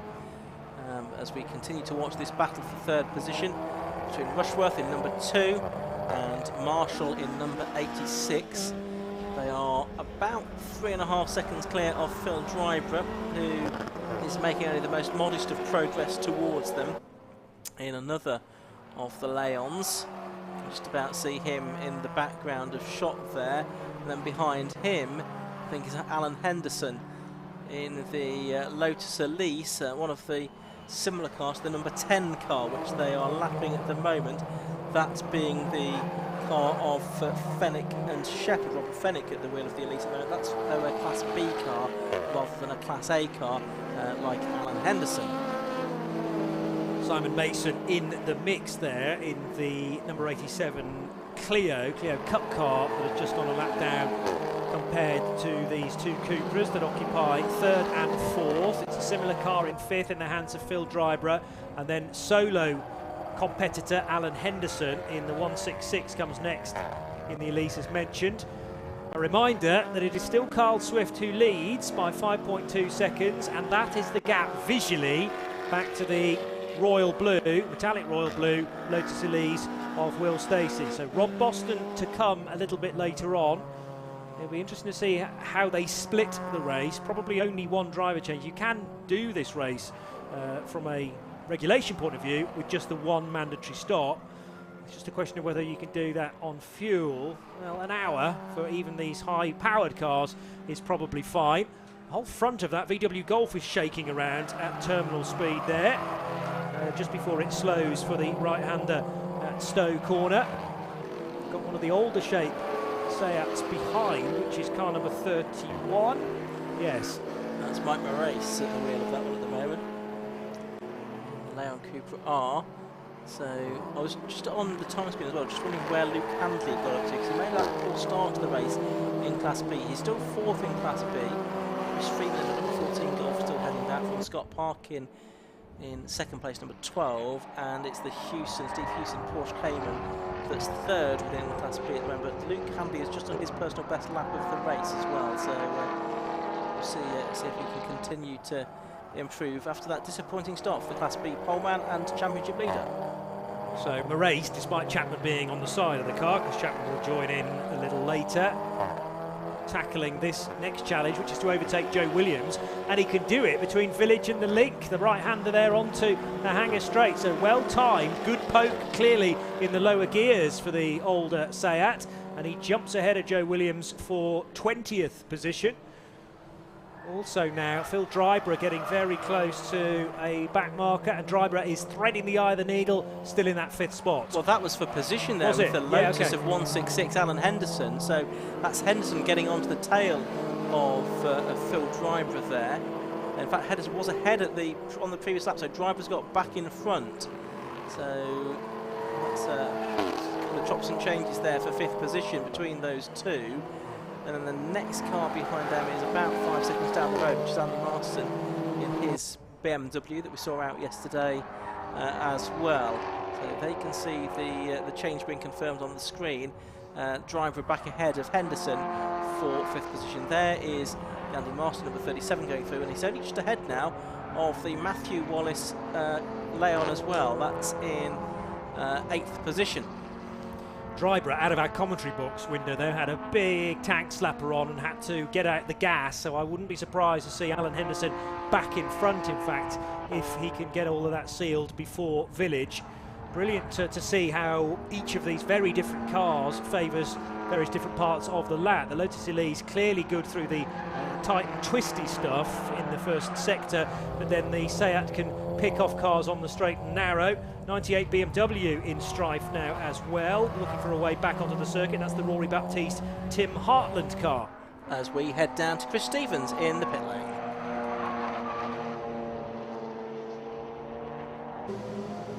I'm down here at the garage for car number 11. Jake, can you tell us what the problem with the car was? So basically, by the sounds of it, what the driver explained was he hit a sausage curb and then it felt like the wheel fell off. We believe there's been a bit of an internal gearbox hiccup.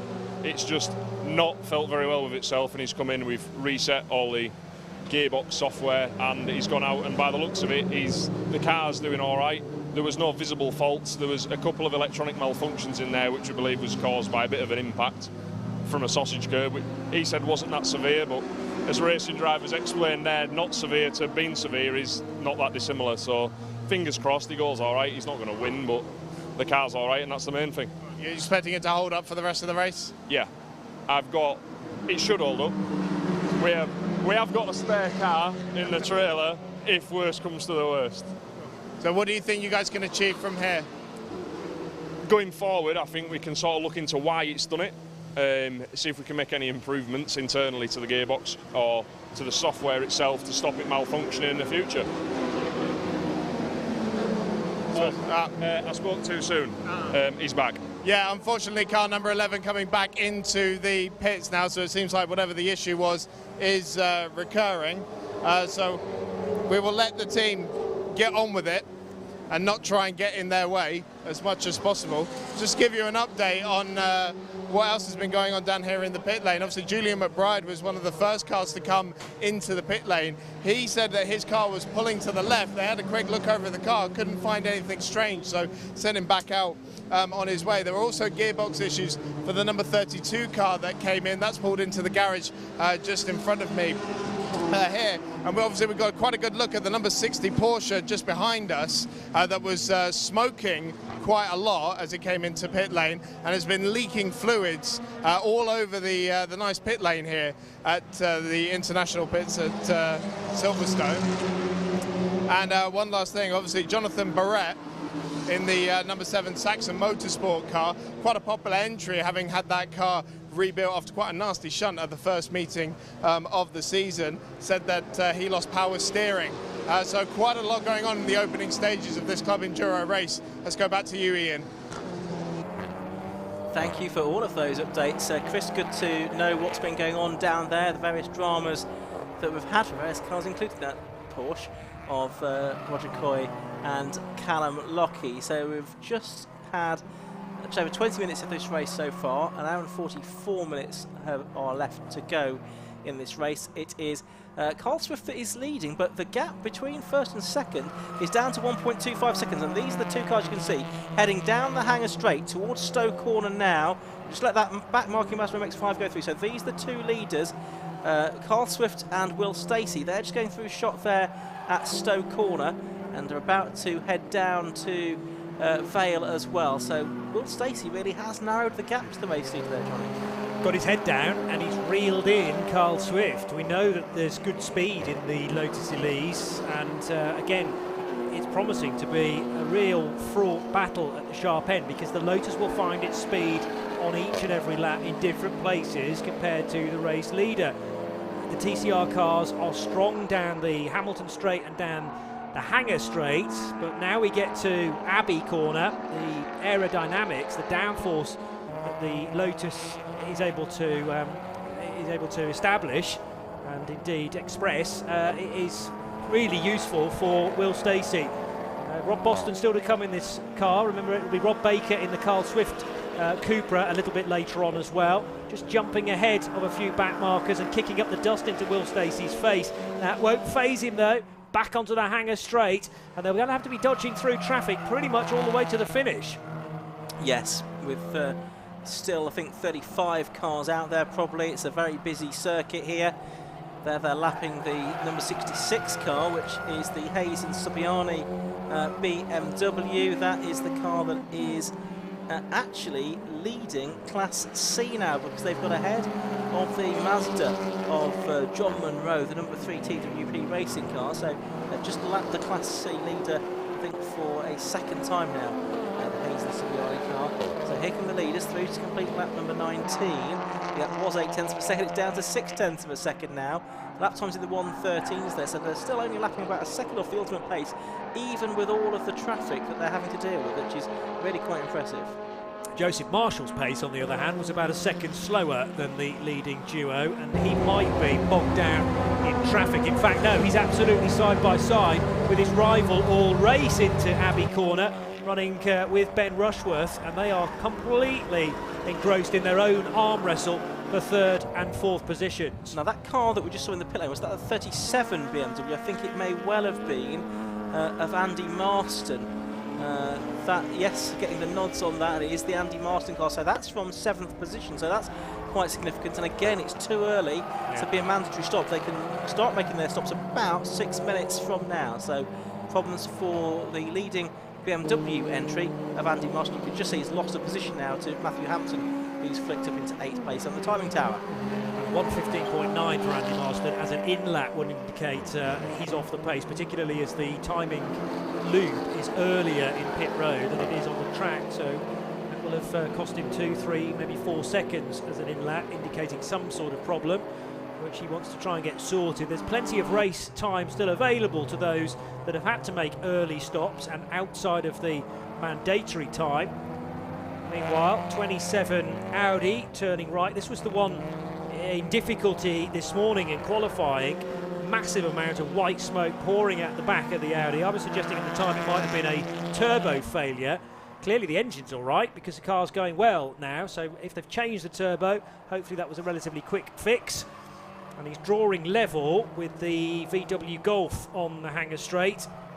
Car number 12, VW Golf, now working its way into Stowe Corner of Scott Parkin. Yeah, and that will be for 10th position, I think, won't it? So that'll be up into the top 10 for the 27 car, which is being started by Mark Rice. As into the pits goes one of the Golfs. Didn't see which one that was, but again, that's too early for it to be a scheduled stop. As there we see the 49 car of Will Stacey heading through, so he was 4 tenths behind at the end of the previous lap. The gap's gone out a bit now again, possibly because of traffic, and it's now 1.56 seconds, the gap between first and second. Just heading into Abbey now, so Carl Swift reacting nicely to the attack offered by Will Stacey. 1:12.84 for Carl last time through. There is Scott Parkin in 11th position then. And does that account for the 37 car now in the pit lane? Yes, 37 has dropped down the order of Andy Marsden. So they're all in their rightful positions on our timing tower as well. Mark Grice then occupying 10th. They have the cushion of the Clio Cup car of Simon Mason between them. And now in the pits, trying to cool down brakes, maybe on the VW Golf that was escaping into pit lane as you spotted here. Yeah, so which one is that? Just looking to see the number on that. It's the 90-something car, isn't it? So 99 car, which is Joe Williams, his Golf. Now, where was he? He was 23rd last time he appeared on time. Oh, and the McGann's off the road as well. That's the treble 8 car. So don't need subtitles to see that that one's heading into the pit lane, and well, not into the pit lane, but into a safe place and out of the race. That's the Graham Price and James Miller car. It was James Miller at the wheel of it at the moment, so that's another retirement, I'm afraid. Busy into the first corner with about 4 cars all dicing for road position into Abbey as we concentrate on the run into Vale Corner, where arriving there is Phil Dryborough, still in the... Actually, that's not... Is that Dryborough? No, it's not. Single digit. That's the Wallace car, Cupra. I think, okay, yes. So 7th position for Wallace & Wallace. And behind is the 69 car. Race leader Carl Swift in the foreground. A Dayglow yellow and white machine. Will Stacey's being passed. Slowing. Yes, he is. Slowing. Just about to say, look at the Lotus Elise in the royal blue. That's the second place. Well, perhaps for not much longer, because Will Stacey, who had a great result yesterday as a solo driver in the 45-minute Enduro, this car has done plenty of laps this weekend. Surely will be heading for the pit lane. Can they sort this problem out at speed? And there's the second place, or the new second place car then, which is the 86 car of Joseph Marshall. Into the pits then goes number 49, Will Stacey, the Rob Boston Racing. Entered Lotus Elise. Now, is this something that the team can work on? Certainly you would think. Hopes of victory rapidly fading, because they were not so long ago, just a few hundredths behind the race leader Carl Swift. That's the number 12 car going through, which is Scott Parkin, now just outside the top 10, but second in Class B in that VW Golf. Still Chris Freeman leading in that class, number 14 in 9th place overall. But there's our race leader, and now he's got an advantage of something like 16 seconds over second place, Joseph Marshall. Headlights flashing from Carl as he reaches the end of the Hanger Straight. I noticed he skated right over the top of the curbing to the inside of the circuit as well as he headed onto the Hanger Straight. So it's a delicate balance as to how hard you push, particularly in the early stages with curbs, sausage curbs as well. And at least one car, as we were hearing earlier on, has come a cropper because of the sausage curbs. So conversations need to be had, and quickly here, between Will Stacey and the rest of the team. It'll go up on its internal jacks. And we're hearing it's some sort of drivetrain problem, maybe even drive shaft itself. Look at that massive rear diffuser on the back of the Lotus Elise of Stacey and Rob Boston. But lots of mileage, as I was making the comment, Ian, already done by this Lotus, and maybe it's getting a little bit tired now because the drive shaft problem is never going to be solved in race. No, it's not. So the fact that the pit stop had to be made just before the pit stop window opens as well is pretty academic, I suggest there. The pit window should be opening about 15 seconds from now, and then drivers can start if they wish to make their mandatory stops. They have to do so before then the 15-minute mark remaining is reached, and each of those stops has to be 3 minutes at least, plus any success penalties that have to be served. So it's worth mentioning that Carl Swift has a 30-second penalty to serve. Well, he's already 17 seconds clear of anybody else, and we're only half an hour into the race, so I don't think that necessarily would hold that Area Motorsport Seat back from taking the overall victory today. We're seeing the Grice car go through. That is still in 10th position, number 27. That will improve, of course, as the Stacey and Boston car starts to tumble down the top skids, which it now does. Also just caught sight of Andrew Rath, who is competing in another Seat. Many of the Leon TCRs on display this weekend and competing well. So Rath is 11th currently. And yes, the car that's now in the pit lane has cycled out of the top 10 as we would have expected it to have done, but it takes about a lap for pit stoppers and lengthy pit stoppers to be taken away from current timing. Meanwhile, the 86nd position for Joseph Marshall, threading its way now through the right and left of the early part of the lap. And through the link road onto the Hanger Straight again. He's still ahead of Ben Rushworth. That gap stands at about a second on the Hanger Straight. And further back into the traffic, lights flashing for Alan Henderson's Lotus, the low-slung car behind the BMW on the Hanger Straight in fourth. Yes, so Henderson... is that a haze of smoke I just saw behind it? I'm not quite sure. I was just about to say it's been a bit more reliable today than it was yesterday, because it didn't disappear down the order and out of the race yesterday. But if you can already see the smoke, does that still count as a commentator's curse? I'm not quite sure. Anyway, well, if you're saying everything's fine when it blatantly isn't, then I would suggest it is still a commentator's curse. But I think Alan's okay. No, actually, I might go back on that. I wonder whether it was maybe a heat haze, but I think it's slightly more serious than that. Well, we'll wait and see. Indeed. We'll wait and see what transpires with that car. I see that Luke Brow's car's up into 13th position now. That's the car that spun at Abbey on the opening lap of the race, so they've had to fight their way back from a sort of relatively lowly position. That's the Stowmarket Glass entered BMW, which you could briefly see in the back of your shot there. There it is, that's the green car with the black bonnet just ahead of the Porsche Cayman being driven at the moment by Steve Houston. He's a former champion in Club Enduro. Let's not forget. There's the two-car of Ben Rushworth, though, who started racing in 2014, a Metro champion, a Hot Hatch champion, as we've said. He's raced in MGBs as well.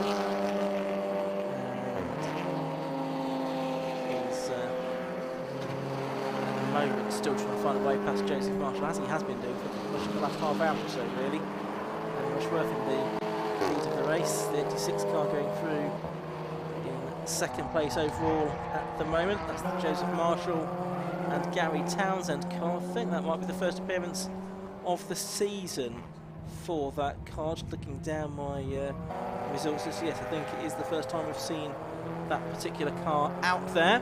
So another addition to the grid in the form of another Seat/Cooper, Leon. And acquitted themselves very well at the moment. Did well to qualify well up the grid. Rushworth there in third place. They're just lapping. Is that the 60 car back into the race? I think it is, yes, yeah, it the is. 968's return to the race. Yeah. So that's still in the hands of Callum Lockie, I think, who's starting that car. So it should be actually a relatively quick machine with the very experienced GT champion, I think he was in there. Yeah, Marcus Mantis days, Yeah. early 2000s, British right, GT. That's right, yeah. With, that fabulous paint scheme was sort of highlighted yellow, orange and blue. Yes. Very good days of the British GT Championship, but it's great to have that little Porsche back out on track. I'm also watching Alan Henderson's times. They're getting longer and longer. So I'll watch that with concern as we head to the pits. And Chris.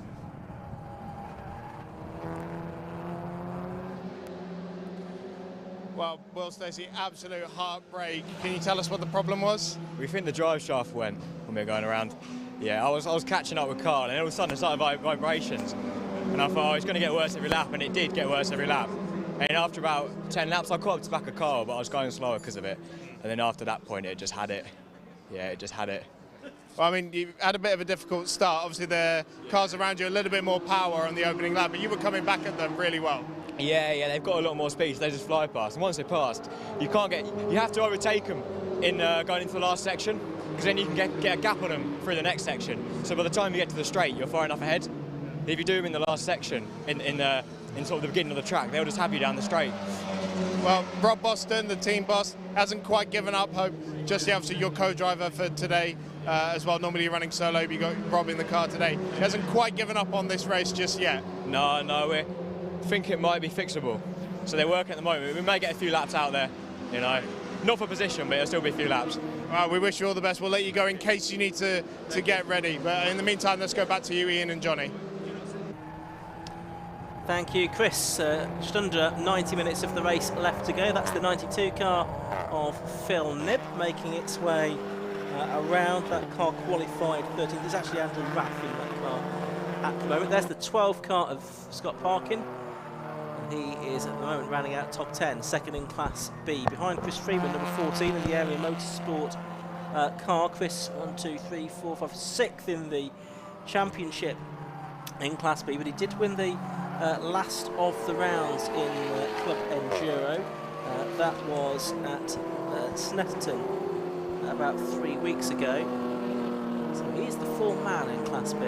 Class C, by the way, that's still with Johnny Hayes and Paul Subiani in the number 66 BMW from number 33, John Monroe's Master, and Damasano in the number 53 BMW, rounding out the top 3 within that class at the moment. To the inside of Andrew Rath will go the second place car of Joseph Marshall, and almost thinking about a very different line into Abbey was Ben Rushworth in the background. So don't confuse all of these Cupras to be on the same lap. In fact, that is the Rath car getting lapped by the second and third place cars. I'm a lot more comfortable with Alan Henderson's pace now, because he's just done his best lap of the race, I should say, a 1:12.34. That was done on the previous lap to the one just completed. So Alan Henderson's 1:66 Lotus Elise S2. If the problem's not hit yet, that's great news, because the pace is clearly still there. I just hope it's not a kind of delayed reaction. Now very busy on the Hanger Straight, as darting to the inside is Ben Rushworth of the number 12 VW Golf, and safely by just before Stowe. Yeah, indeed. So still lots of jostling for position here as we are now into the pit window. I suspect we won't see too many people making a mandatory pit stop just yet. They may well roll the dice and see if we get a safety car, which might be a good time to make a stop there. You can see the thick black smoke coming out of the number 12 car, just to confirm the fact that it is a TDI rather than a GTI. That one, the diesel engined golf, and it does go pretty well, although it is putting out its own smoke screen at the moment for those behind it. Yes, evoking memories of the VW Racing Cup, I suppose, from a few years ago. He had all sorts of, well, VWs of all descriptions, but particularly different types of golf, the R32, the diesel powered, the petrol powered as well. So belching black smoke. However, Scott Parkin is in 10th position and able to lap at similar pace to those in front as well as behind. So that's not necessarily a final finishing position for Scott Parkin. There is, though, this difficulty for, is that still the treble eight? It's the treble eight car. So it got going again. Yeah, well, it's somehow made its way back to the pit lane anyway, so the team are working on that, which is encouraging at least that it might get back out into the race for the second half. That McGann, it's nice to see that that shape of car out on the grid. It is the car owned by Graham Price and prepared by Pure Track. It's had various different drivers in it during the course of this season so far. That Scott Parkin Golf we're looking at a moment by that is an ex-VW Club car. It was run by Slide Sports originally. It's in 270 brake horsepower TDI trim, as prepared by Darkside Motorsport, who are specialists in diesel engined cars. Is that the 98 car? That's the car going a bit slowly for Rory Baptiste and Tim Harlan. That was off a few laps ago, wasn't it? That's fourth in class at the moment. Second and third coming towards is a little bit more spread out than they have been for most of the race, actually, about a second and a half between them. Then next on the road is that 66 car of the class leading BMW class C leading car, which was started by Johnny Hayes on this occasion. So it will have to serve a 10-second penalty at its pit stop at the halfway point through the race. So it turns his way onto the straight. There's the 12 car that's now into the pit. Now this could well be from mandatory stop, of course, because we are now into the pit lane window. It's a mandatory 3-minute stop, so there doesn't look like there's any particularly feverish activity there, Johnny. They're just trying to keep things as cool as possible. Yeah, plug the laptop in, make sure all of the data is favourable, that the readouts are producing the data that is expected, rather than any issues with sky-high engine temperature, for instance. There is the need for fuel in this stop, though, as well. So that's now going in via the rear passenger window, where the dump churn has been attached. Tyre pressures, I'm sure, have been taken as well. No need for a driver change, because Scott Parkin is tackling this 2-hour and 5-minute race all on his own. He started 17th. He's gained good ground to make his first stop from 10th position. Yeah, driver has to be out of the car while the refuelling is going on. You can see Scott there just standing to the right while one team member fueled the car, another was standing by with the fire extinguisher. That's a requirement. All teams must have that kind of setup for safety reasons in the pit lane. Hopefully fire extinguisher is never required, but good to have it there should it be necessary to call it into action. It's closed up again for second place, hasn't it, between Joseph Marshall and Ben Rushworth. They're just lapping actually that Tolden Commodore of Matty Taylor and Will Ashmore. It's still Matty Taylor at the wheel of car number 46 at the moment. That's a 2009 Holden Commodore, by the way, with a 6.2 litre V8 engine. It's an ex-Bahrain supercar, so it's been raced, the car that's raced in the Middle East previously. Interesting. There were some V8 supercar races held at Bahrain a good few years ago now, but probably a car more so based in the Middle East and raced there frequently. Made its way to the UK and provides an even more varied field for us today in the Tagiwa Club Enduro. So still fairly early on in this race as one of the McGann slows up now. I'm sure that was the treble eight. It is the treble eight. It's returned to the racetrack.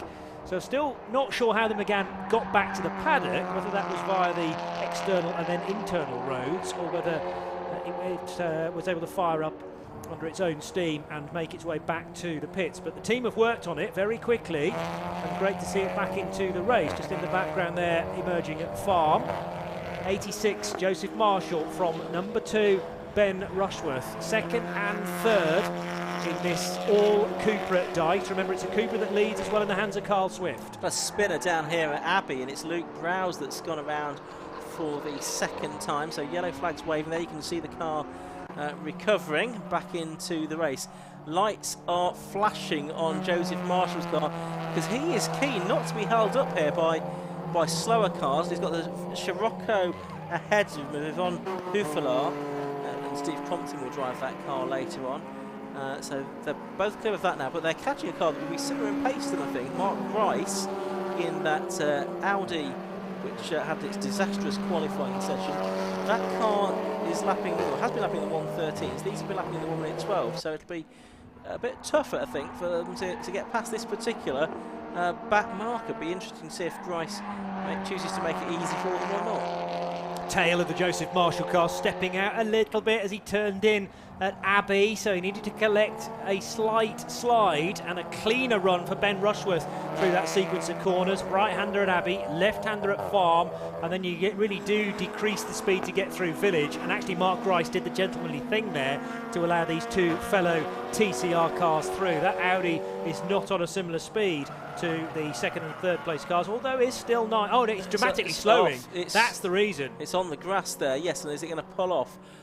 While we're looking at that, I was looking at our CCTV, which shows the 12 car still in the pit lane. That Golf, now it's a 3-minute stop, but that feels like we've had more than 3 minutes now. There it is, and they have got the bonnet open. They were looking very calm and relaxed a few moments ago. They're now looking a little bit more concerned under the bonnet. I could see Bob Blackmore, one of our scrutineers, our chief scrutineer indeed, keeping an eye on what's going on as well. But it looks like what was a very relaxed pit stop has now become a somewhat dramatic one for the car that was second place in Class B. Some of the superficial bodywork, that grille has just been unclipped. Are they bothered about engine temperature? Maybe the radiator, which will sit just in front of the engine there, but all enclosed within what is a large front bumper on a modern-day VW Golf. Are all the tyres still inflated on this Audi, number 27 for Mark Rice? They appear to be, but remember this car had some woe this morning, when whether that was a turbo failure or something else crucial, which pumped out a huge amount of white smoke out of the rear of the car, and it had to be pulled off the road on the Hanger Straight. It's not a tyre issue, I'm fairly confident in saying, but 27 is heading into the pit lane. We know a little bit more about the 12 car, Ian. Yeah, it's a sensor issue, I think, that's causing the issue. Sometimes when you get that, there's nothing particularly mechanically wrong with the car, but the sensors are giving something that's a bit misleading, a bit confusing, and that in its own right means that affecting an electronic issue means that the car can't operate as it usually should. So that's a shame for the Dark Side Motorsport team, because they are still in the pit lane now, even as we speak. So we're looking at the two Leons heading their way down. One of those was the Andrew Rath car, and the other is the 15 car, which is Phil Drybrough, the other former British GT driver. Is he a GT champion as well, I think, Phil Drybrough? Yeah, possibly. In his class, possibly, but yeah, he's gone through. There's the 27 car now into pit lane as well, so into the pit garage has gone Mark Rice. We'll see if that car's going to be back out again later on, but some work to be done if it is to get back out into the race. Certainly remember Phil in Works Aston Martin, so Aston Martin Racing prepared Vantages. So yes, this difficulty for Mark Rice's Audi TCR less obvious than the issue for yesterday, or no, this morning, wasn't it? It's been a long day. Feels like yesterday, but actually this morning when these cars qualified. Might be drive shaft again, we're hearing. So we had the drive shaft issue for Will Stacey's Lotus Elise, and this time they're focusing on the other end of the car, this being a front-wheel drive TCR Audi. Yeah, again, that sort of makes some kind of sense with how we saw that unfold, really. The car suddenly slowing and then taking to the grass, so some kind of issue with the drive shaft, as you say, would make sense with what we saw there. So an hour and 16 minutes to go.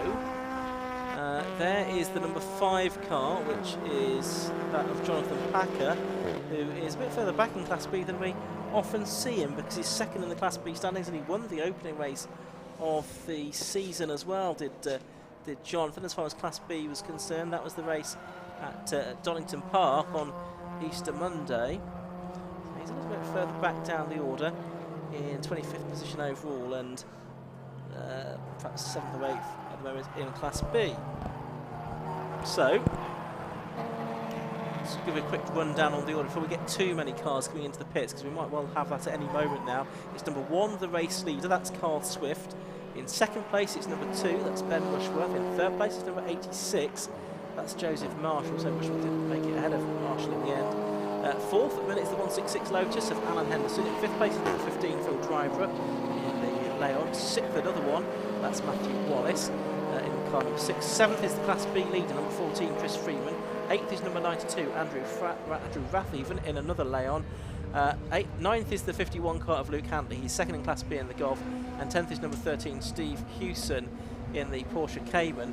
And some remedial work being done on the bonnet of the number 69 car. Now that is the car that's going to be in for its driver change as well. Matthew Hampson is going to hand over to Andy Schultz here, who is the quicker of the 2 drivers.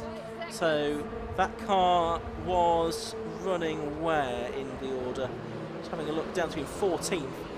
It's also got a 5-second penalty as well. That will be for exceeding track limits, that car as well. But Andy Schultz will go back out into the race and see how far up the order he can get now with added accessory on the front to keep the bonnet from flapping open. Yeah, it might be what you used to do with your suitcase before a flight, to tie it up to make sure it doesn't pop open at any point during the journey. So that's strapped now to the front of the BMW. That is a quick car, because Andy Schultz qualified that 4th position earlier on in the day. Car 69 did a 1:12.445. Would have put him right behind, did put him right behind Joseph Marshall and in front of Alan Henderson's Elise S2. So there is chance for the number 69 BMW to gather places back again in the closing hour and 15 minutes. A couple of cars streaming across the line, including the Clio Cup of Simon Mason. And also heading into the right-hander, back with now Ben Rushworth, still in, well, up to 2nd position, having made the move on Joseph Marshall. Absolutely right. So now I'm going to touch wood as I say this, but we've not yet had a safety car interruption. We had 2 in the space of the 30-minute qualifying session. Very sideways moment. I think that's for Jonathan Packer there with the number 5 car. But we have not had one yet, so we'll see if we do get one. But if we do now, I would predict that we will have a flurry of activity in the pit lane. No restriction in this championship on when you can take your pit stops, in the sense that you can do so in a caution period. Some championships don't permit that for safety reasons as much as anything else.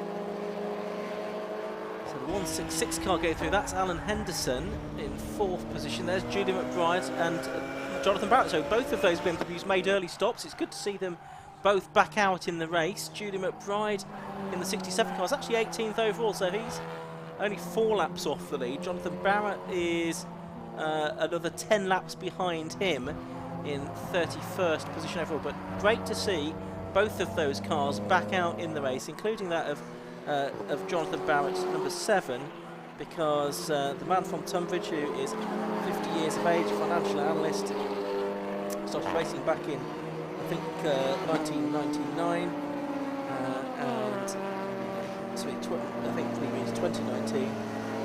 Won Class 3 in the Brit Car Trophy and was 2nd overall in the trophy in 2020. In 2021 did some Club Enduro and road sports races, and this is a former BMW Car Club Racing Championship car from Class M2. So they're having a nice little scrap, although they're both multiple laps off the pace.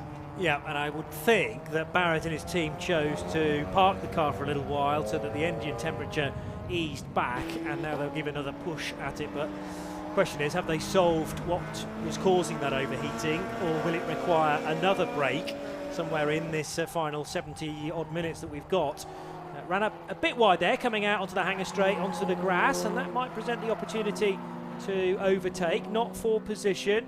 So 2 BMWs diving to the right-hand side, but these are quick cars and in very much false positions. Barrett all the way down in 31st, unfortunately for him. Just behind him, the 31 car of probably still Murray's. Yeah, Mike Murray started the Leon Cooper R, number 31, will be handing to Andy Chapman for the second half. Yeah, those two that we just saw lapping the 1 minute 15s, which is pace that would probably put them lower end of the top 10 or maybe sort of 11th, 12th, 13th kind of territory had they not had those dramas in the very early stages of this race, actually. So there's the 13 car, that's Steve Hewson in the Intelligent Money, who also sponsors the British GT Championship. They also support the Porsche Cayman driven by Steve Hewson here. Matt Fazy it is that will share that car and take over for these later part of the race. They're third in Class B now because Luke Handley has got up now to second within Class B, so he's gradually made his way back through in the area motorsport car after that poor start, and he is a fair distance behind Chris Freeman in the lead of that class. And I think Luke, just checking the details, he's going to have to serve a 10-second pit stop penalty compared to 20 for Steve Hewson, so he'll get further ahead. But Chris Freeman, who's the car ahead of him, has a 30-second penalty to serve, so that could sort of turn things upside down effectively within the Class B standings after we've had the mandatory stops. Good speed on that lap being shown by the car shared by the Browse family. BMW E46 M3 GTR for car number 22, 11th position, but not very far away from that car's fastest lap of the race last time around with Fazy currently. So, hour and 9 minutes still to go. Carl Swift with this 25, nearly 26 second advantage. Only 4 seconds separate Ben Rushworth from Joseph Marshall in second and third though. Alan Henderson's Lotus, despite giving us clues of a problem, is just heading through Abbey Corner now. Full song for him. And Phil Drybrough, having completed 44 laps, will be due across the line in the next few moments. But he is a bit further back. Now, how far in front of the number 6 car of the Wallaces is Drybrough's car? Is that a battle we need to keep our eyes on? Actually, they're lapping in similar speeds, 1:13, the high 1 minute 13s, and the gap, in fact, from Drybrough to Wallace is fairly vast. I'm delighted to report that there are people at Brands Hatch watching us. I can see our live stream on the screen there at Brands Hatch, where I think there's some other racing going on there today. Not quite sure what that's all about. No clue whatsoever. But that's good to see that we're being shown down at Brands Hatch as well. I heard the other day, I can't remember who it was that told me, but when we were at Pembrey, you and I, Johnny, back in June, for some reason, and I don't know quite how or why this would have happened, our commentary from Pembrey was being played out at Snetterton on that on a big screen. No, just on the PA, bizarrely. Oh wow! Excellent. Okay, so cross wire somewhere in the system. Did that improve the situation for the Snetterton spectators? I expect it would. Yeah, massively so. Yeah, absolutely right. Never heard of Debenny though in Norfolk. No, completely different language for them. Anyway, back to Silverstone and what's going on here. We're getting towards the halfway mark of this race, about 6 minutes away from that, and still no real influx into the pit lane yet. I can see one car, I think, in pit lane down in the distance. Not sure who that is. Not sure if it's one of the front runners just yet. We'll see if we can pick that up in a minute. But still, it's Carl Swift leading by about 25 seconds from the Ben Rushworth number 2 car in second place, and the Joseph Marshall car in third place is another 30-second lap. Yeah, but the more likely place change for second, no doubt about it, but actually Ben Rushworth, having got ahead of Joseph Marshall and worked very, very hard to do that, is now opening up a big margin on Joseph Marshall. So I think that is a decision by the crew running car 86 to ease back a little bit, take care more so of the tyres, and also thinking about fuel burn perhaps. You can put fuel in to these cars and in a minimum time stop as well. That shouldn't necessarily be a concern. This is a really good fight between two BMW E46s. The 67 car rather heading onto the hangar straight now of Julian McBride, ahead of Jonathan Barrett. It'd be great to see Barrett further up the order in a more rightful position, but he's been battling overheating problems from the start. There is the Will Stacey and Rob Boston car. It's somewhere out on the circuit. It's going slowly, but at least it is back out on the circuit, but I suspect possibly for not too much longer. Let's head down to the pit lane. Chris Stevens is there once again. I'm down at the Army Motorsport garage where Matty's just got out of the car, left a couple of very nice black lines behind you as well. You came in with some gusto. Yeah, I got in trouble already. Not to worry. Yeah, it was a little bit hot. The pit lane's shorter than you think when you're this close on the garages. And yeah, the boys flagged me in. I'm like, make sure I know where I am. And still locked up and nearly hit them, but it's okay, it's all good. Other than that, how was the first stint? It was good. We're locking pace. I'm not sure why.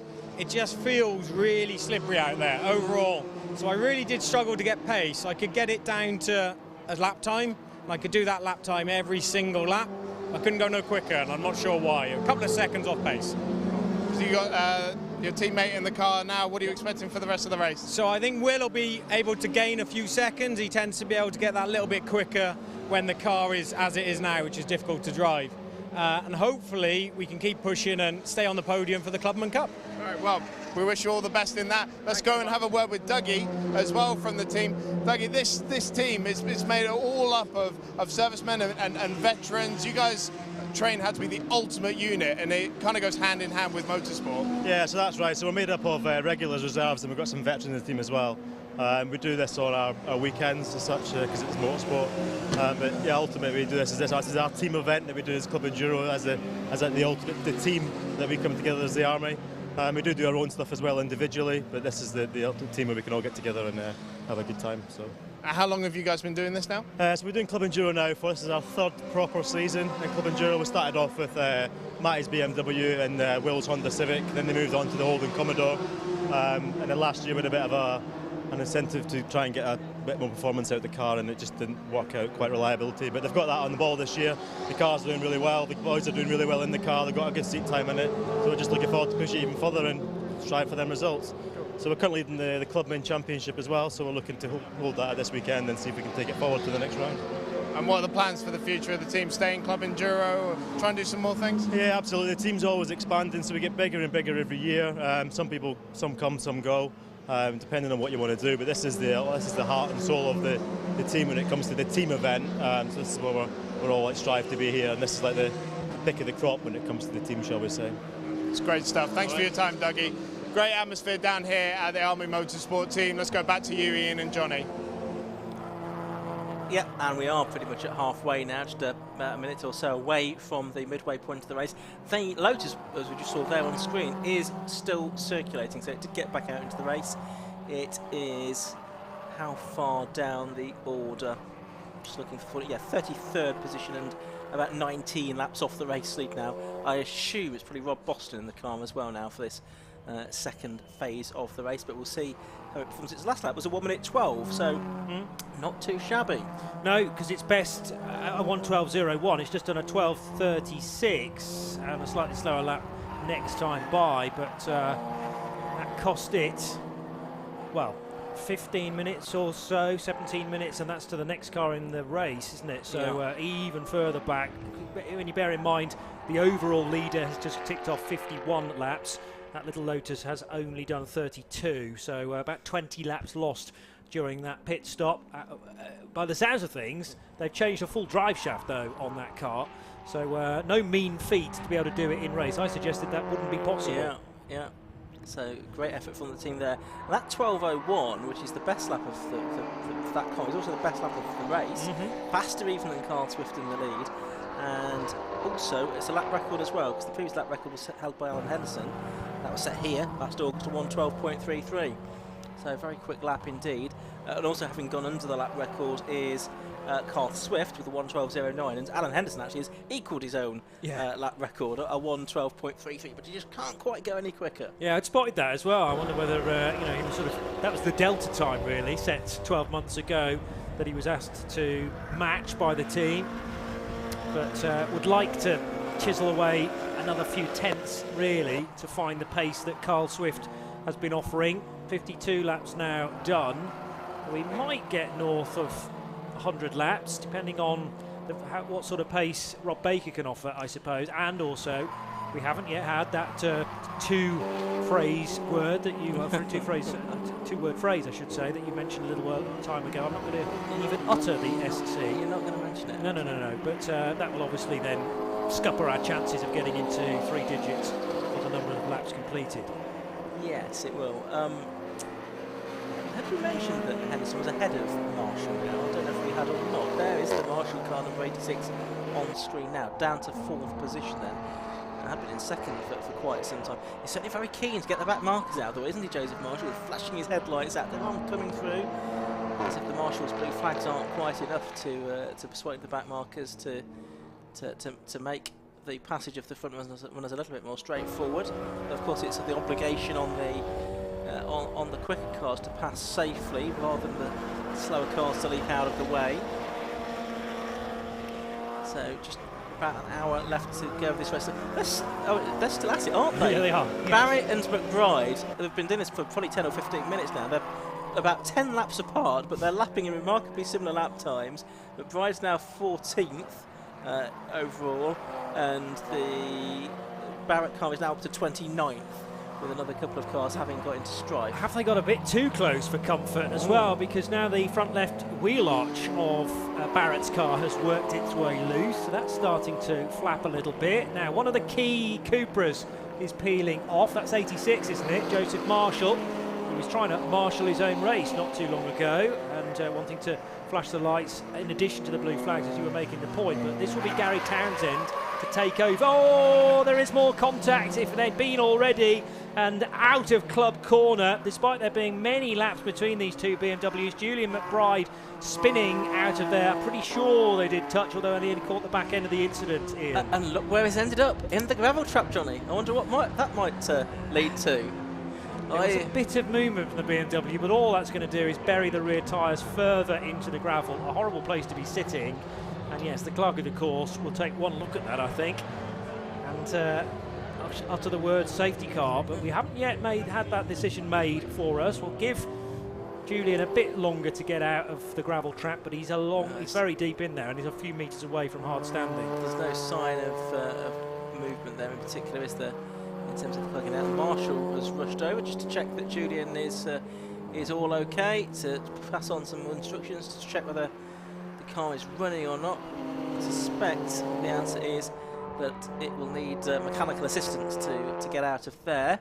So we've got yellow flags there at the moment, which makes life interesting for the likes of Ben Rushworth, who's just tucked up behind the slightly slower BMW at the moment, and also the 10 car, which is the Class B Lotus, which is Phoenix car running in 13th position.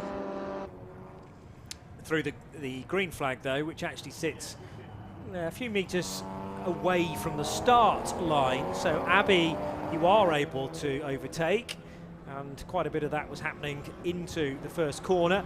Ben Rushworth there in the number 2 Cupra, absolutely leathering the curb, and a big squeal of tyres as he landed back onto the ground. At least a couple of wheels up in the air there, with a violent run over the link curbing. He's cleared all the traffic though, Ben Rushworth, arriving at Stowe with an open road in front of him.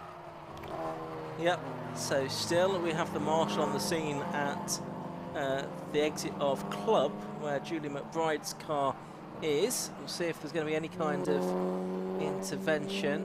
You can see the yellow triangular LED displays there showing an effective wave yellow flag. Problem there is he's also right over the timing line. You can see the transponder receiver there, which puts the line across the track. So it's probably not helping Terry Stevens and his team of timekeepers do their jobs either, I shouldn't have thought. No, but we are still getting all the times coming in, so that's good news. It might be that the BMW is just in front of the tripod. Foreshortening of the camera often plays that trick. Now, Julian's got back into the car, has he not? Is that because they were expecting someone to sort of come and tow that car out? I'm looking to my left to see anything. Yes, so we'll just wait and see if there's any movement, as that's the race leading through. Is that a bit of trim here hanging off the race leading car? I'm not sure if you've noticed that before on the Carl Swift Seat. Julian McBride, you know, is a driver that has had some particularly serious injuries in the past. He is a sales director by occupation, but he is officially disabled with a spinal injury, so he has to drive with modifications to the car. He details a lot of what those are, and he's also had an accident about 3 years ago. He smashed his leg into many pieces, 10 pieces the femur, so he's had to have that pinned and plated as well. So Julian McBride, someone who is a disabled, but hopefully his car will be recovered before too much longer. 55 minutes of the race left to go here, and again a sprinkling, like about 3 or 4 cars in the pit lane at the moment. Not sure we've seen any of the other front runners just yet though, John. I suppose the thinking here is to allow everyone to go by Julian's stricken car and be aware that it is there. The exit of Club Corner is still covered by probably double waved yellows, so the advice there is slow down and be prepared to stop if necessary, and it might be that it can just be left there with local yellows until that car can be recovered. There'll be a snatch vehicle somewhere on the way, but tricky thing is, you know, how close to Club Corner is that? Is it stationed? So it might take a bit of time, but I mean, the wish will be to get Julian back in the race if possible. There's a car gone spinning off in the background there at the link. It's the number 5 car of Jonathan Packy, who was 17th overall, and 1, 2, 3, 4, 5, 6, 7th in Class B. Luke Handley having taken the Class B lead now, because I think Chris Freeman must have made his pit stop, because he's dropped down a little bit now. He was in the lead of Class B, number 14, Chris Freeman, so I've not particularly seen his pit stop, but I assume that he's made it. Marshall's back in attendance to Julian McBride, having a chat to him through the window. Never really liked seeing Marshall's, though, in a gravel track with a car, and cars coming through Club Corner at speed, despite their having ample warning that something's going on around the corner. And generally, now that we've gone into the second phase of the race, so second drivers having taken over, then new drivers won't be presented with this sort of strange situation with the second pilots already in the cars. Want to try and stay green for as long as possible, though, of course, because a safety car this far into an endurance race really does present us with a false order and a false scenario within the competition. It does. We saw Rob Boston on screen there in the Lotus. He's still lapping in the 1 minute 12, up to 29th position now, still 19 laps off the lead, but lapping in very competitive lap times. And yes, driver Julian McBride is now out of the car, so possibly there was some thinking that they might get the car recovered with Julian in it, but that's now not going to be possible, I don't think. So he's out of the car and out of this one. Was that another moment for the 22 car of Luke Browse as well? Yes. That's had a few moments during the course of this race so far. I don't think he's yet handed that car even over to his father Paul. Okay, so it was Luke that started, and Paul, still to come. That's helping their road position out, 6th place right now. We'll get an idea of how much time was lost just as soon as Luke crosses the line. He is often in the mid 1 minute 15s, similar to the Wallace and Wallace car in 5th position. Still Carl Swift leading by just under 30 seconds from Ben Rushworth. Cupra from Cupra as we head to Chris Stevens in the pits.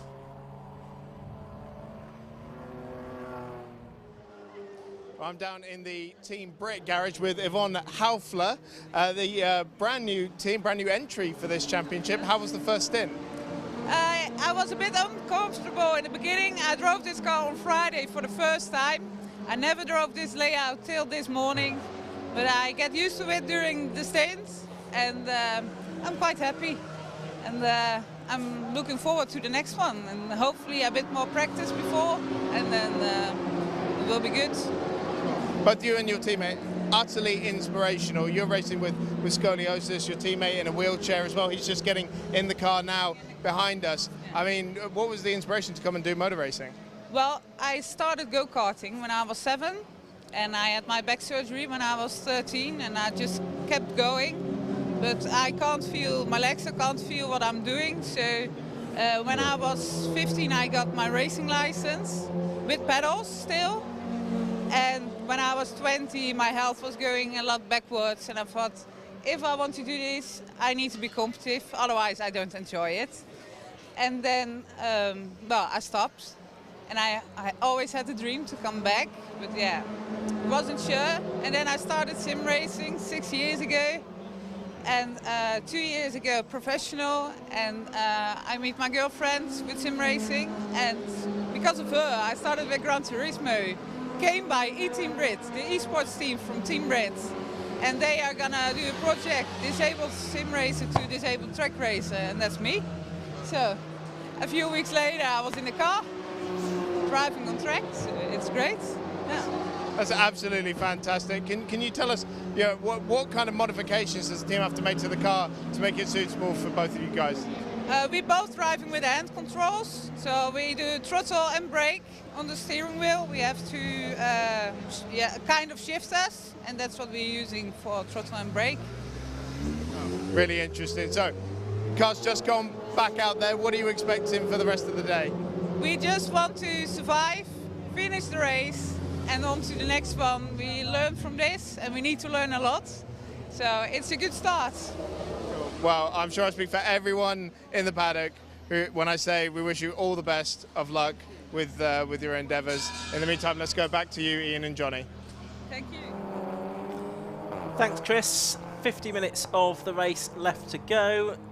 We've had the Julia McBride car, it's still in the process. It's just about now been recovered from the gravel trap at the exits of Club Corner, and so very shortly I would think we will go back to full green flag racing. There you can see the snatch vehicle doing its work. So it's certainly got the car up against the barrier now, into a much less exposed position. Now they just need to work out exactly where they're going to put it next. There is that 147 Team Brit car. It's now being driven by Yvonne's teammate Steve Crompton for the balance of the race. Well, I understand entirely now why it is a fully orange colour, because Yvonne Hoefelaar, as you can hear from her voice, from the Netherlands, so delighted to have got her British racing licence at the back end of June, tweeting about that on the 30th and describing that to Chris as well. But a fantastic initiative to get drivers with certain mobility issues, as we've already spoken about with Julian McBride as well, into racing cars and competing like everybody else. There's the Browse car into the pit lane, the Stowmarket Glass entry, so that will be Paul Browse taking over for the second half of the race. We'll see if he can keep up with Luke's tally of spins. Hopefully not for the second half of the race. And you can see a tyre change going on that car as well. There's the 49 car, that's Rob Boston, still lapping in the 1 minute 12, so he's doing really well here. But it's just about getting some laps times. There's a bonus point for fastest lap as well, so that currently is heading the way of this particular combination too. But I'm not sure it's going to be enough actually to stop Rob Baker and Carl Swift wrapping up the Class A Championship today, with 2 more rounds to come. After this they go to Anglesey and conclude their season at Oulton Park. So scoring points within Class A, but unfortunately for Rob and indeed teammate in the 49 car, Will Stacey, they're behind a big chunk of Class A cars. So a huge outscoring taking place for Carl Swift and Rob Baker in car number 1. It's a simple but very effective paint job on that Lotus Elise though, as it heads underneath one of our higher placed cameras through Club Corner and back across the grid hatchings to tick off another lap. Carl Swift's best time of 1:12.09, Rob Boston's 1:12.01, but as mentioned the Lotus down in 27th position. That's a pit stop for Ben Rushworth to hand over to teammate James Ramsden, so pitting from 4th place.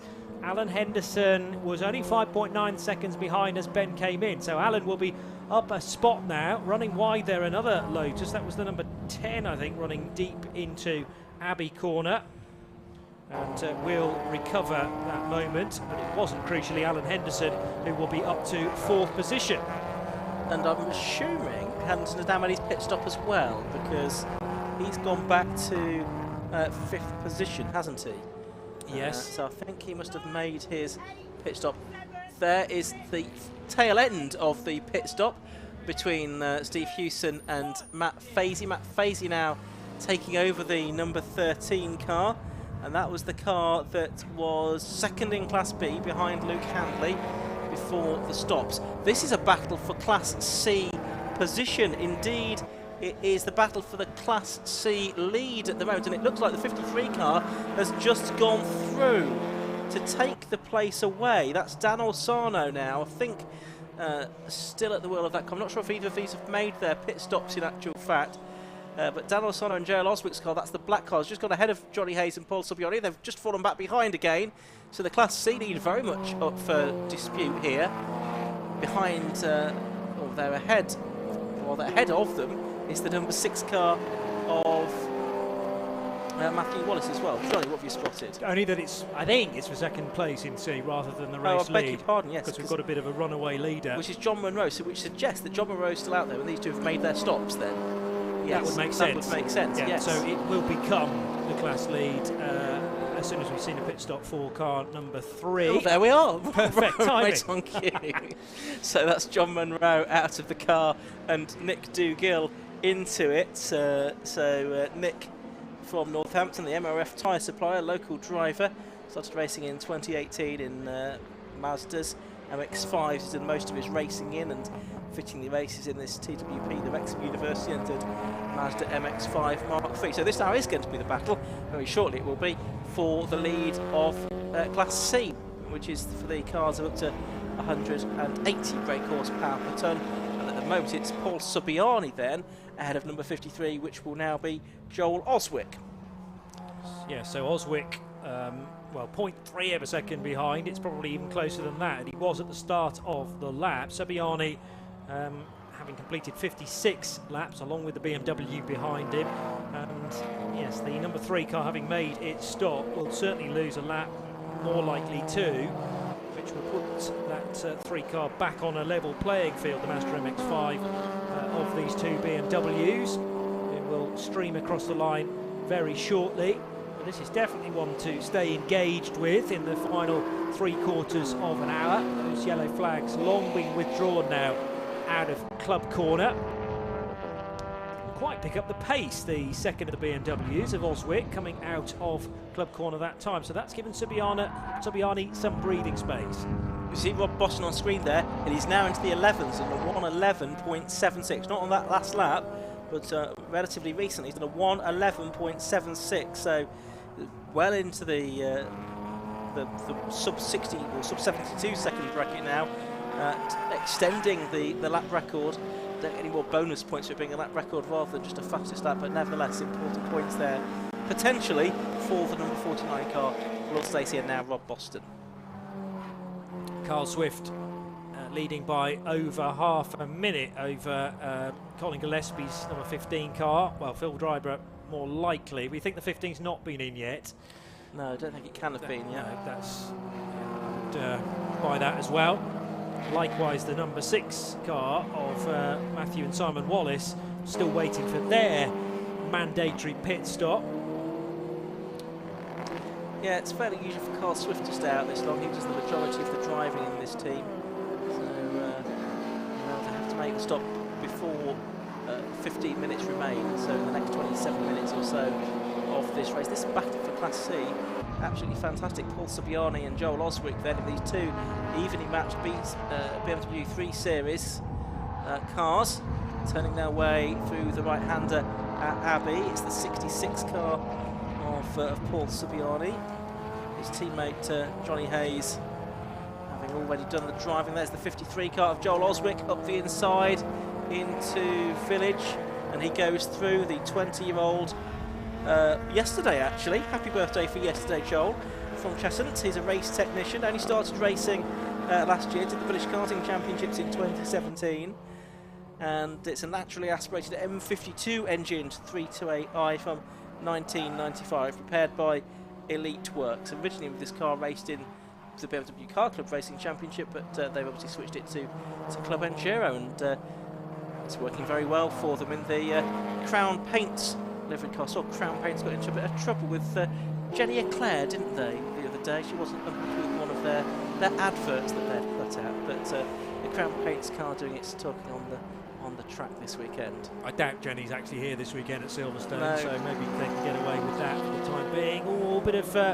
misunderstanding into Abbey Corner between Rob Boston and the Holden Commodore there of Taylor and Ashmore, eventually giving one another track space, but the more manoeuvrable of those cars, the lighter weight you would think, was the Lotus, tucking up the inside and not exactly gaining the spot because it's lost so many laps earlier on. But another fastest lap of the race, I noticed, at 1:11.58 for Rob Boston, as we can head to Chris again down in pit road.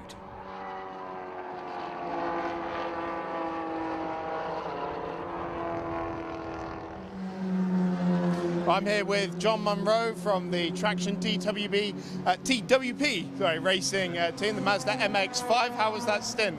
It was really good, yeah. I don't think I've ever had such a long first stint without a safety car, so I kept on waiting for one to come. It didn't happen.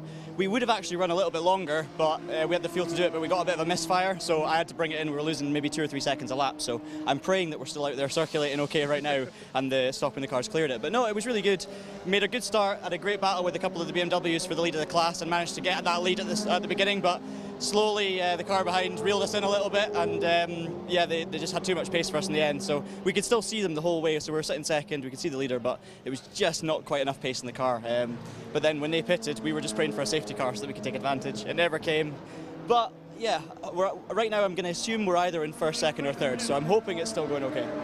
Well, Nick hasn't come in behind us just yet, so it looks all good for now. You guys are just about in the championship hunt, is that fair to say? Are you going to keep going for it? Yeah, we're hanging on by a thread, but I think the nature of this series is, you know, if you get a couple of wins under your belt, if the other people have reliability issues, there's always a chance. But yeah, I'd say we just don't have the outright pace to win on merit. So if we do pick up a win, it's going to be through some other issues for others. So we'll do our best. But yeah, if we can at least try and pick up podiums for the rest of the season, that's kind of the main aim. Awesome. You guys obviously supported by Traction. You've got some of the guys from Traction here this weekend as well. Just tell us a little bit about that. Yeah, so basically Traction's all about sim racing and racing games, and it's trying to build a community of people that love racing games as much as well I do and my colleagues do. So they support the team and the racing as well. We try and kind of create a synergy between real life and sim racing as well. And yeah, my full-time job is working for them, making videos and stuff like that. So we're making a video about this round here today and how it translates between real life and the sim. So yeah, it's really good fun. It's great to have them here, and it's great to also have them on the side of the car as well. Hopefully get a little bit of exposure through that too. Sounds absolutely fascinating. Can't wait to check that out later. All the best for the rest of the race. Johnny and Ian, let's go back to you. And the exciting news for John Munro is that Nick Dougill is still leading in Class C. So we thought, wrongly, that the Oswick and Subiani battle was going to be for the Class C lead after they'd made their stops, but that's not the case. It's Nick Dougill still leading in the TWP Racing Mazda MX-5 by 23 seconds. Now that has come down by 3 seconds on that lap though, so with 38 minutes of this race remaining, who knows, we could have a grandstand finish on our hands for Class C. Yeah, there's about a second between the two BMWs that are doing the chasing now. Joel Oswick got the jump done on Paul Subiani, and we saw that when it happened, and Oswick presumably now in the 53 BMW is carrying a bit more speed than the chasing 66. Was that a bit of damage on the front of the 53? I thought it looked like it might be, a crumpled yes. bonnet, yes. Perhaps, but it's still moving, crucially, for Joel Oswick, but whether he's head-butted somebody else in one of the slower cars into perhaps Village, but purely speculation there. we'll wait and see when we grab another look of the 53 BMW, whether that's going to affect its lap speed. Just looking at the standings, it looks like there's probably two cars, two serious contenders that are still out there, not having made a stop. One is the race leader, Carl Swift. The other one is that one, 51. Luke Handley looks doing a great job here of driving the car and also getting us the pictures of the right cars on screen at the right time in this race. Luke Costin, our Alpha Live director and producer, he is giving us the pictures. That's Luke Handley though, and there he is. You can see he's not got a 69 lap gap to the lead. He's 3 laps behind the race leader, Carl Swift. Swift has completed 72 laps. Handley has completed 69, but of course they are in different classes. The 51 car, both run by Area Motorsport. Rob Baker's concerned though. The question is, has Luke Handley done enough in this long first stint to stay ahead when they go out for their pit stops? He's 2 laps plus, well, quite a lot of change, clear of Chris Freeman. 2 laps and 30 seconds clear of Chris Freeman, so that'd be touch and go whether Luke Handley would be able to stay ahead there. What did I say he'd got to serve as way of a penalty?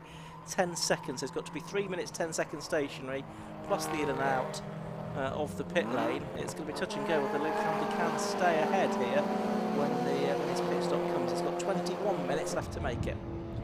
Outlaps just completed for Colin Gillespie, who's taken over now from Phil Dryborough, and the Wallace and Wallace car. So Matthew Wallace started it, Simon Wallace took that over in the recent pit stop for car number 6, which is the Seat Leon TCR, rejoining in 7th position.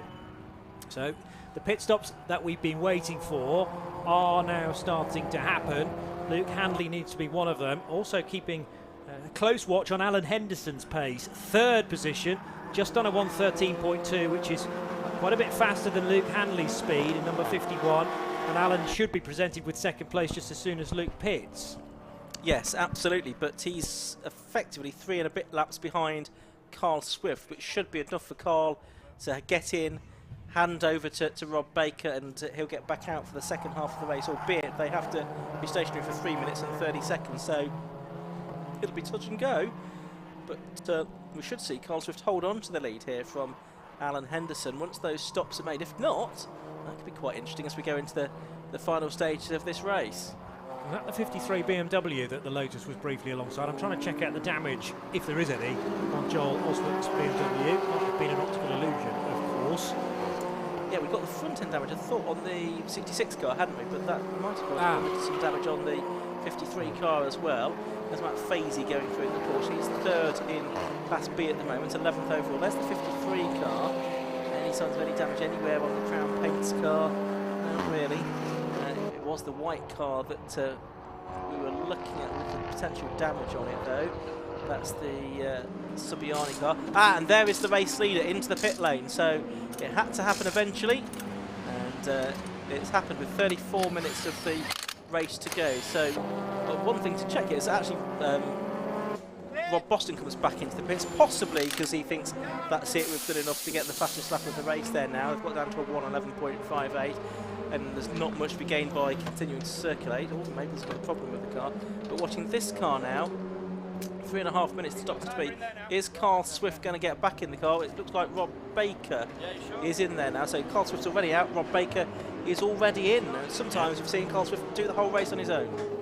Well, that's not going to be happening this time around. So Rob, pressure on now, because Carl has spent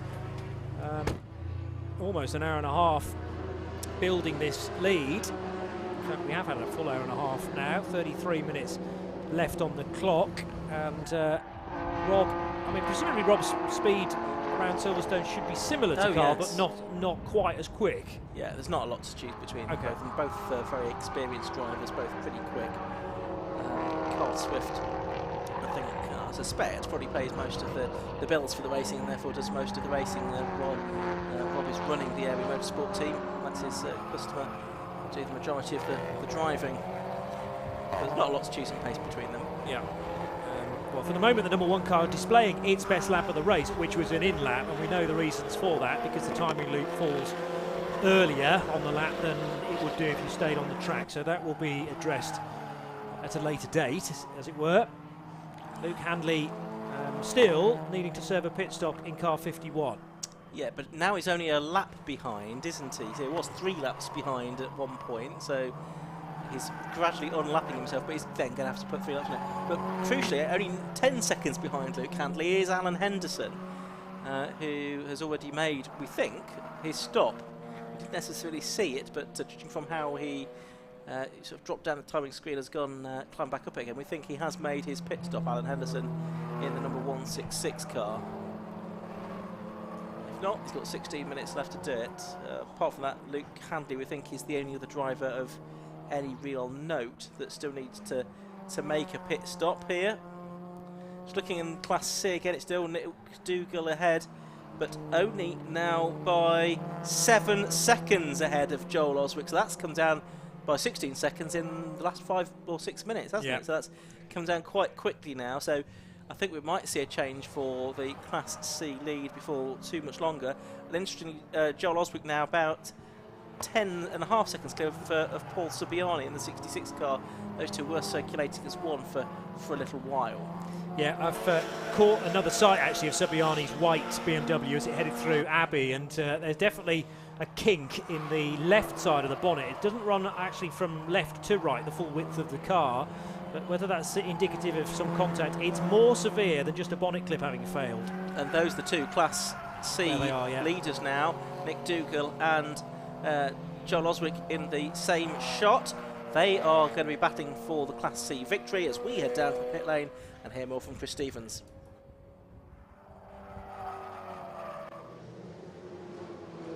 Well, we've gone from one end of the international pits to the other end, to Carl Swift, the race leader. That is a mammoth stint you've just put in. Yeah, it felt like it as well. It's quite warm in the car to say it's only mid-20s, but it felt like it was 40 degrees outside and 100 in the car. Well, of course, we started out, it was quite chilly. Now we're in this glorious sunshine. It must be baking inside the car. Yeah, it is warm, and the drinks is up to about 30, 40 degrees as well, so that's not very refreshing. Oh, great. Well, obviously, Rob's just got in the car. Commentary team reckons you've got a chance of wrapping up the A-Class Championship today. So is that pressure on for you guys now? Yeah, I mean, it's not maths would even done, to be honest with you, this early in the season. That's quite some bad luck, Stacey. So he seems to be back out now, see if they can keep it going and get some points and keep the fight alive. That'd be nice. Obviously, you guys have won most of the races this season. Everything's going smoothly so far today. Can we expect this form to continue? Fingers crossed. We just keep falling lucky with other people's reliability. It's a bit of a shame. It was coming good for a nice race with Will Stacey at the start, and then he had issues. Same happened at last meeting, so I'd just like to see someone else make it to the end at full pace. Hopefully the guys will give you that fight, but in the meantime, it's all about area motorsport, and that's Say It Leon TCR. Thank you very much. Cheers, guys. Let's go back to you. Yeah, thank you very much indeed. There's the Holden Commodore, the Army Motorsport car that we're hearing about earlier on, with Chris in the pit lane speaking to Matty Taylor and also the team leader there of the Army Motorsport team. They are running in 13th position at the moment, the number 46 Holden that's just turning its way through. But there is the race leading car back out into the race, Rob Baker then. So he has done another lap and he is still in the lead of the race, but it's only now by 10.92 seconds from Luke Handley, who's yet to make his stop, 14.95 seconds back to Alan Henderson in the Lotus. Yeah, so it's still a slight extension net of the race lead for Rob Baker over Alan Henderson. Change of lead in Class C. It's gone the way of Joel Oswick now in the number 53 car. He's got ahead of Nick Dougal, and he's been closing at about 3 seconds per lap, so it was a matter of when rather than if he would get through. So that's good news for Joel Oswick and Dan Orsano, as they are a little bit further back in the points. Well, I say a little bit further back. There's only 2 points covering the first 4 teams, but this will put them into the lead of the Class C Championship. This one's definitely not going to be settled this weekend, unlike Class A. And the next question is, can Paul Subiano catch up with the Dougal car, Dougal and Monroe Mazda? Because, again, it's a quicker lap time from Subiani, generally speaking, if the number 3 car, Nick Dougal, John Monroe, Nick Dougal now in the car, if he stays in the 122s, last time around, yeah, did a 121 actually, so marginally quicker. The BMW behind is able to lap more swiftly than that. Problem is looking at something like a 13-second deficit currently, Sabiani, to close in, and only got 27.5 minutes to do it. Just looking at what might go on in Class B, because Luke Handley is still out there, as we've said, and he's second overall at the moment, but has completed 76 laps. His nearest rival and his teammate, Chris Freeman, has completed 74 laps. So I think Luke Handley will lose the Class B lead when he makes his pit stop. Unless he gets lucky and there's a safety car and he can make the pit stop under that, which might change things slightly, but we've only got about 11 or 12 minutes to go before the pit lane window closes. So Luke Handley, I think, probably is going to lose the Class B lead. And it'll be a question of how far down he falls. Possibly he might go behind the Porsche Cayman of Houston and Fazy and down to third place within the class.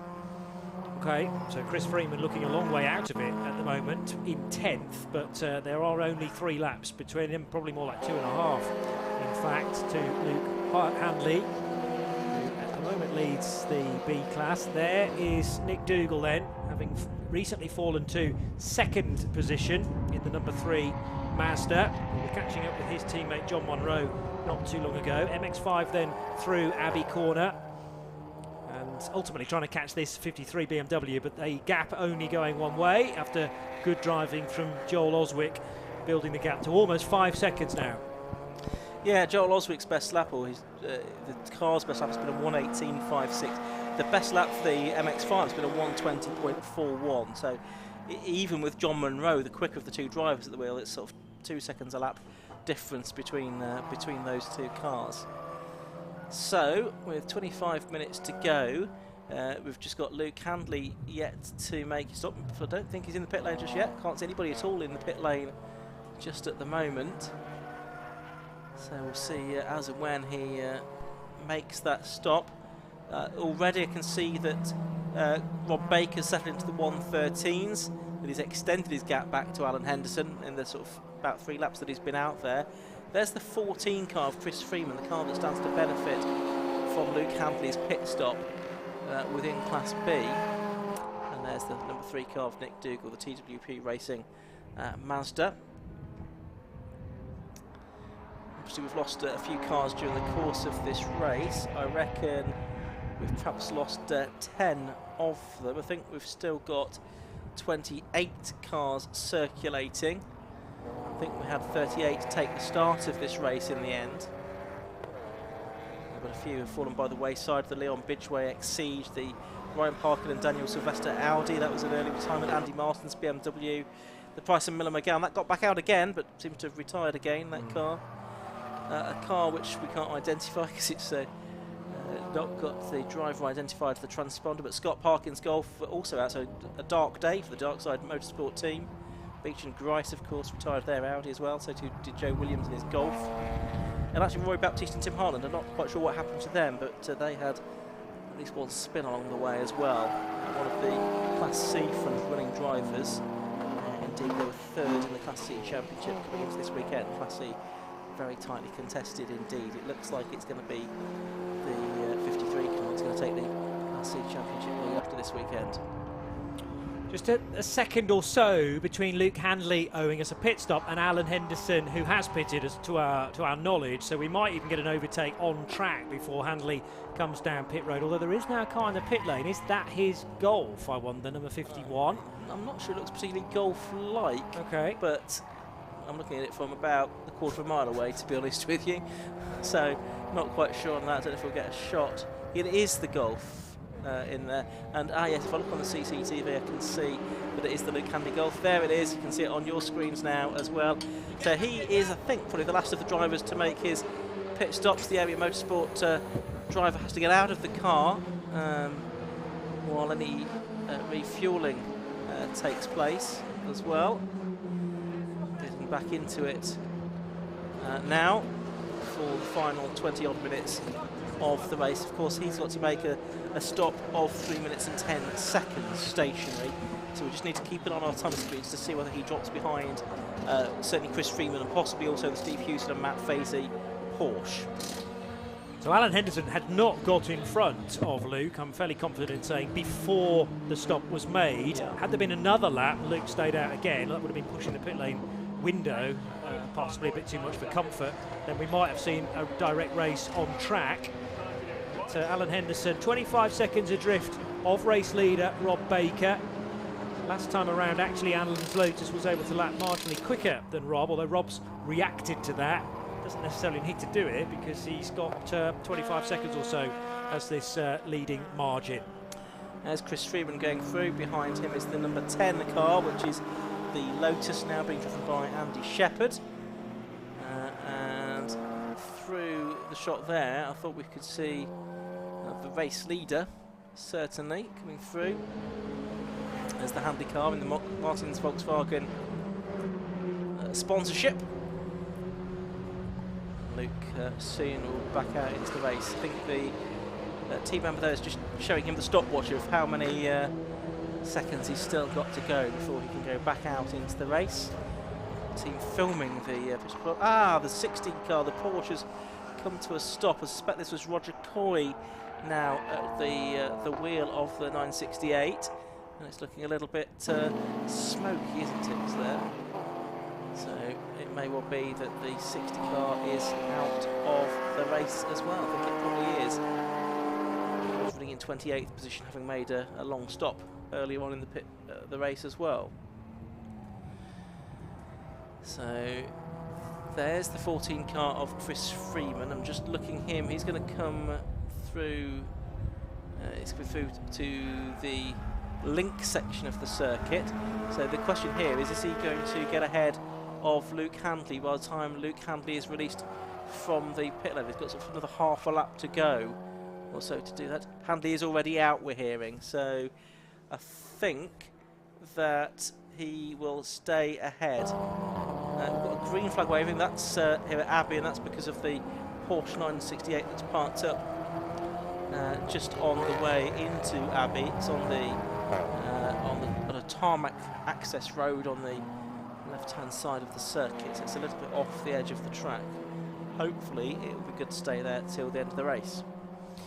Yeah, well, we had Julian McBride's BMW stranded in a much more vulnerable position, so fingers crossed that we can stay green, although of course the approach, as you've mentioned, to Abbey and a little bit of the exit will be no overtaking for the time being.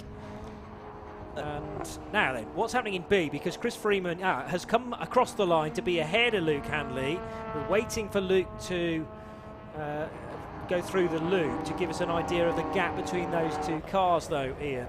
Yes, so what's happened there, of course, Luke Handley had got back into the race, but he'd already cut the beam on the previous lap, because you cut the beam on the way. And there is Handley now, so he's just going through, and he's just about 32 seconds behind Chris Freeman, but he is ahead of the Steve Hewson and Matt Facey Porsche. So Luke Handley in second place is 32 seconds behind, and with only 20 minutes of racing, he's unlikely to catch Chris Freeman unless Freeman has a problem, I think. But after a disappointing start to the race for Luke Handley, second place will not be too bad a result. Chris Freeman not really a championship challenger, so Handley still finishing ahead of anybody else that matters, really.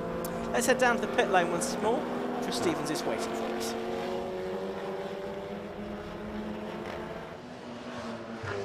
Well, we just saw Luke Handley finally coming into the pits from the Class B lead. I'm here with Tom, his chief mechanic. Tom, that is a pretty mammoth stint that he's just put in there. Yeah, definitely. He's a one driver car, and we just tried to eke it out as long as we can. But we had low fuel pressure warning, 5 litres left in the car, so we tried to drag it out a little bit longer. We could see something happening at turn 1, but rather not risk it and just take the stop. Everyone else has pitted under green flag, so we've not lost or gained anything. I think it was safe to say you were waiting and hoping for a safety car there? Yeah, definitely. If the safety car had come to us, we'd have hopefully have been on and up the road, and that was it. But yeah, just take it. It's green flag. Everyone else stopped under green flag, so make it up where we can and see what happens at the end. Obviously, Luke doing very well in the B class championship, won a lot of races this year. Do you think you can do the same in the final few minutes of this race? It's going to be tough. I haven't looked at where we are after leaving the pit lane. I've come straight for this, so I'll see where we are. It was going to be tight. I think we were going to be about 5 seconds ahead of the second place car, but he's lapping about half a second faster at the minute. Okay, cool. Well, Tom, thank you for joining us. All the best to Luke for the rest of the race. Johnny and Ian, let's go back to you. Thanks, Chris. We're not very far away from the final 15 minutes of this race then, and it's just starting to settle down a little bit. Great driving from Alan Henderson, though, to keep his head and to be in second place behind Rob Baker. But the lap times being produced from the Lotus not quick enough to attempt to reel in Rob Baker at this time. In fact, it extended a touch last time around to 26, nearly 27 seconds. So Rob Baker isn't quite at Carl Swift's pace, but I think that's possibly by design rather than any accident or lacking of pace, because if Rob had put in at the start of the race, he could have pushed hard and gone for the 1:12s. They just need to manage this now in the closing stages. Plenty of cars still circulating, so there's always the possibility of some carnage around the next corner that you need to be wary of. James Ramsden in third position in the number 2 Cupra, ahead of, in fourth place, Colin Gillespie. Heading through Abbey and Farm Corner is the number 31 car. A little bit of smoke coming from the rear of this older Seat. It's Chapman now having taken over from Mike Moraes. This car running in the B category, although not in a potential podium finish position. 1, 2, 3, 4, 5, 6th position, I reckon, in the B class for car 31. Let's hope that that smoke doesn't get any worse. It might be a bit of tyre rub, maybe. It's all on the right-hand side. Got the Porsche with the pink door mirrors tucked in behind, and we'll be able to take the place, but that's not for position for a fellow B-class car. And actually, virtually going straight on there at Stowe. So is it, in fact, dropping a bit of oil? And there's a grip problem now with the car almost going off on its own fluids. We'll watch that with interest, Ian. Certainly, well, the Roger Coy Porsche 968, by the way, has been recovered to a position of safety. Well done to the marshal, who was also the 750 medical rescue crew for giving that a push the 100 yards or so that was necessary to get it to a place of safety. Other 49 cars back out in the race, albeit very slowly again. Rob Boston on Will Stacey's car. That's in 26th position, but 18 laps behind the leader. So I'm not sure if that's just going to head back for the pit lane again. It looks like it probably will do. So the race leader is Rob Baker. He leads by 26 seconds, I think, from Alan Henderson in second place. And then James Ramsden, it is, in third place in car number 2. Colin Gillespie in fourth place, number 15. Fifth place is number 86, Gary Townsend. And sixth place is number 69, Andy Schultz. There you can see, hand in the air for the Stacey and Boston car. So that car is going to pull off, and there is the race leading car with 14.5 minutes to go. 12.8 that time through for Rob Baker, so only 3/4 of a second off the lap time that Carl Swift did in the early part of the race. Well, that was the in-lap, I think, wasn't it? Although he'd done a low 12 anyway, though, I think, from memory. Ramsden versus Gillespie. What's the gap there? Oh, more drama for a Lotus. Fear not, though, that's not Alan Henderson. That's the 19 car. It's the 10 car, isn't it? 10 car, beg pardon, yeah. Yeah, which is that of Fenwick and Shepherd. Yeah, Shepherd in the second half of the race. Oh, it's got going again, that's good news. Thought for a moment it might be in a rather difficult position. So that car is heading back out into the race. Easy to spin it at Abbey, though, this late on in the race as well. A reminder to everybody, or confirmation at least, that the pit lane is now closed for mandatory stops. And anyone, therefore, who has not yet made their stop within this race, if they did it now, they would incur the wrath of the steward. confirmation of Subiani's damage, therefore, of the 66 BMW, the white car, which is neck and neck. But that is for position, isn't it? Nick Dougal versus Subiani, and Subiani carrying this front left damage, but he's now got ahead of the Mazda MX-5. Yeah, so up into P2 in Class C, quite a long way behind Joel Oswick's Crown Paint Slivered number 53 car that leads in Class C at the moment. We've not really talked in this race about the Clubman class, so there's a separate Clubman Cup competition, I should say, and that's basically for cars that are more than 10 years old. That championship's being led by Matt Saylor and Will Ashmore in the Army Sports Car Racing Holden Commodore, but in actual fact it looks like Alan Henderson, I think, is the first of the Clubman Cup drivers there today in his Lotus. Did we get a few of the Andy Schultz BMW going a bit slowly there as well, Johnny? Yeah, carrying a 5-second penalty, I'm guessing for track limits. Andy Schultz, as we mentioned, is a quick driver in that orange car, as now Jonathan Barrett has had a moment at heading on to the... That's Abbey, isn't it? Abbey, okay, the first corner, and now heading down to the right-hander. No, actually, no, was it further out? Village, wasn't it? Yeah, beg your pardon. Yeah, didn't quite sit right, but it was coming out of Village, therefore, and over the link onto the Hangar Straight, and a very kind of dog-eared looking Andy Schultz BMW, the orange car behind. Remember, part of that is being held down by some rope that has been attached to the car to hold down the bonnet. There's the crinkled looking Subiani BMW as well.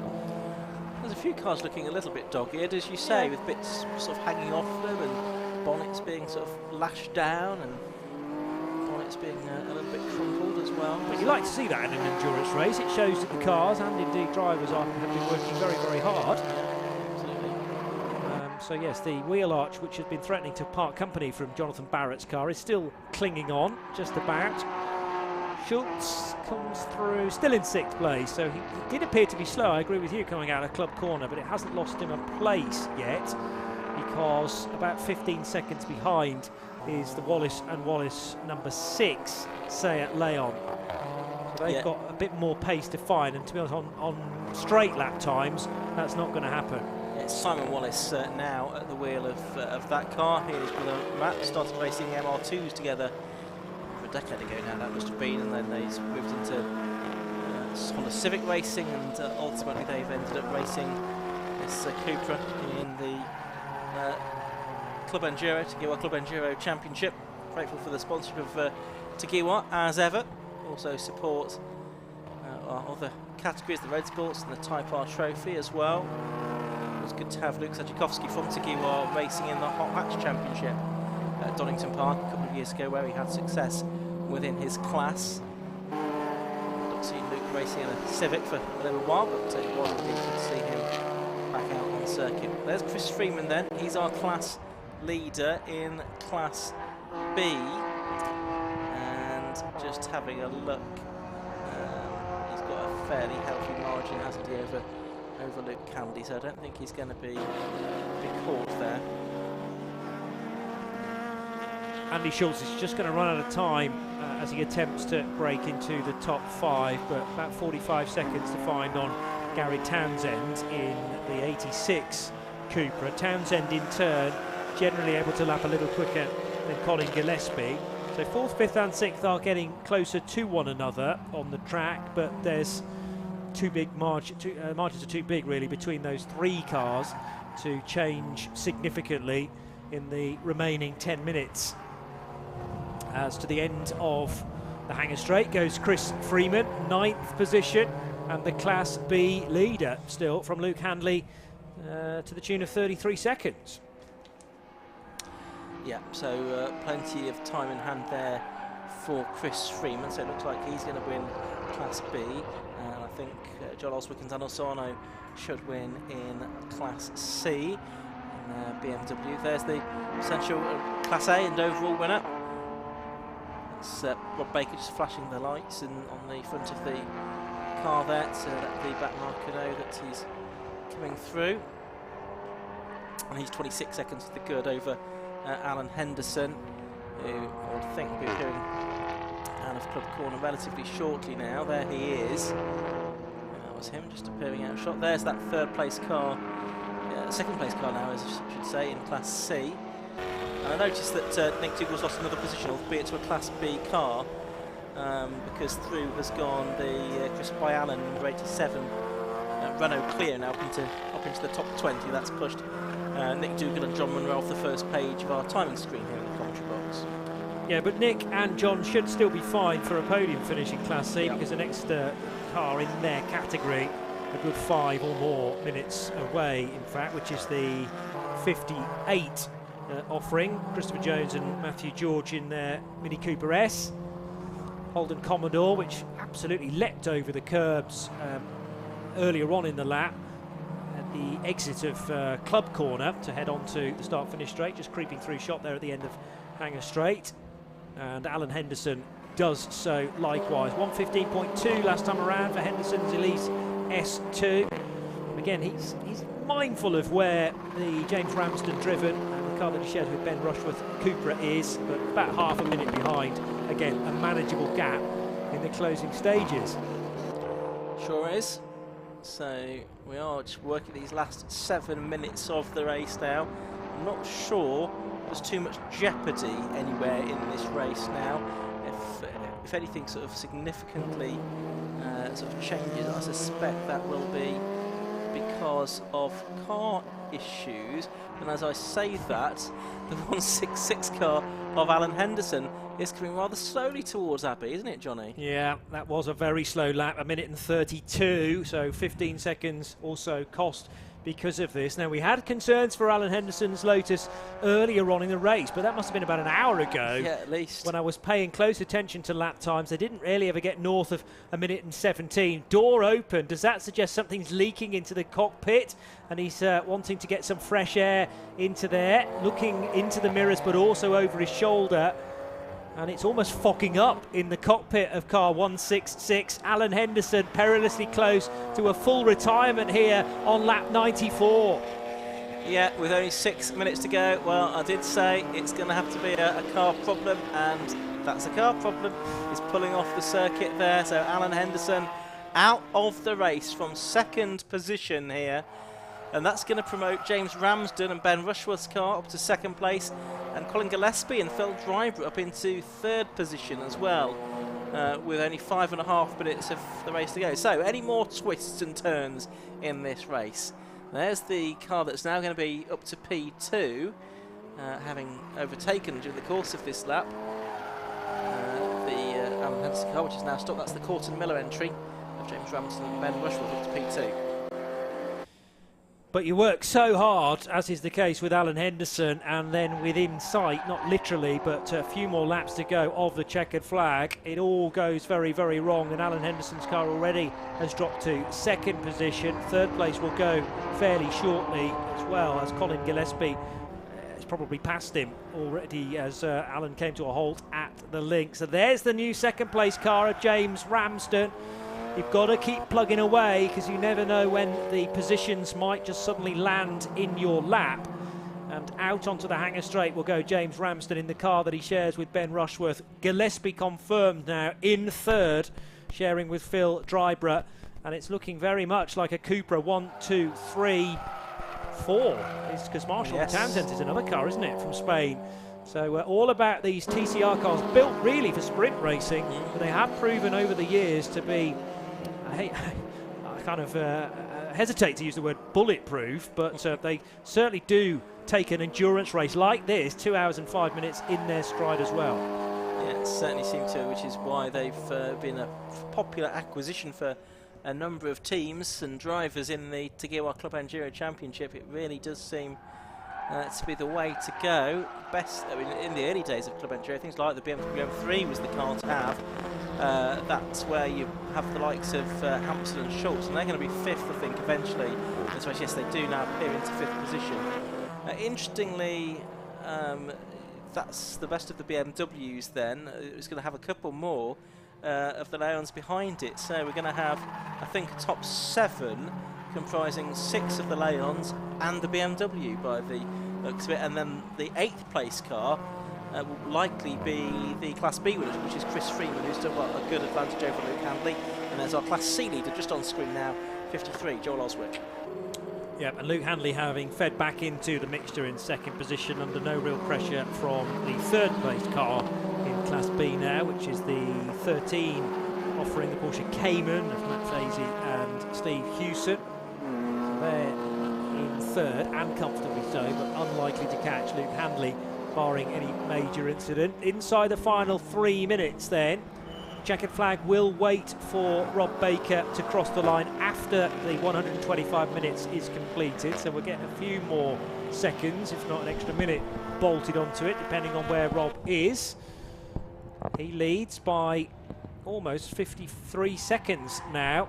Obviously that gap has opened up widely with, sadly, the expiry of Alan Henderson's Lotus. It's 53, which is our Class C leader. In 18th position. Is that car going to be caught for position by Chris Boylan's Class B Clio? Possibly not, actually, in the remaining 2 minutes or so of this race. You can see the black cross and the yellow background on the rear of the car there, showing that one or both of the drivers in that car still within their first half dozen races or so, not necessarily gained all the signatures on their licence to remove the cross. That's the race leader, though. And so I would think this now could be the penultimate lap for Carl Swift and Rob Baker, who's at the wheel at the moment. We'll just have to see whether there's less about 1 minute 15 when the car goes across the line. There might just about be more than 1:15, so there could be one more lap to go after that as well. There's Colin Gillespie. He is a lap away from Rob Baker though now, so not up to second place on the road.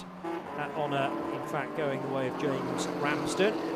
And a particularly strong opening stint from Ben Rushworth, I thought, to keep their Cupra in the mix in the opening stages. Heading out, it's going to be fairly tight this.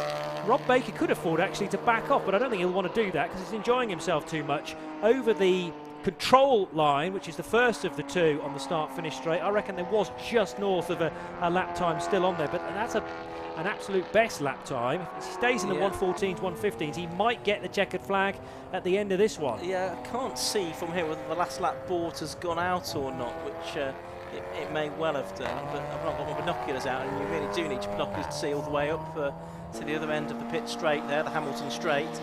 Either way, but a good drive this from Carl Swift and Rob Baker. I can't think that I've seen them put a foot wrong all the way through this race, so very convincing drive from the duo, and good work as well from the Area Motorsport team. It looks like they're going to get a class win in Class A and the overall win, and also a class win in Class B for Chris Freeman as well. So Area Motorsport become staffed up to win all of these cars in the Tiguan Club Enduro Championship. So this is round 5 of the season, and we are counting down to 0 now. Are we going to get the checkered flag this time? The car is coming through, and it does take the checkered flag.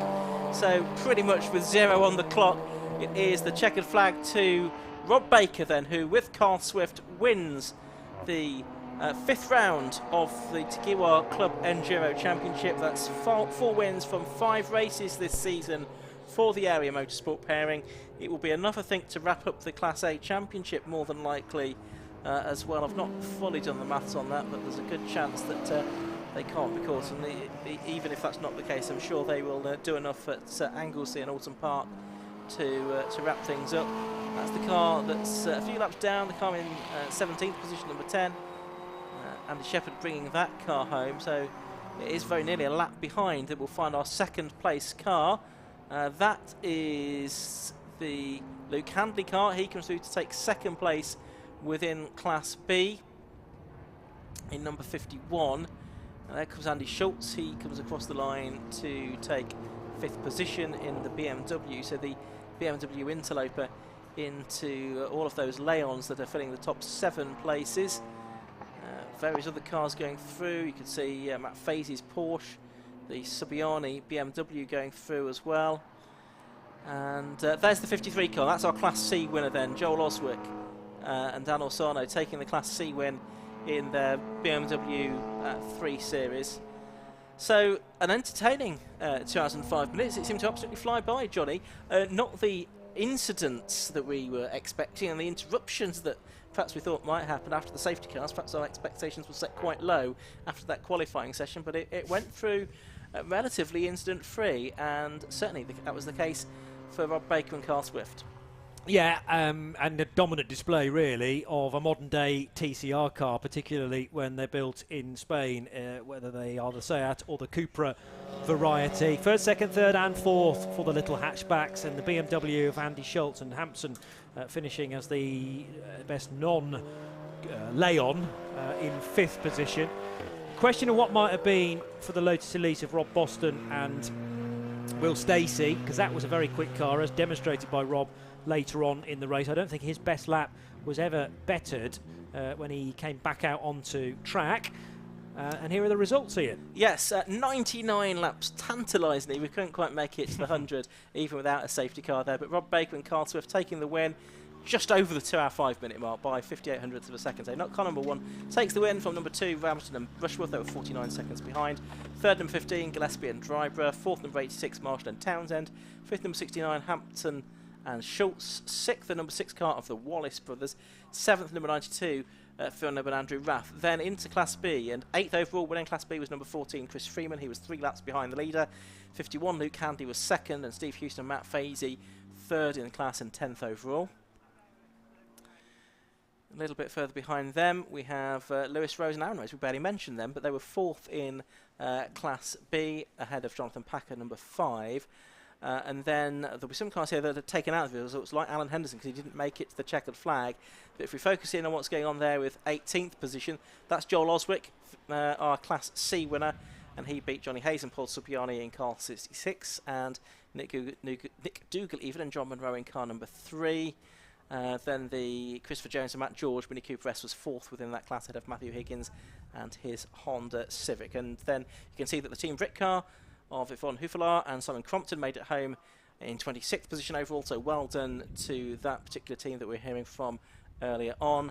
And I think everybody else that you can see, and indeed on the next screen, failed to make it to the checkered flag. So that brings the Tagiwa Club Enduro Championship race to its conclusion.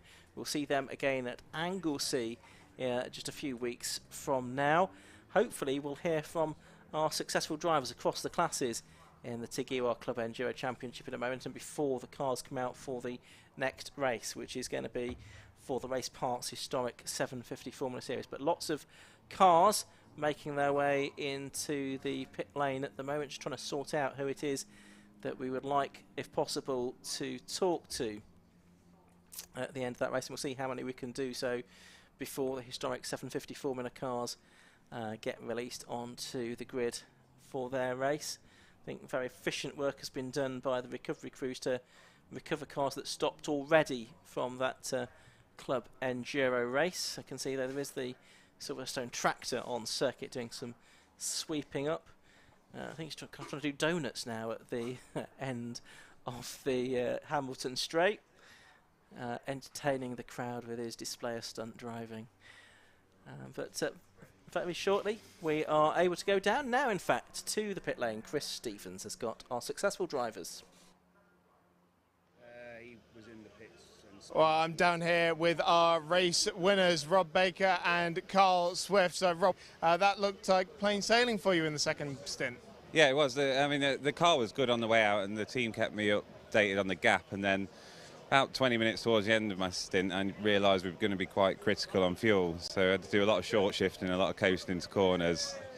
The gauge said 0 2 laps ago, but luckily we put 5 litres extra in at the stop, so I knew there was a couple of litres left. And then, yeah, Carl did a great stint at the start, so it was a good race in the end. Good to see Chris Freeman and Luke get a 1-2 in Class B as well, so good for the team.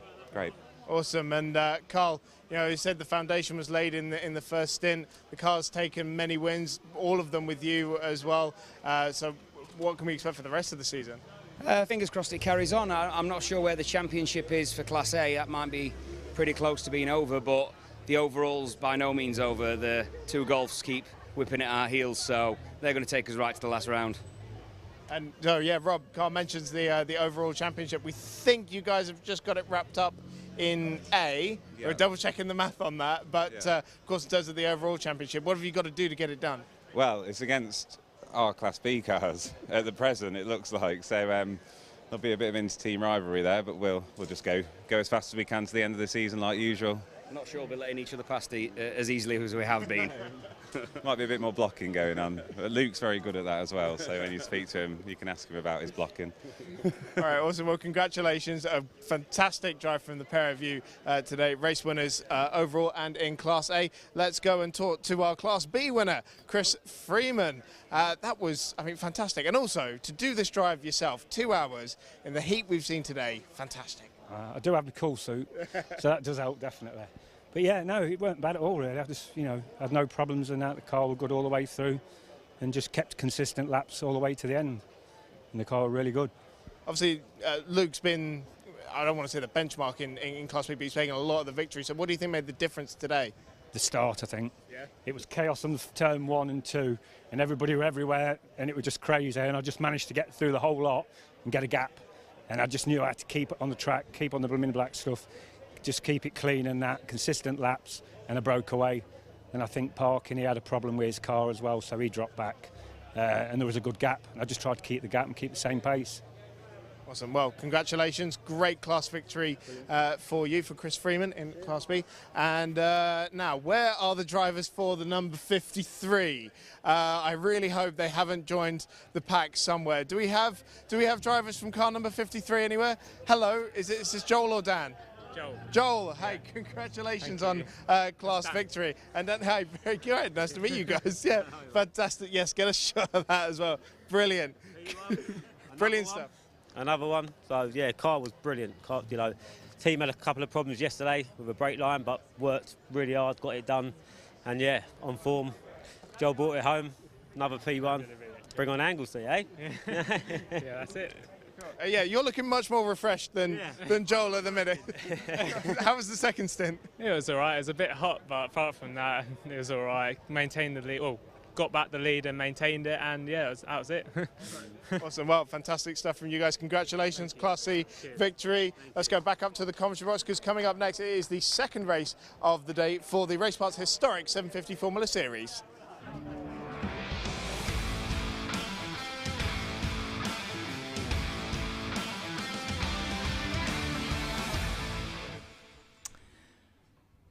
So, the marshals on the grid, ready and waiting to receive the cars for the Race Parts Historic 750 Formula Series, but they've not yet been released from the assembly area, so I imagine there's still a little bit of clearing up to be done somewhere around the circuit. If not cars to be collected, then possibly some fluid to be dressed as well.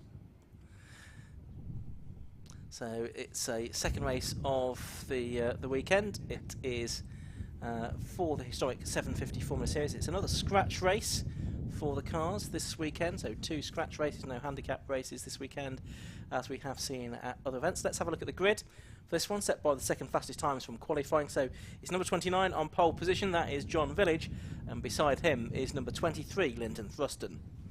On the second row of the grid, it will be 65, Jörg Schneider, and number 3, Charles Cooling. Third row is 7, Graham Wilson, and 72, Trevor Slatter. You can see the cars just being released from the assembly area now. Row 4, that's 2, Nigel Howard, and 42, Timothy Sage. Row 5 is 12, Ben Mile, and 27, Richard Pryor, although he wasn't there for the first race. We'll see if he's out for race 2.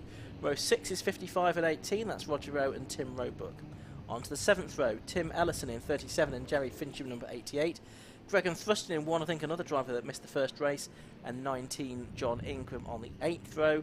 The 9th row will be 49, Peter Coombs, and 20, that's Ian Grant. On row 10, it's number 22, Charlie Plain-Jones, and 69, Hugo Pickup. Mike Harvey in number 5, and Mike Peck in 75 on the 11th row. David Lewis and Clive Neal in 99 and 60 respectively on row 12.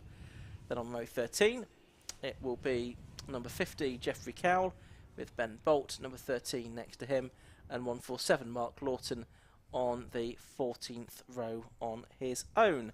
So that's the way the grid is going to line up. The cars will be there momentarily. A reminder that earlier on today, it was a very clear win for John Village in his Village V2, the recreation of the car that he started racing in back in the 1970s before he embarked on his career in Formula Ford as a driver and then team manager as well, notably.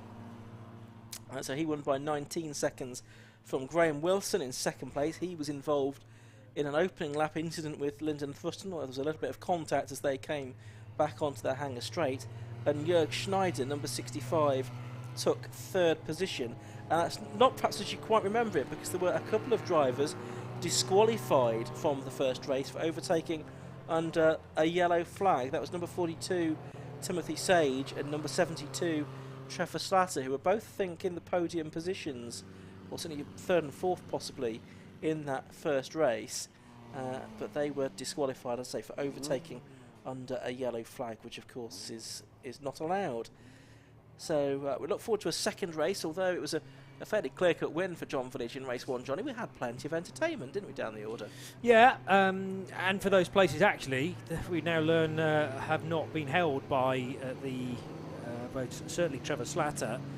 But I remember Jörg Schneider being properly stuck into a battle as well.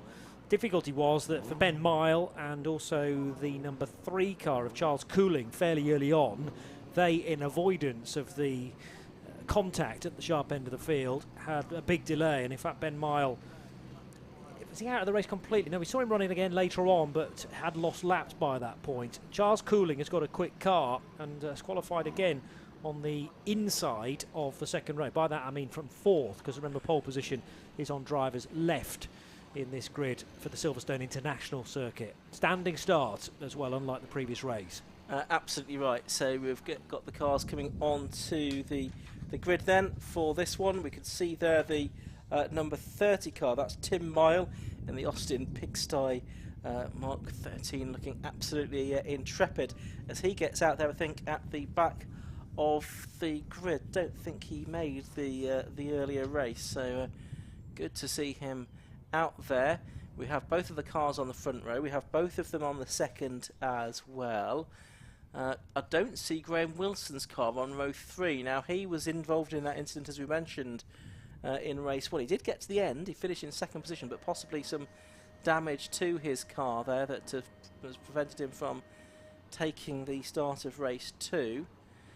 And there we're watching the 30 car lineup at the back. We've got the green flag waved at the back of the grid then. The race about to get underway.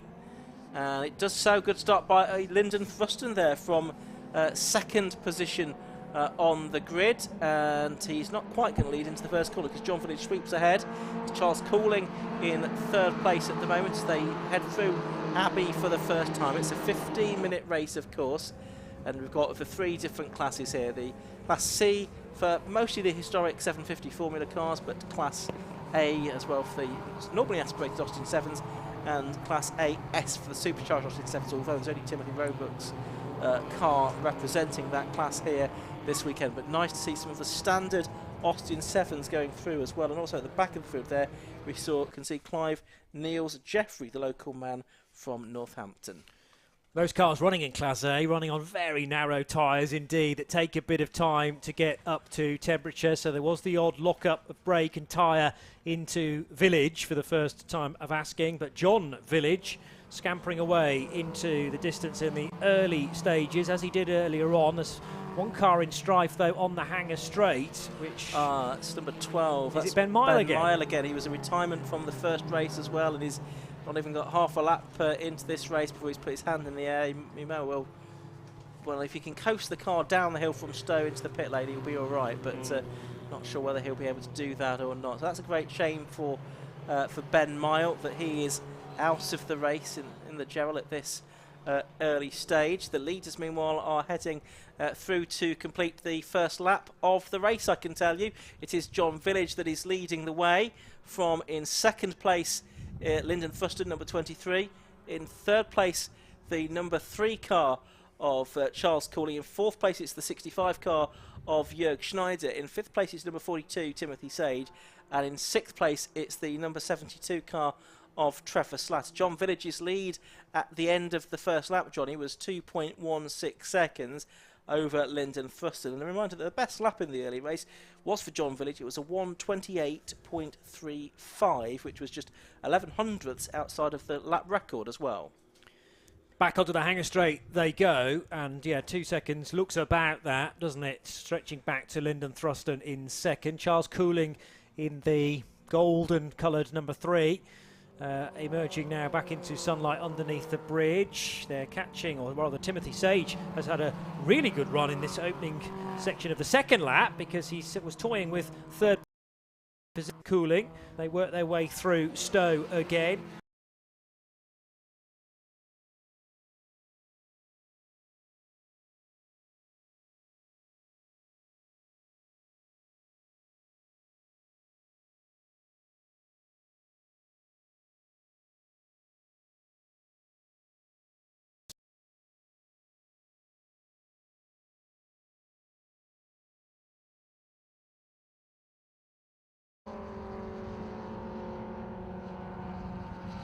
It's the number 3 car of Charles Cooling, in fact, that's made it through ahead of Lyndon Thruston there. The two of them were side, 3 of them together.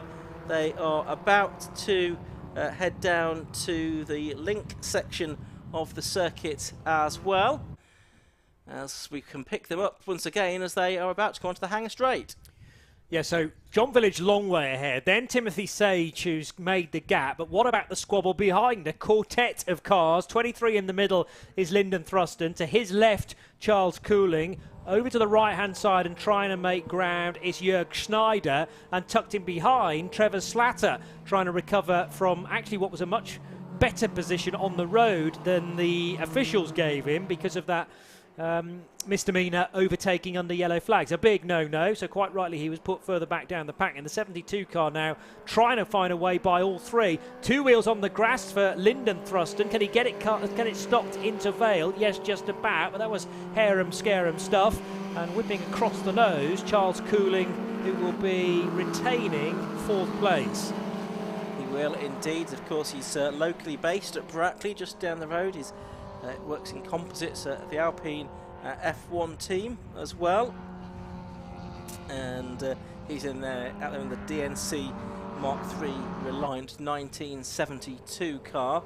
That's Charles Cooling in 4th at the moment, and he's doing his best here to keep all the drivers at bay, although not necessarily succeeding, because Lyndon Thruston has gone down the inside on the way into Village and taken 4th place off him. Lyndon in the number 23 car, the HCS Mark II, very much the prime mover behind historic 750 Formula, helps to chivvy along all the competitors, get some really good grids out there. And I think we've got 20 cars that started this race, so I think we had a few more qualify and take part in race 1, but 1 or 2 have fallen by the wayside, I'm afraid. As there we see the Tim Mile car be lapped there by 42, which is Tim Sage. There's an unusual number of Tims racing in historic 750 Formula, I've noticed, as we watch the next battle go through. Spinner. Got a spinner in the background. Do you want to take a venture as to who that might be? Tough from that distance. It was. That's an unfair question, isn't it?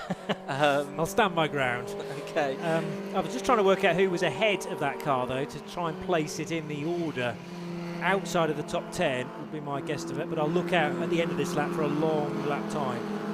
Okay. Well, John Village has done a short lap time. He's just done the best lap of the race. So he has done the best lap of the race, 127.47 at least during the course of this race so far. The lap record for these cars, yes, has gone, because that's underneath Greg and Thruston's lap record, which is a 128.24. So a new lap record there for John Village in his Village V2. He has been in very good form this season, winning 3 of the races before this weekend and adding a further victory this morning. Looks like he's going to make it 5 wins so far by the time the day is out. Did you work out who that car with the long lap was? I'm still waiting, actually. No, okay. So it's been a fairly lengthy delay. 149.34. John Ingram. Could have been, couldn't it? Yeah, that's a lot slower than he has been going. Might work, mightn't it, for the number 19, the Arthur Mark II, one of the historic 750 Formula cars, so that would work in terms of what it looked like. Timothy Roebuck, talking of one of the Tims, he's leading the supercharged Austin 7 class by dint of being the only car in it, and that was the number 5 car, which is Michael Harvey. He's currently 2nd in the Class A for the normally aspirated Austin 7s, behind Charlie Plain Jones at the moment. Meanwhile, this battle continues to go on for 3rd and 4th position, Jörg Schneider, the Swiss, against Lyndon Thruston. And they are separated by not much real estate at all, heading around Club Corner and back onto the Hamilton Straight. Trevor Slatter watching brief in 6th spot in the number 72 at Centaur Mark 11, and now heading towards the right-hander at Abbey. It is the 65 car of Jörg Schneider, with his head well and truly above water when you compare it to these 2 cars behind, although up the inside, having said that, no, complete rubbish, because Lyndon Thruston is right with him. It was a larger gap, I thought, across the line, but no, Thruston has closed up, under braking into Village and really challenging Schneider through the traffic now, as well as John Village reaches Hanger Straight for the 6th time. What's noticeable about so many of these cars with being front-engined, of course, is that there's so little between the driver and the rear of the car. Really not much to choose between them and the back of the car at all. You can certainly see that looking at Jörg Schneider's number 65 car, for example, which we just were, and we just are again. Look how far to the back he sits in that Arthur. And likewise with Lyndon Thruston's HCS. And so too John Village, actually, in the Village V2 that leads the race. That's the car of his own design and construction, a replica of the car that he raced in the 1970s in 750 Formula. So there's Lyndon Thruston now in number 23, turning his way through Club Corner, still chasing after Jörg Schneider. We have got about 6 minutes of the race left to go. Trevor Slatter out of Club Corner. There's Charles Cooling as well, still with the novice cross on the back. He will have earned a few more signatures this weekend. An earlier race today didn't go to plan, but not because of his error. It was a mistake, some contact immediately in front, and he had to loop around at the start of the Hanger Straight. Thruston to the inside now of Schneider. Just about close enough, but it would have been a daring overtake into Village. Village, an awkward corner. It is hard enough stop to fashion an overtake, but you need to know that the car that you're trying to dive underneath has seen you and will give you ample room. Very close indeed now between Tim Sage, Jörg Schneider and Lyndon Thruston as they work their way onto the Hanger Straight. Car 42 heading the battle for 2nd position. Yeah, so Tim Sage at the head of this group, the 65-year-old from Dorset. He's a panel maker, vintage cars, and an artist as well. So he's holding on to 2nd place at the minute in this Mallock Mark IV with the Ford Pre-Crossflow 997cc engine that is owned by Bill Pearce, the car. He's also the team manager as well, who's originally bought this car from the Mallock family. And it's good that he's got that car back out, but he's made a bit of a mistake there, has he, at Club Corner? Certainly a different line being taken by Jörg Schneider, trying to go around the outside of him. There's the back marker, Charlie Plain Jones, that's in the mix as well, but it's going to be side by side for 2nd place as they come up and over the line. Timing keepers separate them by only 7/100ths of a second. Indeed, those 3 cars only by 2/10. It's still going to be Sage that's ahead of this little group. So 2nd as he turns into Abbey, ahead of Schneider, and Thruston 4th and 3rd of that group. All about momentum in these cars that are relatively low powered, although they weigh next to nothing as well. So an 850 or in some cases 750cc engine is ample, but if you do lose your way slightly through that technical end to the Silverstone International lap, through the Vale and through Club, then you might be a sitting duck. And actually Tim Sage did well not to get too distracted as he headed through the final sequence of corners there. Now onto the Hanger Straight though. Lyndon Thruston not quite as close as he was, and Trevor Slatter even more distant in the orange-nosed 72 car. So just getting a bit more strung out when actually, 40 seconds ago, Tim Sage was under massive pressure from both Schneider and Thruston. Yeah, absolutely right. So they're turning their way through Stowe again, dropping down the Vale towards the left-hander. There's John Village in the lead by 7 seconds or so from the rest, and Sage, as you can see, as Johnny was saying, is now a little bit more comfortable in 2nd place for the moment, at least, in this Mallock that he repanels himself. Smart it looks too. And there's the 65 car of Schneider, probably a couple of seconds behind him now. 1.5, 1.6 seconds in actual fact behind him, and similar gap back actually to Lyndon Thruston in 4th. Trevor Slatter is about 4 seconds behind him in 5th, and Charles Cooling a second or so behind him in 6th place. Those two just turning through Abbey Corner now. Slatter was quicker than Thruston on that lap by over a second, but he's got about 4 to find to be back with the 4th place car. Charles Cooling, as mentioned, has a car that is similar in pace to Trevor Slatter and at times Lyndon Thruston, but Charles going a little bit the wrong way there, 1.2 seconds away from the rear bumper of Trevor Slatter. There is Cooling's car, Slatter just ahead. On the previous lap, the yellow car was a bit slower than Slatter, but they're swapping and changing best lap times between the two of them on each lap. That's the next battle to liven up, I would say. We are running out of time though, just 2 more minutes left on the clock. Yeah, absolutely right. It's the final knock-ins of this race now.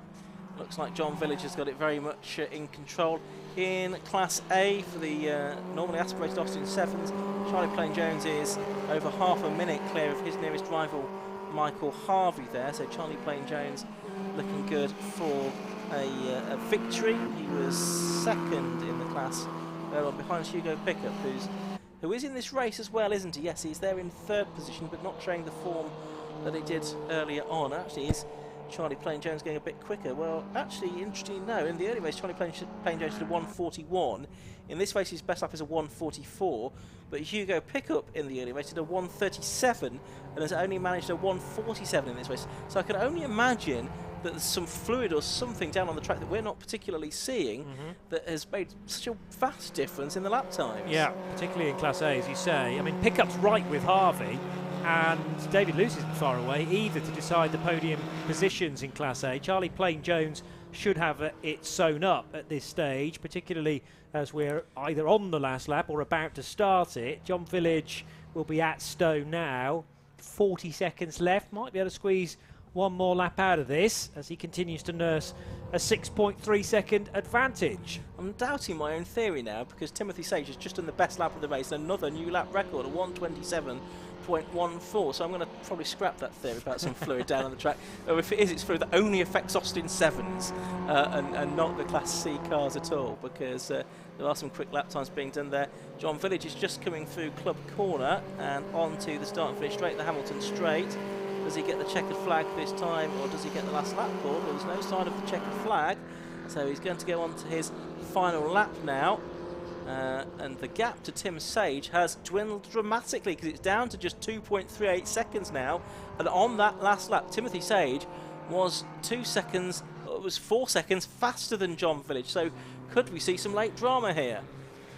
Well, he was less than 5 seconds away from that being the last lap. I suppose John Village could have eased off had he fully known, but I don't think that was the intention, and therefore the reason why a 6 second gap has become only 2. Checkered flag not being displayed, so there's no confusion there either, although he's got a checkered flag wrapped round on the helmet, I notice, as John. Smart lid that for racing this weekend at Silverstone, and that's a much more healthy advantage than 2.5 seconds, I'd say. They'll reach the hangar straight. Perhaps he was thinking it was going to be the last lap, eased off, and then realised it wasn't, and thought, oh, better get going again then, hadn't I? Especially if he spotted Timothy Sage's car and his mirror was only 2.38 seconds behind him. So he turns his way through Stowe for what definitely will be the final time, but he's now had 16 minutes of this 15-minute race. He drops down through the Vale towards the left-hand Vale corner itself, and he's going to make it a perfect day. 2 wins from 2 in the race parts historic 750 Formula Series. He's got the JV on the side of his car. Not John Virgo, but John Village. Turning his way through the final corner, and this time he does see the checkered flag. So it's John Village that takes the victory. The gap in the end, 2.09 seconds, so it has come down both into the 129s on the final lap, but Timothy Sage it was that took second. Jörg Schneider has come through to take his second podium of the day in the number 65 car, so well worth that trip from Switzerland for 3rd position. 4th place goes the way of number 23 Lyndon Thruston. In 5th place it's number 72 Trevor Slatter. In 6th place it's number 3 Charles Cooling. And then we wait for the next cars to come through, if indeed there are any more to come through on the leading lap. Obviously a number of cars have been lapped during the course of that race. The next car on the time screen is Roger Rowe, I think, in 55 in 7th position. Is this him? That's him going over the line now to take 7th place. Timothy Robert will be 8th in his Austin 7, which is the only supercharged car in the race. Nigel Howard 9th and Ian Grant 10th. It's another dominant performance there, Johnny, by John Village. Certainly was, yeah, most impressive, and there hasn't really been anybody else to match his consistency through the course of the day, despite Tim Sage closing the gap to 2 seconds. I think that was more of an element of John hoping that he might get to the end of the race with only 10 laps. In the end, it was 11. And, yeah, well, it caught his attention. The number 42, Roundel, looming larger in the mirrors from Tim Sage. Equally, Sage had managed to shake the pressure from Jörg Schneider, who will finish on the podium.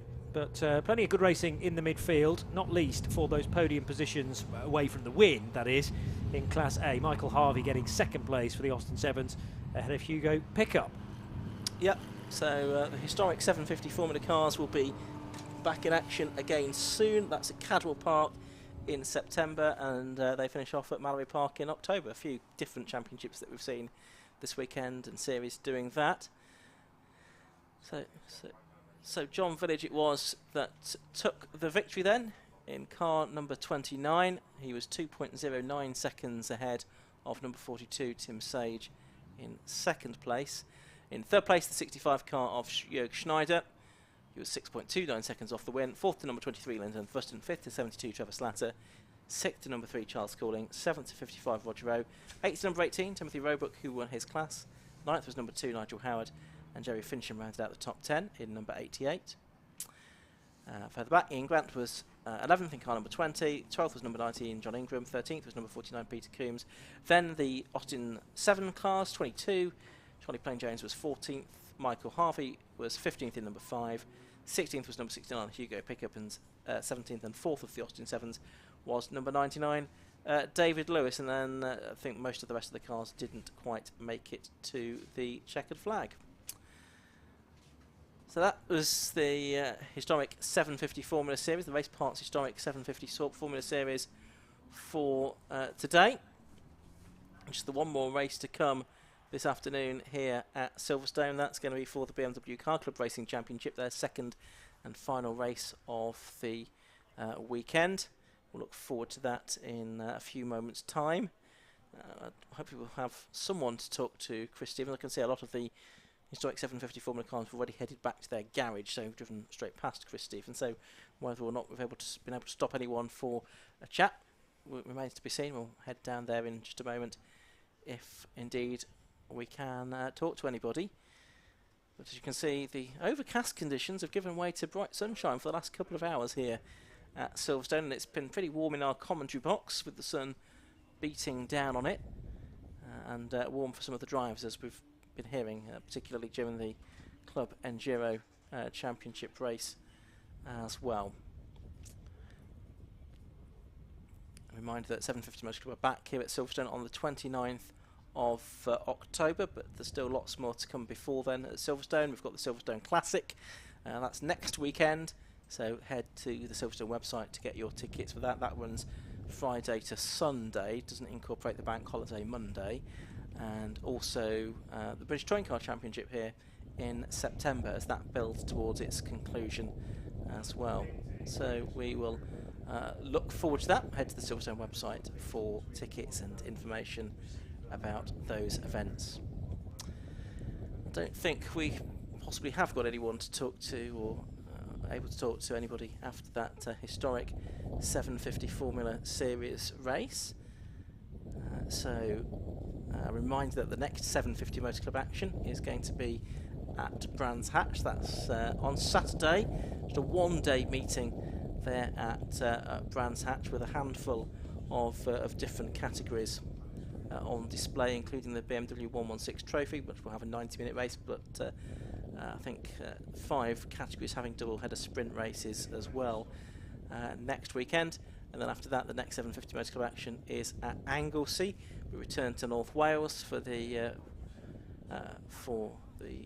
only occasion this season, having already headed to South Wales and Pembroke at a few months ago. Right, let's head now into the final race of the day, the BMW Car Club Racing Championship.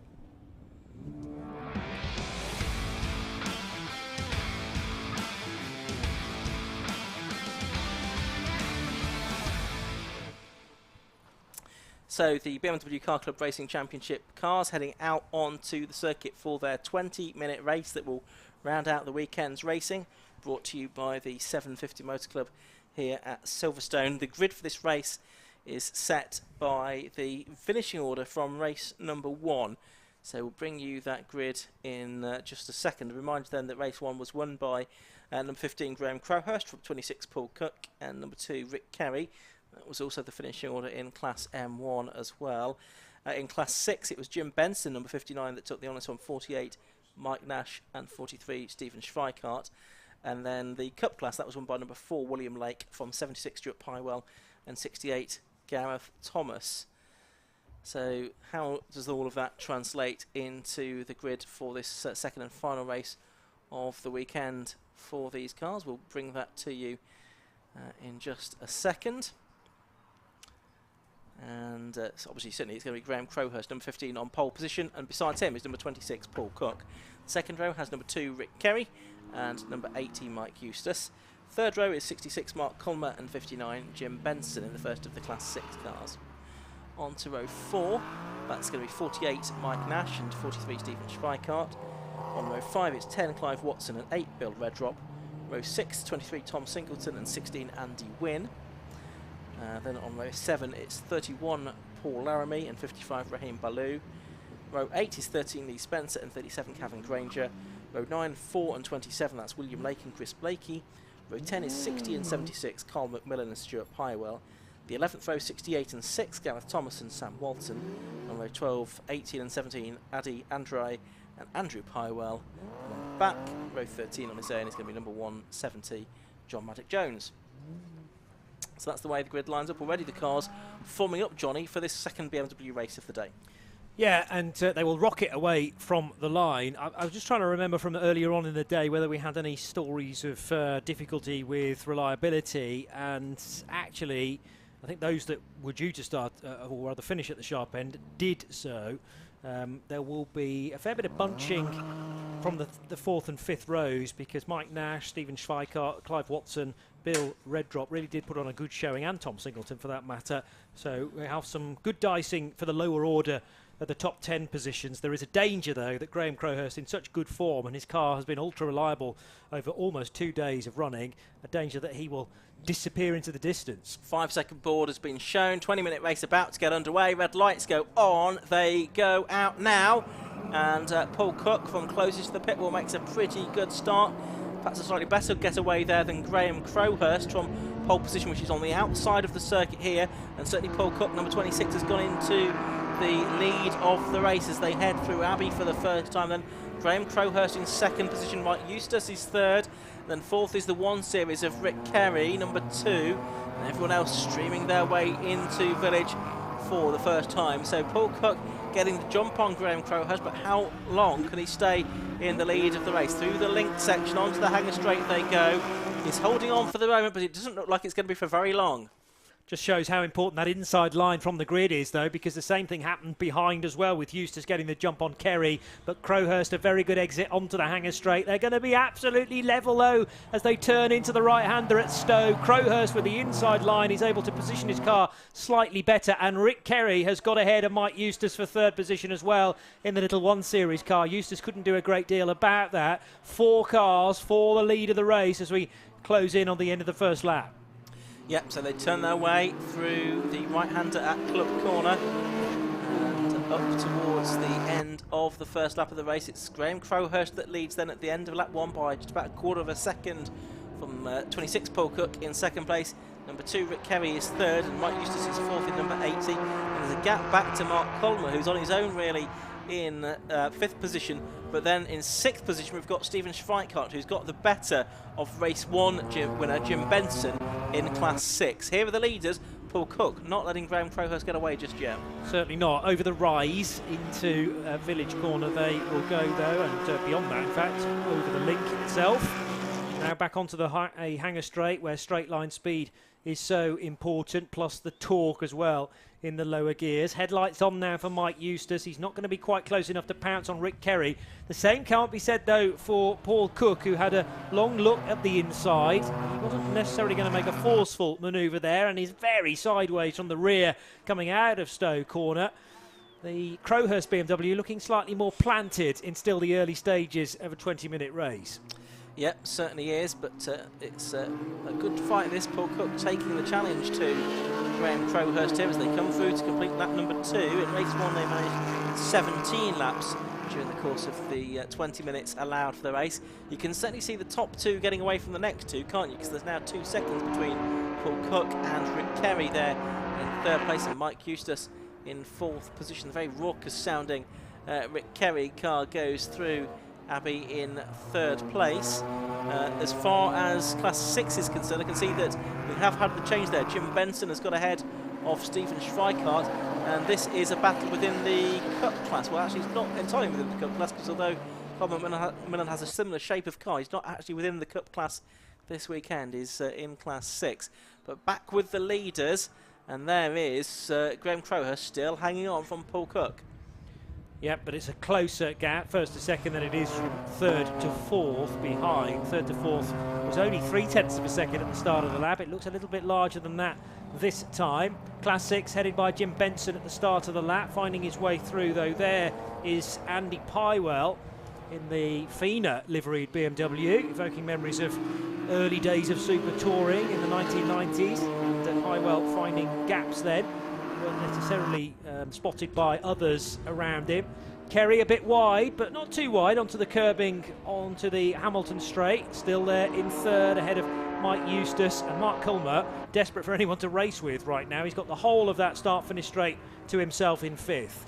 Yeah, he is the 5th of the Class M1 cars. He can't quite live with the pace of the 4 ahead of him, but equally is quite a bit quicker than the Class 6 cars ahead, although Jim Benson might be trying to bridge the gap. We'll have to see how that pans out.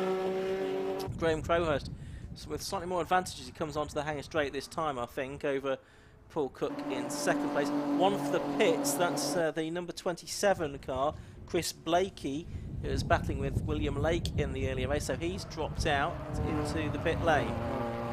There's Paul Cook in 2nd at Stowe. The rear lights not flashing in real life, that's just an effect from our cameras, but steady LEDs on the back of Crowhurst's car. Headlights are on as well to warn of any forthcoming traffic that he'll want to get through. Hasn't quite reached the tail end though of this field of 25 cars. Back across the line then, the 1 series of Rick Kerry, as now Graham Crowhurst goes quicker than anybody else with a 1 minute 12.32 at the end of lap 4. Still waiting for the Class 6 battle to appear out of the final corner at Club. It was being headed though by Jim Benson at the start of the previous lap.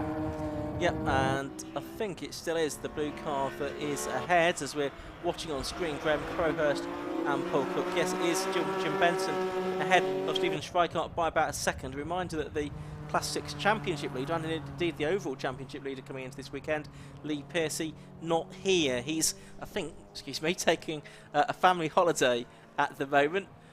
So he'll be back for the next meeting, I'm sure. Oh, that's Mark. Well, he said he wanted a race. Well, he's found a way to challenge himself. He's been pushing himself to the limit, and he's had an off there at the link. But he's going to rejoin, I think, ahead of Jim Benson. But Benson might have the momentum. Running with the novice cross, Mark Culmer, and that will be banked in the experience book, no doubt about it. All crossed up, presumably on the run into that tricky right-hander. He might have caught the bump, which links the 2 versions of the Silverstone circuit together, and that's an awkward seam, if you like, from the Grand Prix track to Maggots and Beckett. So Culmer's not going to pop out of Club at a similar point that we have become used to over the last few laps. Is he going to still be ahead of Jim Benson? News on that to follow, focusing still though on the 1st and 2nd place fight, Crowhurst to Cook. Yeah, indeed, so that gap has gradually gone out, hasn't it? 0.8 of a second it was at the end of lap number 5, and we're zooming in now on the battle for 11th position here. Bill Redrop, number 8, just ahead of Paul Laramie, number 31, and Tom Singleton, number 23. So I think these 3 were involved in a good scrap in the earlier race as well, then 330s primarily, those cars turning their way through. And there's Mark Coleman now, and you can see, well, he's got Stephen Schweikart right behind him, which means that Schweikart is ahead of Jim Benson as well. So a couple of things to note there.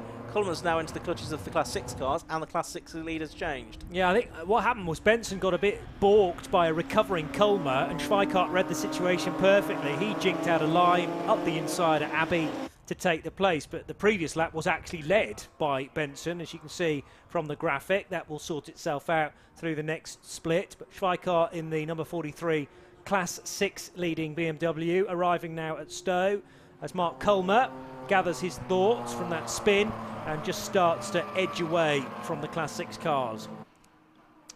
Yeah, it certainly does, but now Jim Benson has got a challenge on his hands to try and get back ahead of Stephen Schweikart, who is leading Class 6 just at the moment. Just having a look to see how the Class 6 wins have been distributed this season. I have a feeling that they've entirely gone the way of Lee Pearcey so far this year, who had reconfigured his car to run in Class 6 for this season. So I think about what about class podiums within Class 6. Jim Benson before today had 3 second places within the class, and he's added now a class win. And in terms of Stephen Schweikart, he'd had 1 second and 4 thirds before today. So he'll be keen here to stay ahead of Jim Benson and get his first win in Class 6. But he's also busy taking the fight to Mark Coleman as well as they go back onto the hanging straight. You can see there, though, how the M1 car is able to accelerate away a little bit more effectively. But also, it wasn't a great exit from Schweikart, and he might lose the lead here to Jim Benson as they head down the hanging straight. Yeah, Benson on the right-hand side of your shot and Schweikart on the left-hand side, so he'll have the natural racing line. Also trying to bag a place is Cavan Granger behind in number 37. I don't know whether Coleman's therefore flat-spotted all of his tyres. Well, no doubt he hasn't treated them particularly well because it was a long sideways spin. But clearly you can get a bit distracted by cars homing in on your position. Again, though, he's concentrating on the road in front as Benson gets ahead of Schweikart briefly through Vale. Granger making a nuisance of himself, as is the next car of Clive Watson as well. These are all Class 6 cars, first, second, third and fourth in that division, and this lap will be headed by Jim Benson once again. It will indeed, and look how they've lost touch as well to Mark Coleman as well. Over the line that time he was 2 seconds clear of Jim Benson, in fact. For the lead, by the way, Graham Crowhurst still ahead in car number 15, still about 8 tenths back to Paul Cook in second place. But we'll focus again on this Class 6 battle, and you can see the 2 different shapes of car in play here. You've got the Jim Benson car, which is the 330 Ci, and Stephen Schweikart in the E46 Compact, so slightly shorter car and shorter wheelbase as well for Stephen Schweikart, and that'll be handy in terms of the handling in the more twisty parts of the circuit, you would think, and is challenging nevertheless into Stowe at the end of the long hanger straight, but Benson in the 330 Ci able to hold on through there. We're now into the second half of the race. Yeah, getting the car turned, rotated is presumably easier in the compact, although the 330 is certainly no slouch when it comes to the more technical elements of the Silverstone International Circuit. 330i, or CI in this case, has been a stalwart in things like the British Touring Car Championship. As another compact, this time in the hands of Clive Watson, turns right. Well, actually the 325 Ti to give it its correct name, and to the inside Schweikart, I think, to take the class lead again at Abbey Corner. So Jim Benson tried to get to the right hand side of the track, but all a bit too late to defend. Absolutely right, so great scrap for this for the Class 6 lead. Cavan Granger it is in third place within Class 6 at the moment, so that's an improvement on where he was in race 1. He was well down the order in Class 6, so we're pleased with how things are going here. Watson fourth and Andy Wynn in 6th. We're not seeing too much of the Cup class battle, but that's being headed by William Lake by about 4 seconds now over Stuart Pywell, no, 11 seconds I should say, over Stuart Pywell in 15th and 16th position overall, and Sam Walton third of the Cup class cars in number 6. Mark Colmer at a Stowe corner in 5th position still, Class 1 car, but not able to take the fight to this machine of Mike Eustace, who is now ahead of Rick Kerry, by the way, for 3rd position, and indeed the two leaders between Crowhurst and Cook. So top 4 cars, well, top 2 certainly in a league of their own, then 14 seconds back to the next duo, and then it's Mark Culmer. However, drama. Yeah, Rick Kerry's not come through, has he, at the end of the lap? So he is tumbling down the order on our Thomas. I was just going to say, I can't see Rick Kerry's car behind Mike Eustace there. So Rick Kerry's race looks to have come to an end at the end of lap 8, because he hasn't yet come through, I'm afraid. So that's going to be a disappointment for the British Touring Car Championship driver. Here's the battle for Class 6 honours again, though. It doesn't relent, does it? This scrap between Swack, Stephen Schweikart, and Jim Benson in second place within that class. And you can see not too far behind them, because these two are slowing each other up, I think. Kevin Granger in number 37, the car with the burgundy bonnet, and the grey car of Clive Watson, number 10. Yeah, Watson lost about half a second to Granger on the previous lap, but there have been times when he's been a bit quicker. So Watson keeping Granger honest, no doubt. And Andy Wynne has got some good speed as well, but he's got about 4 seconds to try and find. Almost the risk of a headbutt there from Jim Benson on Stephen Schweikart. Faster into the braking area for Vale Corner. Schweikart, though, standing his ground, keeping the elbows out, and for the moment Jim Benson behind. So that's now confirmed as a change of lead within Class 6. It took a while for actually that to manifest itself, because Jim Benson had led at the start of a lap and the end of the same lap, and Schweikart, despite being in front for a period of time, wasn't able to stay there till the end of lap 9. But he's done it now at the end of lap 10. Race leaders already on to lap 12. Graham Crowhurst still with only a 2-second lead over Paul Cook. This is the battle for 18th position, and it features the 18 car of A.D. Andrei in his BMW Compact 325, prepared by Neil MacDonald in his first season of racing, the data scientist from London. Also involved there, we saw the only Class 4 car of Andrew Pywell.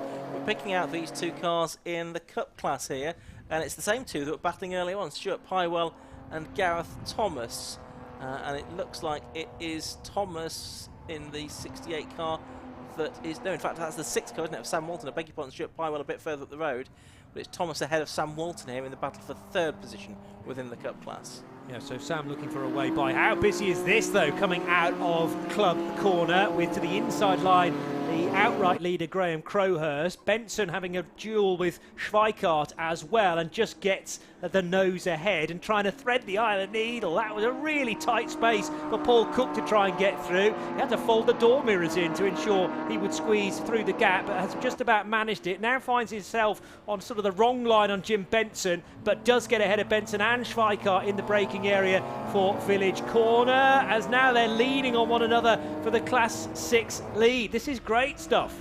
Superb racing here in the BMW Car Club Racing Championship Class 6. Clearly is the star attraction as well.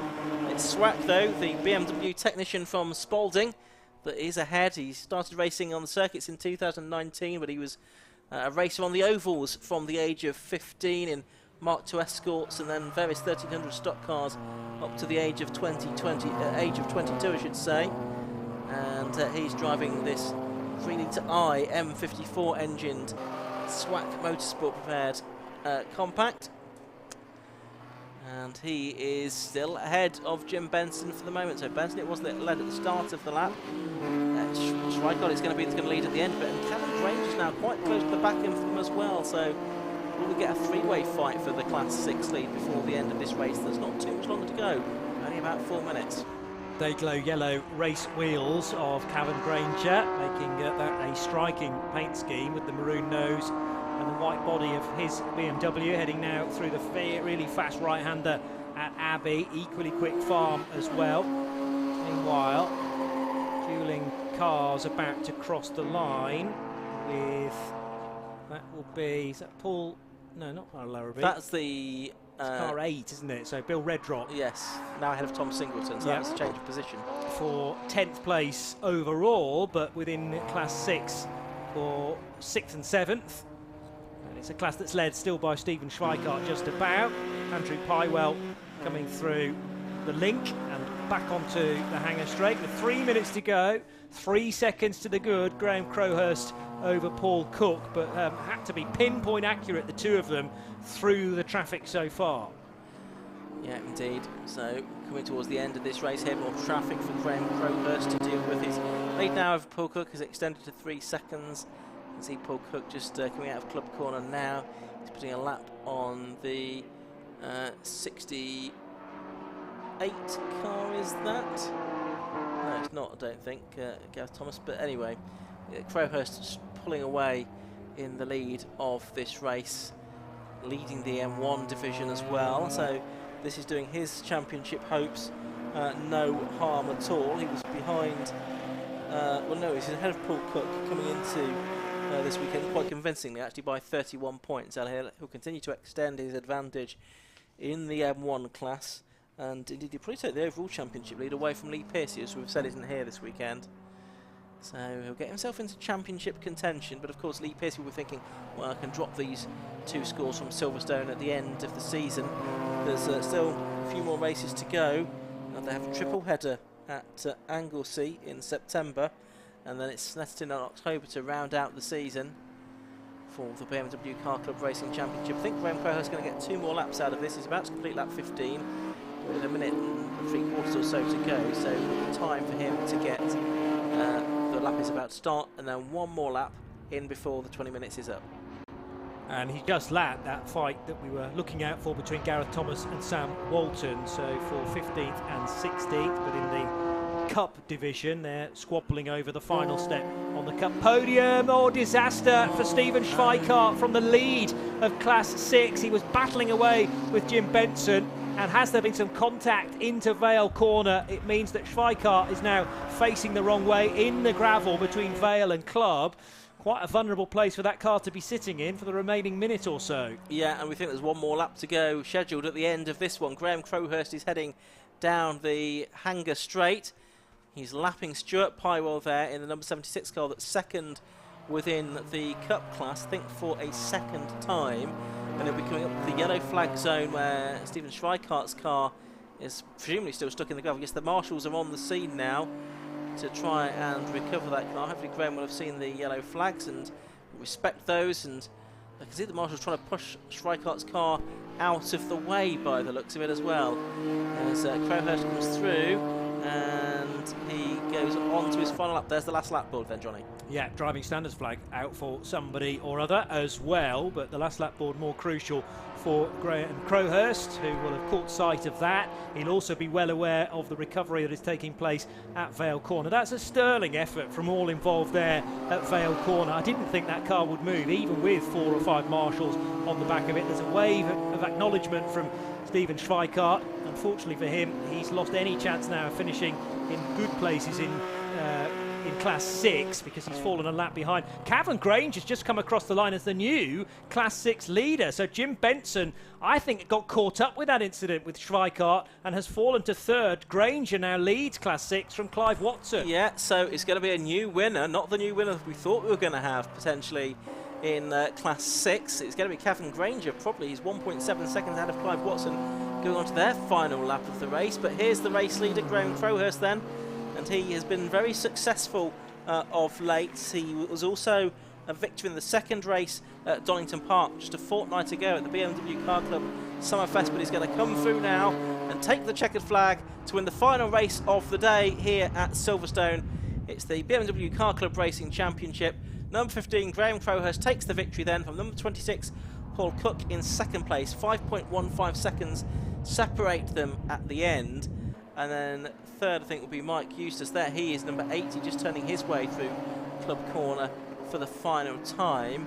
We'll see if we can pick up what's going on in Class 6 as well, a bit further back possibly, because that's the 37 car, the burgundy bonneted car of Cavan Granger. Yes, he's just turned his way through Club Corner now. Well, that tells you all you need to know, doesn't it, about the demise of Stephen Schweikart. Damaged the front of Jim Benson's car as Cavan Granger, just ahead of him, comes through to complete his race, and he takes the victory in Class 6 then. Cavan Granger it is winning Class 6, and Clive Watson in 2nd, and Andy Wynne in 3rd place, with Jim Benson falling back to 4th place in the end. There's Stephen Schweikart still waving to the marshals even after his disappointment right at the end of that race, Johnny. Yeah, and quite rightly so, because, you know, he gets a race finish rather than being stuck in the gravel right at the end of the lap. But testament to those guys down at Post at Vale, and indeed the whole of the track, because it's been a trying weekend in terms of heat, not rain necessarily, as is so often the case here in the UK, but it's been very, very warm, particularly when you're in several layers of fireproof overalls for safety reasons for the marshals. So great effort from all involved wherever you've been based around the circuit, with some quick recoveries organised, and that has meant that certainly in the long endurance race today, we didn't have a single safety car, did we? No. So, yeah, but it's good that Schweikart gets a finish. Sadly, it's a long way away from the top 6 in Class 6, but it does mean, as you say, new driver to the top step of the podium and an unusual look to Class 6. Yeah, so Kevin Granger getting the win there. Let's see if we can bring you the results from that race then. Final race of the weekend here at Silverstone. It was Graham Crowhurst that took the win. He completed 17 laps in car number 15 to take the victory by 5.15 seconds from number 26, Paul Cook, in 2nd place. Number 80, Mike Eustace, it was that took the 3rd place finish. In 4th place was number 66, Mark Culmer, but he was a lap down on the top, or certainly on the race leader. Then we get into Class 6, that's where I find number 37, Kevin Granger, taking the class victory there. For number 10, Clive Watson.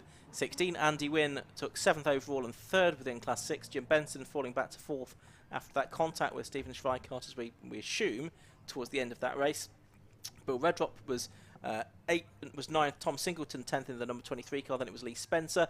William Lake in 12th overall won the Cup class from Stuart Pywell, Gareth Thomas and Sam Walton, with Colbert Millen, Adi Andrei and Stephen Schweikart and Andrew Pywell completing the 19 finishers in that BMW Car Club Racing Championship race. Well, Johnny Palmer, it's been good to have you alongside me in the commentary box once again. We must do this again sometime. I'd like to, yeah. And to be honest, the whole weekend has been a surprise for me. Got a relatively late call, not quite as late as Knock Hill just a couple of weekends ago. But if nothing else, I've ticked off 2 brand new boxes to call races from here at Silverstone. Stowe yesterday, and Abbey today for the live stream. Absolutely. Many thanks. And thank you for stepping in at late notice. It was very much appreciated. Just to echo again those thanks to all of the marshals who've done such sterling work all around the circuit, and indeed to thank all of the other officials of the 750 Mouse Club and the Silverstone circuit staff who work so hard behind the scenes as well to make all of this possible. We'll look forward to welcoming you again to the next 750 Mouse Club meeting at Brands Hatch on the 27th of August. The next live stream, that will be announced very shortly, and Silverstone with a venue for the Burkitt 6-hour relay race for the 750 Mouse Club when we're back here on the 29th of October. That's something a bit different. 70 cars on the grid, or 70 teams of cars on the grid on the Grand Prix circuit. We look forward to bringing you that every autumn, and I'll be joined by Josh Barrett and Andy McEwen and Lewis Beals for that one.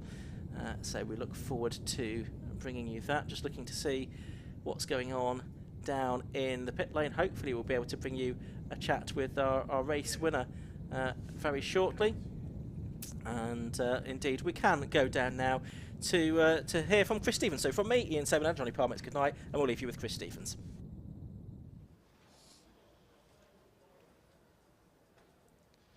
Well, the final race of the day, and it was won by Graham Crowhurst, a 2nd win of the day. But you did have to get your elbows out in the early stages of that race. Yeah, that was a lot harder than the first race. Fair play to Paul. He's made some changes to the car, and safe to say they worked. Yeah, really had to work hard for that. And how much were you having to really push to keep him at bay? Oh, flat out for 20 minutes. There was nothing left in reserve. Made a couple of little mistakes, outbraked myself a little bit at Stowe. Paul was coming back at me, and then the back markers, I think I got a little bit luckier with some of the back markers, but then one of them's hit me in the door at Vale, and I thought, why? You know, why bringing this into it? But it was about 6 cars into one corner, but I think Paul got held up, so yeah, the car's all right, thankfully. I'll just give it a bit of a shake down the straight, thinking it feels all right. I mean, there's no pain without any gain, right? So, yeah. Well, fantastic stuff. Another incredible victory for you to add to the tally. Another garland to take home with you as well. Yeah. And this is the main. Oh well. Great race. Oh, fantastic stuff. Right, well, we'll leave you to go and Thank celebrate with your team. Now, we've got a really good, heartwarming story to end the day on, because Cavan Granger, after, what was it, 3 years? 3 seasons, yeah. 3 seasons. First win ever. Just took his first ever class victory in the 6 class. Quite happy with that. It's been a long time coming. Been trying to get the car set up this year with the suspension. The first race was a bit manic because I put the wrong tyres on, and I dropped right back down the pecking order. But I got a good start. Managed to gain a couple of spaces. I saw Jim Benson and Steve Schwartz sitting there battling first and second. I thought they're going to make a mistake, and luckily they did, and I was able to sail through. And so a little bit default really, but I got there. It's a win's a win, isn't it? I mean, that was a really incredible battle, and you got a front row seat for it. That's it. Yeah. I mean, it's just unfortunate that, like Graham said, 6 cars into one corner doesn't work. And it just got a bit tight coming into oval there. And I just sat there and was able to pick them off. And luckily I wasn't involved, and I managed to get good speed coming at the bend to take first. So it's good. So we're happy. Good day. Well, default or not, a win's a win. Congratulations on your first victory. Absolutely fantastic stuff. You should go and celebrate tonight. Out there. Thank you, all my supporters, especially the wife. Couldn't do it without her. Fantastic stuff. Yeah, cheers. Well, that wraps up everything from the 750 Motor Club at Silverstone International, and we will see you next time. Thank you very much for joining us. If you have been at the circuit, we wish you a very pleasant trip home, and if you are watching at home, then enjoy the rest of your evening.